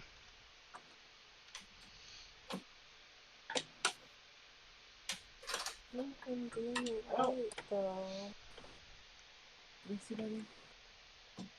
And there's a little flat thing that goes in the hole. Is that right? Yeah. So like if you look here, right, there's another one of these right above you. There's a little hole and then a bigger hole, and it just flatly goes in there. Make sure that this right here, make sure this is down when you put it in. Because if it's not all the way down, it won't actually seat in there. Okay. And when you look at it from this side over here, from the back side, this is going to be completely flush. Completely flush. If it's not flush, it's not plugged in right. Hang on. Move. And what screw do you use for this? That little black one? Yep, the case screw, right? You took them out from the port here, right? You took them out from here. You're just going to use the same screws to secure the graphics card back to the expansion bay.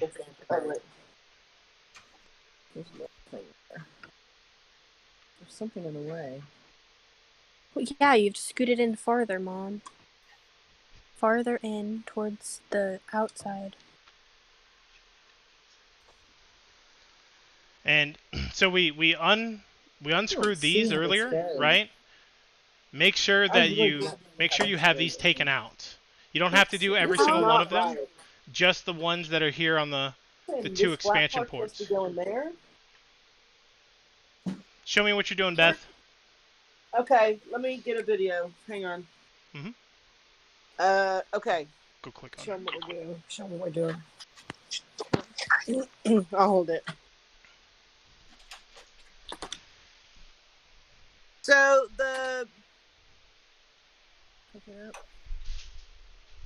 Hey, 18 bits by Anonymous. Thank you. Yes, ma'am. So this flat part. Oh, sorry. Here, I apologize. Take that black part off. huh? Take that, what you just rubbed your finger on, take that black part off. Okay. Yeah, I forgot to take it off too. And I was like, "Why this in?" And then I was like, oh, I didn't take the black part off. I'm so sorry, y'all. Rookie mistake. Rookie mistake on my part. I apologize. Be careful. But, you know, like when you build them so much, like there are just some things that you just inherently do, and you don't even think about them. Like it's just like the first thing you do. So I apologize. Okay. So I think that okay. So it's in now. Great. Secure it with your screws that you took the other expansion ports off with. Logan looks good. Okay, now what do we do with those pieces of metal? Whatever you would like. Just don't put them back in the case.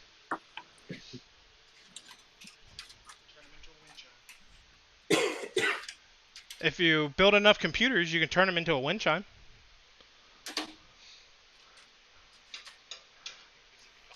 It'll be a terrible wind chime, but it'll be one.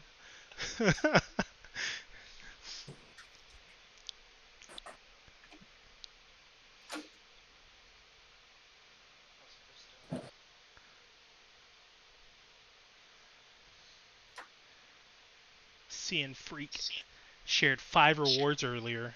Sorry, I missed that, Freak. Appreciate the 5 rewards you shared with the members in chat.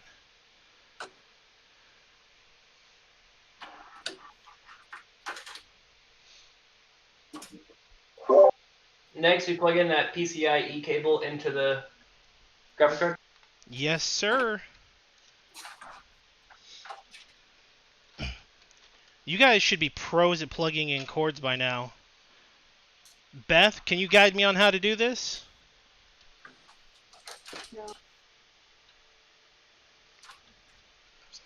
All right. Well, that's okay. So if you look at the pins, right? They have a specific way they need to go. And if you look at the male connector here, the female connector, they have shapes. The top shape is a square, the bottom shape is a round bottom, round bottom, round bottom, square. So we want to make this square. Okay. So that's not a square. That's a square, right? Because this is the side that plugs in. So square, round bottom, round bottom, round bottom, square. So it's going to go with the clip on top. It's going to be a 6 and 2. You'll plug them all in together. It'll click in and magic. You'll stand your case up. Hey, thanks for the follow, Giselle. And so here's where we start a little more fun, where we start pulling some cords back. And because we have a bit of a mess here, we just need to be careful. All right? We need to know which cords we're pulling on to pull them through. Want some more to drink?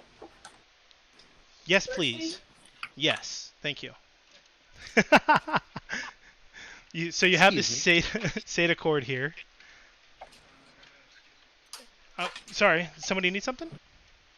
Yes. I'm pretty new into the video, but I've been following along. Were we going to be doing anything with the GPU support bracket? No. That was included in the case? No, we were just going to leave that off. Oh, gotcha. Thank you. Yeah, no problem.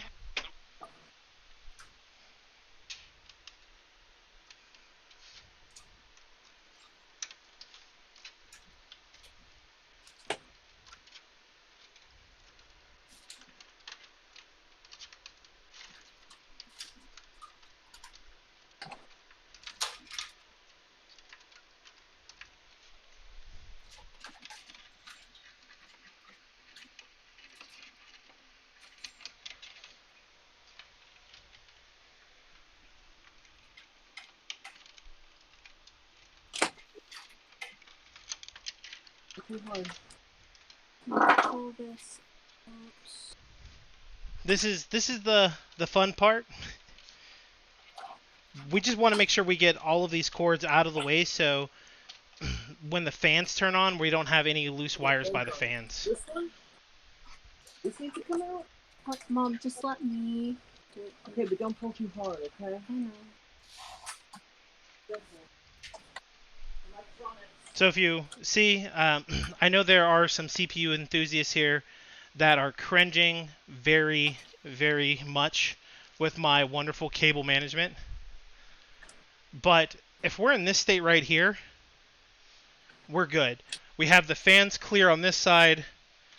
There's nothing under here hitting the GPU fans. This fan is clear.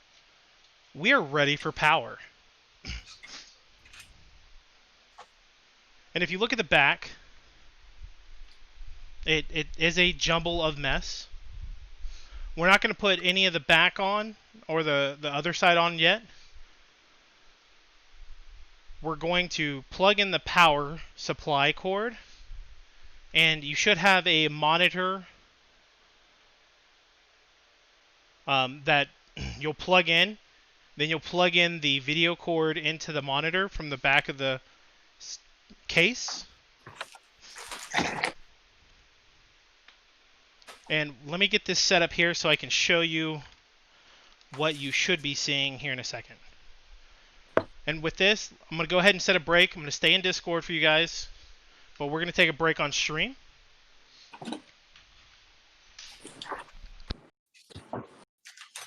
Intel Gamer Days is coming soon. Be first to get great PC gaming deals and equip your battle rig with cutting-edge components. It all starts August 28th at gamerdays.intel.com. Intel Gamer Days is coming soon. Be first to get great PC gaming deals and equip your battle rig with cutting-edge components. It all starts August 28th at gamerdays.intel.com. Intel Gamer Days is coming soon. Be first to get great PC gaming deals and equip your battle rig with cutting-edge components. It all starts August 28th at gamerdays.intel.com. Intel Gamer Days is coming soon. Be first to get great PC gaming deals and equip your battle rig with cutting-edge components. It all starts August 28th at gamerdays.intel.com. Intel Gamer Days is coming soon.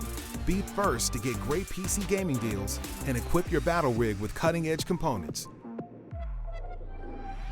It all starts August 28th at gamerdays.intel.com. Intel Gamer Days is coming soon. Be first to get great PC gaming deals and equip your battle rig with cutting-edge components. It all starts August 28th at gamerdays.intel.com. Intel Gamer Days is coming soon. Be first to get great PC gaming deals and equip your battle rig with cutting-edge components. It all starts August 28th at gamerdays.intel.com. Intel Gamer Days is coming soon. Be first to get great PC gaming deals and equip your battle rig with cutting-edge components. It all starts August 28th at gamerdays.intel.com. Intel Gamer Days is coming soon. Be first to get great PC gaming deals and equip your battle rig with cutting-edge components. It all starts August 28th at gamerdays.intel.com. Intel Gamer Days is coming soon. Be first to get great PC gaming deals and equip your battle rig with cutting-edge components. It all starts August 28th at gamerdays.intel.com. Intel Gamer Days is coming soon. Be first to get great PC gaming deals and equip your battle rig with cutting-edge components. It all starts August 28th at gamerdays.intel.com. Intel Gamer Days is coming soon. Be first to get great PC gaming deals and equip your battle rig with cutting-edge components. It all starts August 28th at gamerdays.intel.com. Intel Gamer Days is coming soon. Be first to get great PC gaming deals and equip your battle rig with cutting-edge components. It all starts August 28th at gamerdays.intel.com. Intel Gamer Days is coming soon. Be first to get great PC gaming deals and equip your battle rig with cutting-edge components. It all starts August 28th at gamerdays.intel.com. Intel Gamer Days is coming soon. Be first to get great PC gaming deals and equip your battle rig with cutting-edge components. It all starts August 28th at gamerdays.intel.com. Intel Gamer Days is coming soon. Be first to get great PC gaming deals and equip your battle rig with cutting-edge components. It all starts August 28th at gamerdays.intel.com. Intel Gamer Days is coming soon. Be first to get great PC gaming deals and equip your battle rig with cutting-edge components. It all starts August 28th at gamerdays.intel.com. Intel Gamer Days is coming soon. Be first to get great PC gaming deals and equip your battle rig with cutting-edge components. It all starts August 28th at gamerdays.intel.com. Intel Gamer Days is coming soon. Be first to get great PC gaming deals and equip your battle rig with cutting-edge components. It all starts August 28th at gamerdays.intel.com. Intel Gamer Days is coming soon. Be first to get great PC gaming deals and equip your battle rig with cutting-edge components. It all starts August 28th at gamerdays.intel.com. Intel Gamer Days is coming soon. Be first to get great PC gaming deals and equip your battle rig with cutting-edge components. It all starts August 28th at gamerdays.intel.com. Intel Gamer Days is coming soon. Be first to get great PC gaming deals and equip your battle rig with cutting-edge components. It all starts August 28th at gamerdays.intel.com. Intel Gamer Days is coming soon. Be first to get great PC gaming deals and equip your battle rig with cutting-edge components. It all starts August 28th at gamerdays.intel.com. Intel Gamer Days is coming soon. Be first to get great PC gaming deals and equip your battle rig with cutting-edge components. It all starts August 28th at gamerdays.intel.com. Intel Gamer Days is coming soon. Be first to get great PC gaming deals and equip your battle rig with cutting-edge components. It all starts August 28th at gamerdays.intel.com. Intel Gamer Days is coming soon. Be first to get great PC gaming deals and equip your battle rig with cutting-edge components. It all starts August 28th at gamerdays.intel.com. Intel Gamer Days is coming soon. Be first to get great PC gaming deals and equip your battle rig with cutting-edge components. It all starts August 28th at gamerdays.intel.com. Intel Gamer Days is coming soon. Be first to get great PC gaming deals and equip your battle rig with cutting-edge components. It all starts August 28th at gamerdays.intel.com. Intel Gamer Days is coming soon. Be first to get great PC gaming deals and equip your battle rig with cutting-edge components. It all starts August 28th at gamerdays.intel.com. Intel Gamer Days is coming soon. Be first to get great PC gaming deals and equip your battle rig with cutting-edge components.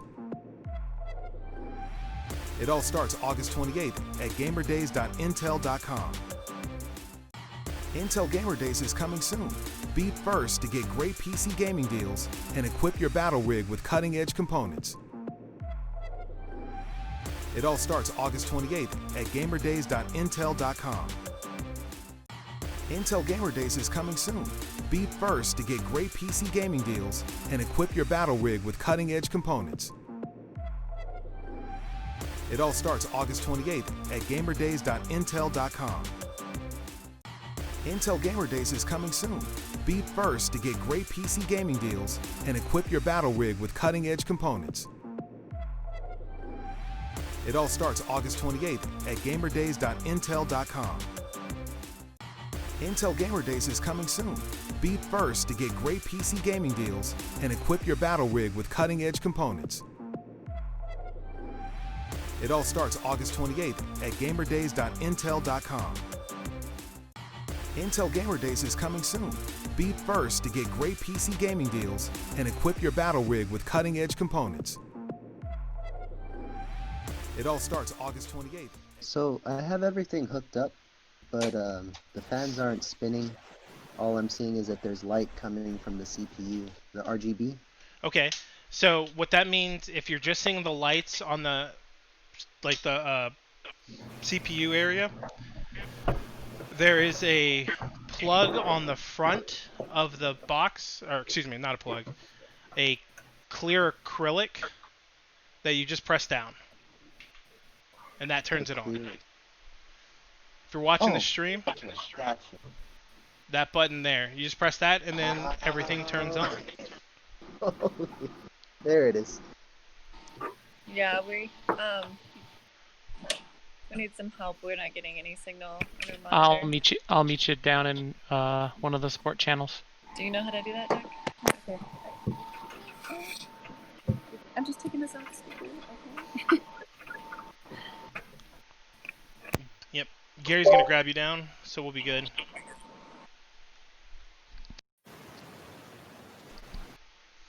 Or was that play again? Is it the? Sorry, say that again. Or was the button for the fans like you just did? And there was like. I'll show you right now. It's right there. It's not like a very obvious button. It's just that clear acrylic piece. Just press down on that.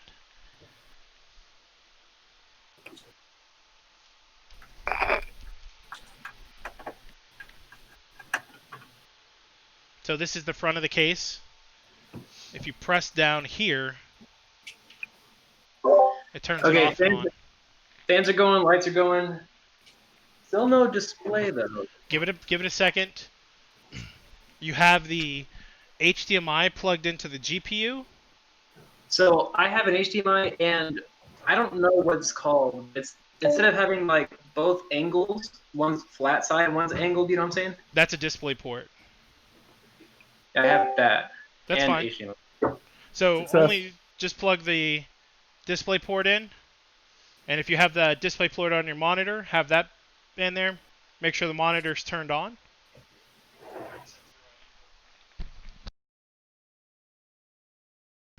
Yep. And make sure it's set to the right input.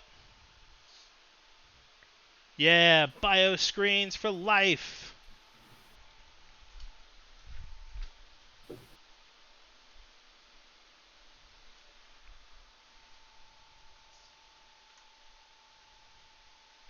Alright, I'm gonna have to step away to go find a flash drive to put this media on.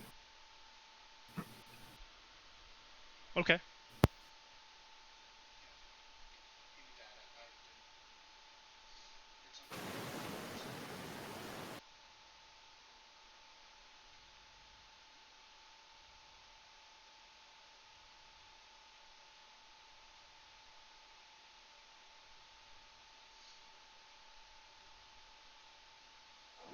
So I'm not showing anything on the CPU fan. That is okay. We did not plug into the CPU fan. So if you look to the right, there's a scroll bar. Give me 1 second. I'm just getting the display to get up here. I still got no signal on mine, so I'm not sure what I plugged in wrong, I guess. Okay, show me what the back of it is. So I tried plugging in directly into the motherboard, and then I plugged into the graphics card, and neither of them worked. Okay, did you change it while it was turned on? You want me to restart the PC then? Yes. So plug it into the graphics card though. Yes. Okay.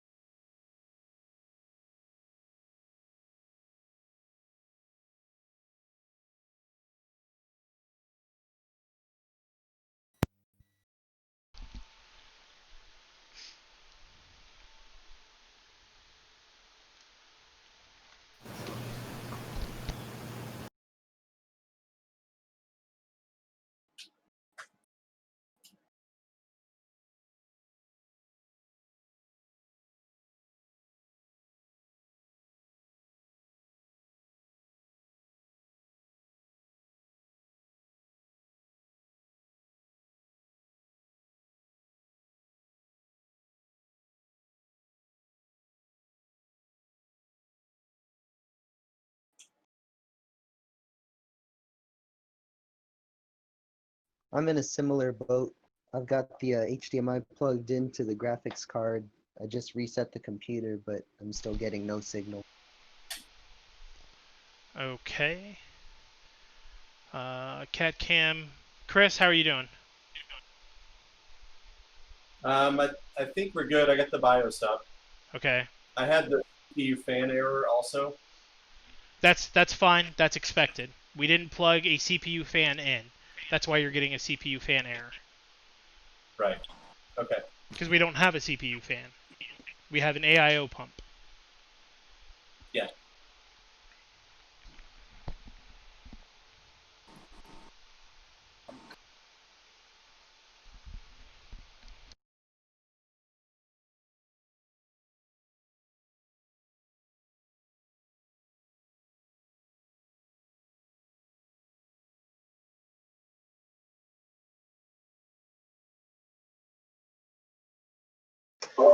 So now, does that mean that whenever we plugged in our graphics card and we tightened them down, did they not go in the slot or something like that, or would they have not tightened down unless they were in the slot? It would not have tightened down if they weren't in the slot. Okay. Let me have you hop down to tech support 3, and I'll meet you down there. And we'll have somebody help you. Did you guys do any operating system stuff yet? We're back. We haven't done any of that yet. Okay. Come on, we gotta finish up. It is on. You told me they got off. We're here. Good. You can still hear y'all. All right, so we don't have any way to set up a monitor. This old one is too old, and we don't have a DMI cable, HDMI cable for the TV. Okay. What we'll have to do is we'll have to schedule some time with you to get that resolved whenever you can get an HDMI cable or a monitor to plug into. Okay. Feel free to keep watching and take notes so you know what we're going to be doing next. They can also watch the VOD. Okay, so how do I schedule time to finish this up? Somebody will reach out to you in Discord. And you can also rewatch this video whenever it's complete. Okay. And then you can just skip to the end. So right now, we're going to go ahead and plug your USB drive in. Shut it off. Yeah, because we're done for tonight. Okay, I guess we'll sign off because we don't have any. I would stay here and watch what we're doing so this is familiar to you. So when we take care of this, either tomorrow or the next day, whenever you can get that HDMI cord, you'll have at least some idea of what we're doing. Okay. Isabel, you need to watch them. Oh. Are you?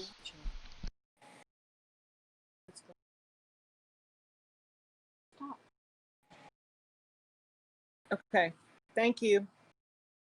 Oh, you're certainly welcome.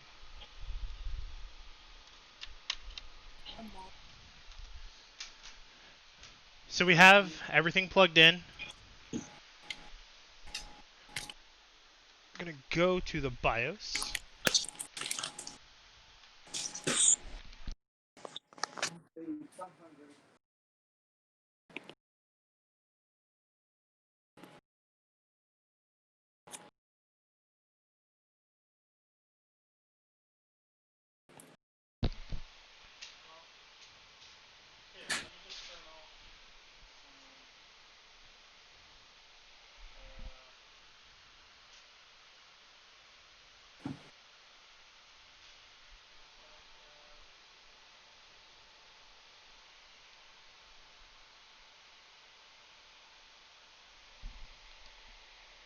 Sorry, 1 second, y'all.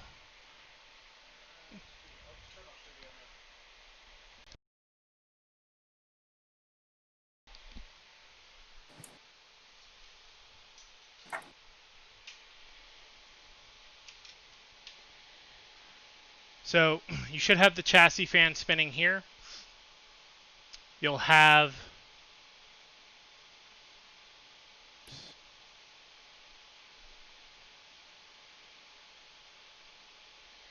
We'll have the AIO on.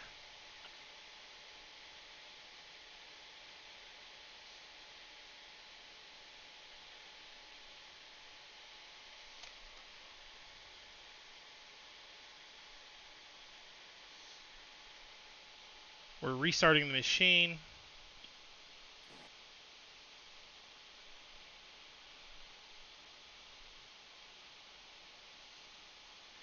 What did you push to restart stream?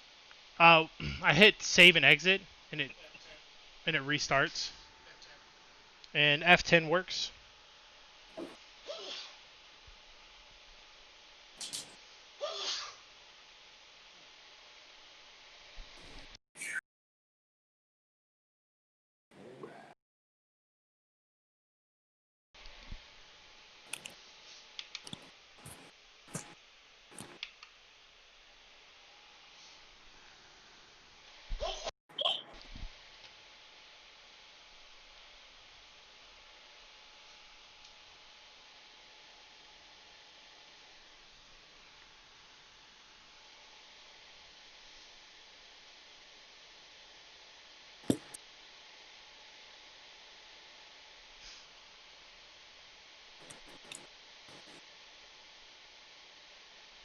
So you should have the USB drive plugged in. You'll restart the computer. When you go to the BIOS, you should see the SanDisk. Is that what you guys see? Yeah.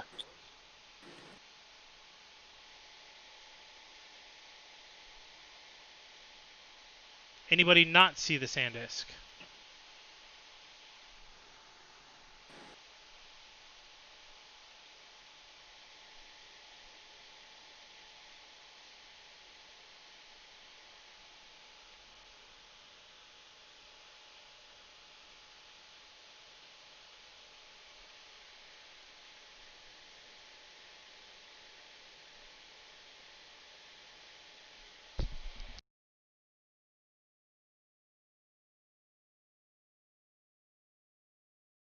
What did you want us to see again?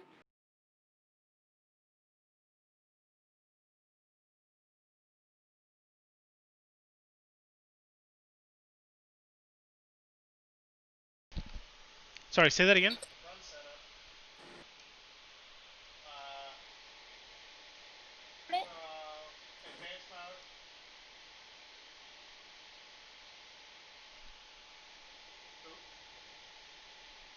So we're going to go to the advanced mode. We're going to go to boot.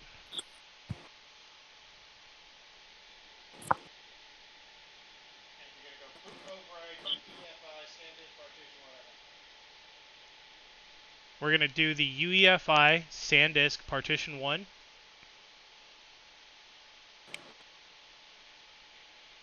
I just double clicked on it.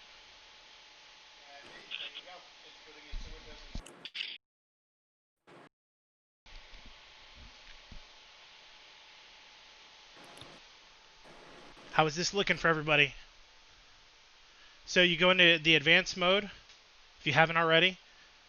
You go to the boot tab. You select the UEFI. You double click on that. On mine. And it should be reading your SanDisk drive with the Windows on it.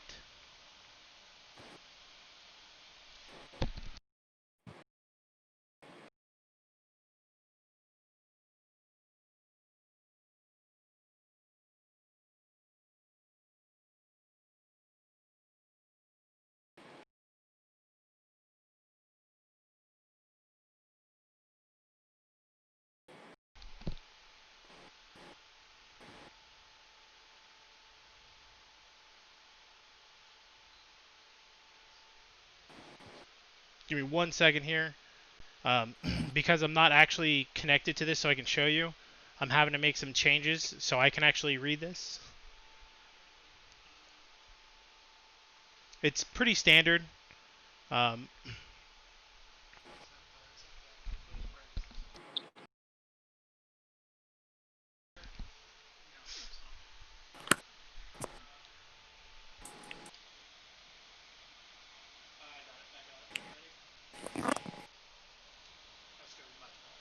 And so select your language, select your time and currency. Typically all of this is just going to be next. You'll hit install now. I don't see anything. I'm in the advanced tab and I don't see the thing. Do you have the thumb drive connected? The one with the operating system that was mailed to you?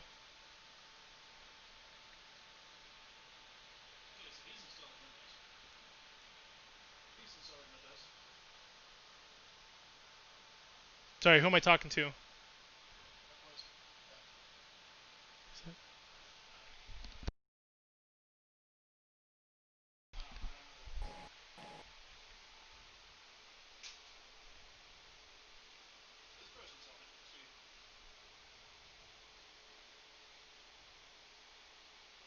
Do you already have something on the computer, maybe? Just click custom.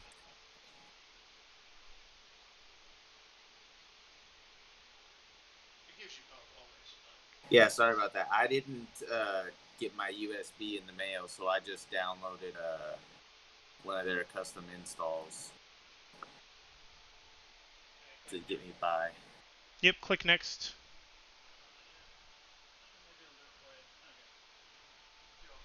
You might have some more updates that you need to do. Okay, right. Yeah, I'd imagine.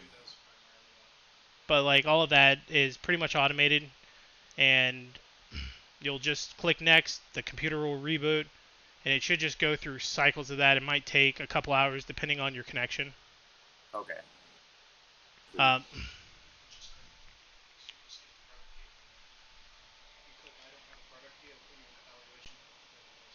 so for now, I'm just going to click I don't have a product key. Y'all will actually type in your product key here.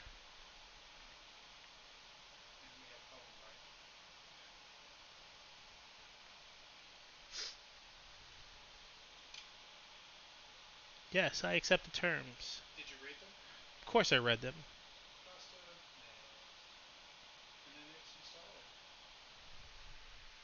And huzzah!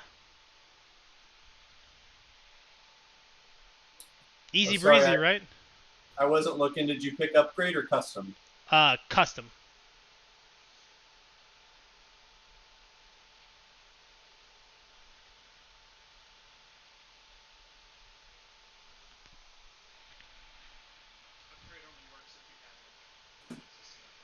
Yeah, pretty much like the only way like upgrade's gonna work is if there's already something on there. Otherwise it'll fail out, but the way these installers work, it tries to be smarter than the user, which in some instances like does not work. You're trying to show me something, Logan, what's up? So it's for me, it's not showing that I've got a drive of any kind installed. Is that Kix? Sorry. This.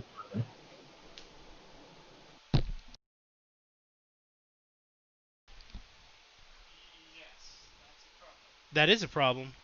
Let me see. Hey, Okay, Logan, so drop down to a channel and I'll help you real quick. yeah, there we go. That's what I was just about to have you do. I got a CPU fan error, and it kicked me back into the BIOS. Yeah, just like that.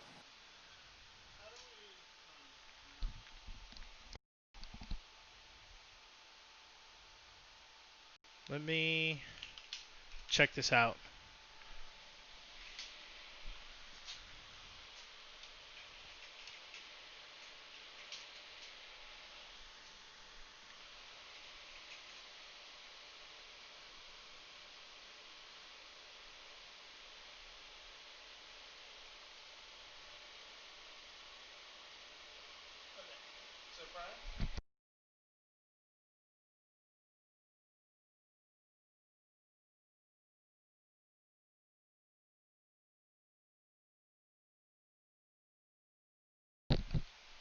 So what we're going to do is we're going to turn the CPU fan off. We're going to go in advanced mode.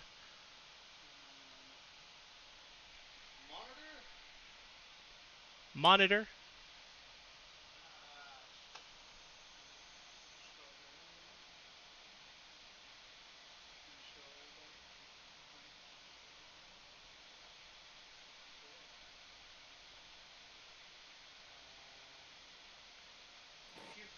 I know where my product key is. Where would we find it if we did have our product key? When you sent a picture, when you received all of your parts, it should have been emailed to you, I believe, or messaged to you on Discord.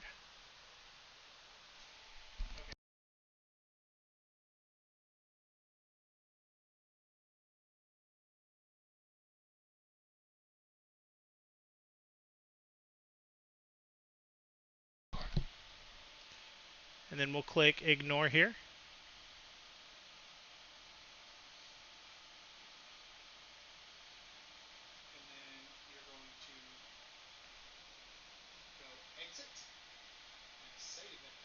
Exit, save changes, and reset.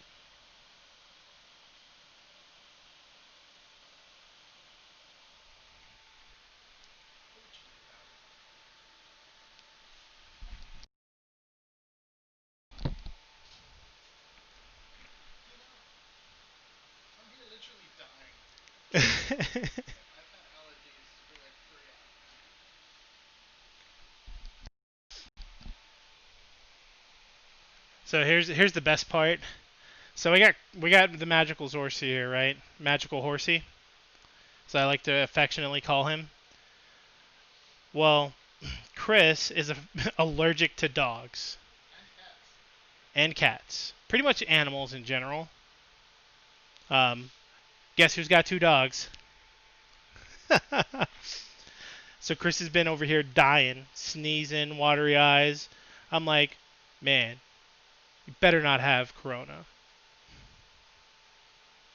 Wow, that's dark.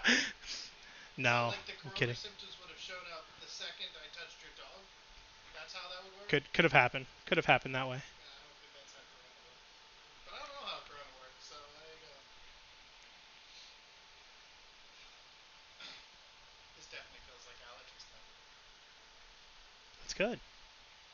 No, I would prefer not have allergies.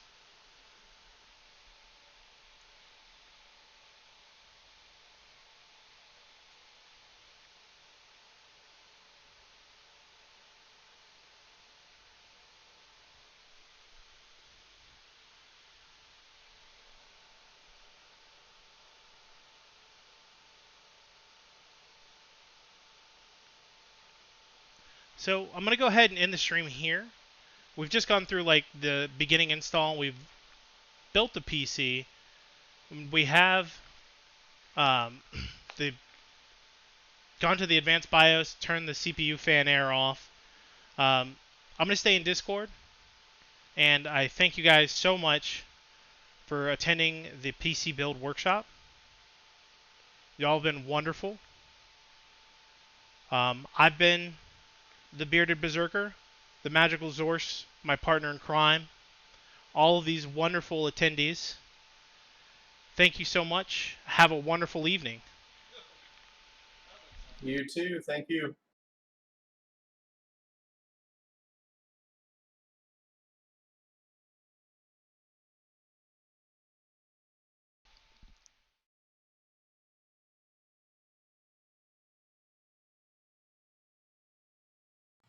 Intel Gamer Days is coming soon.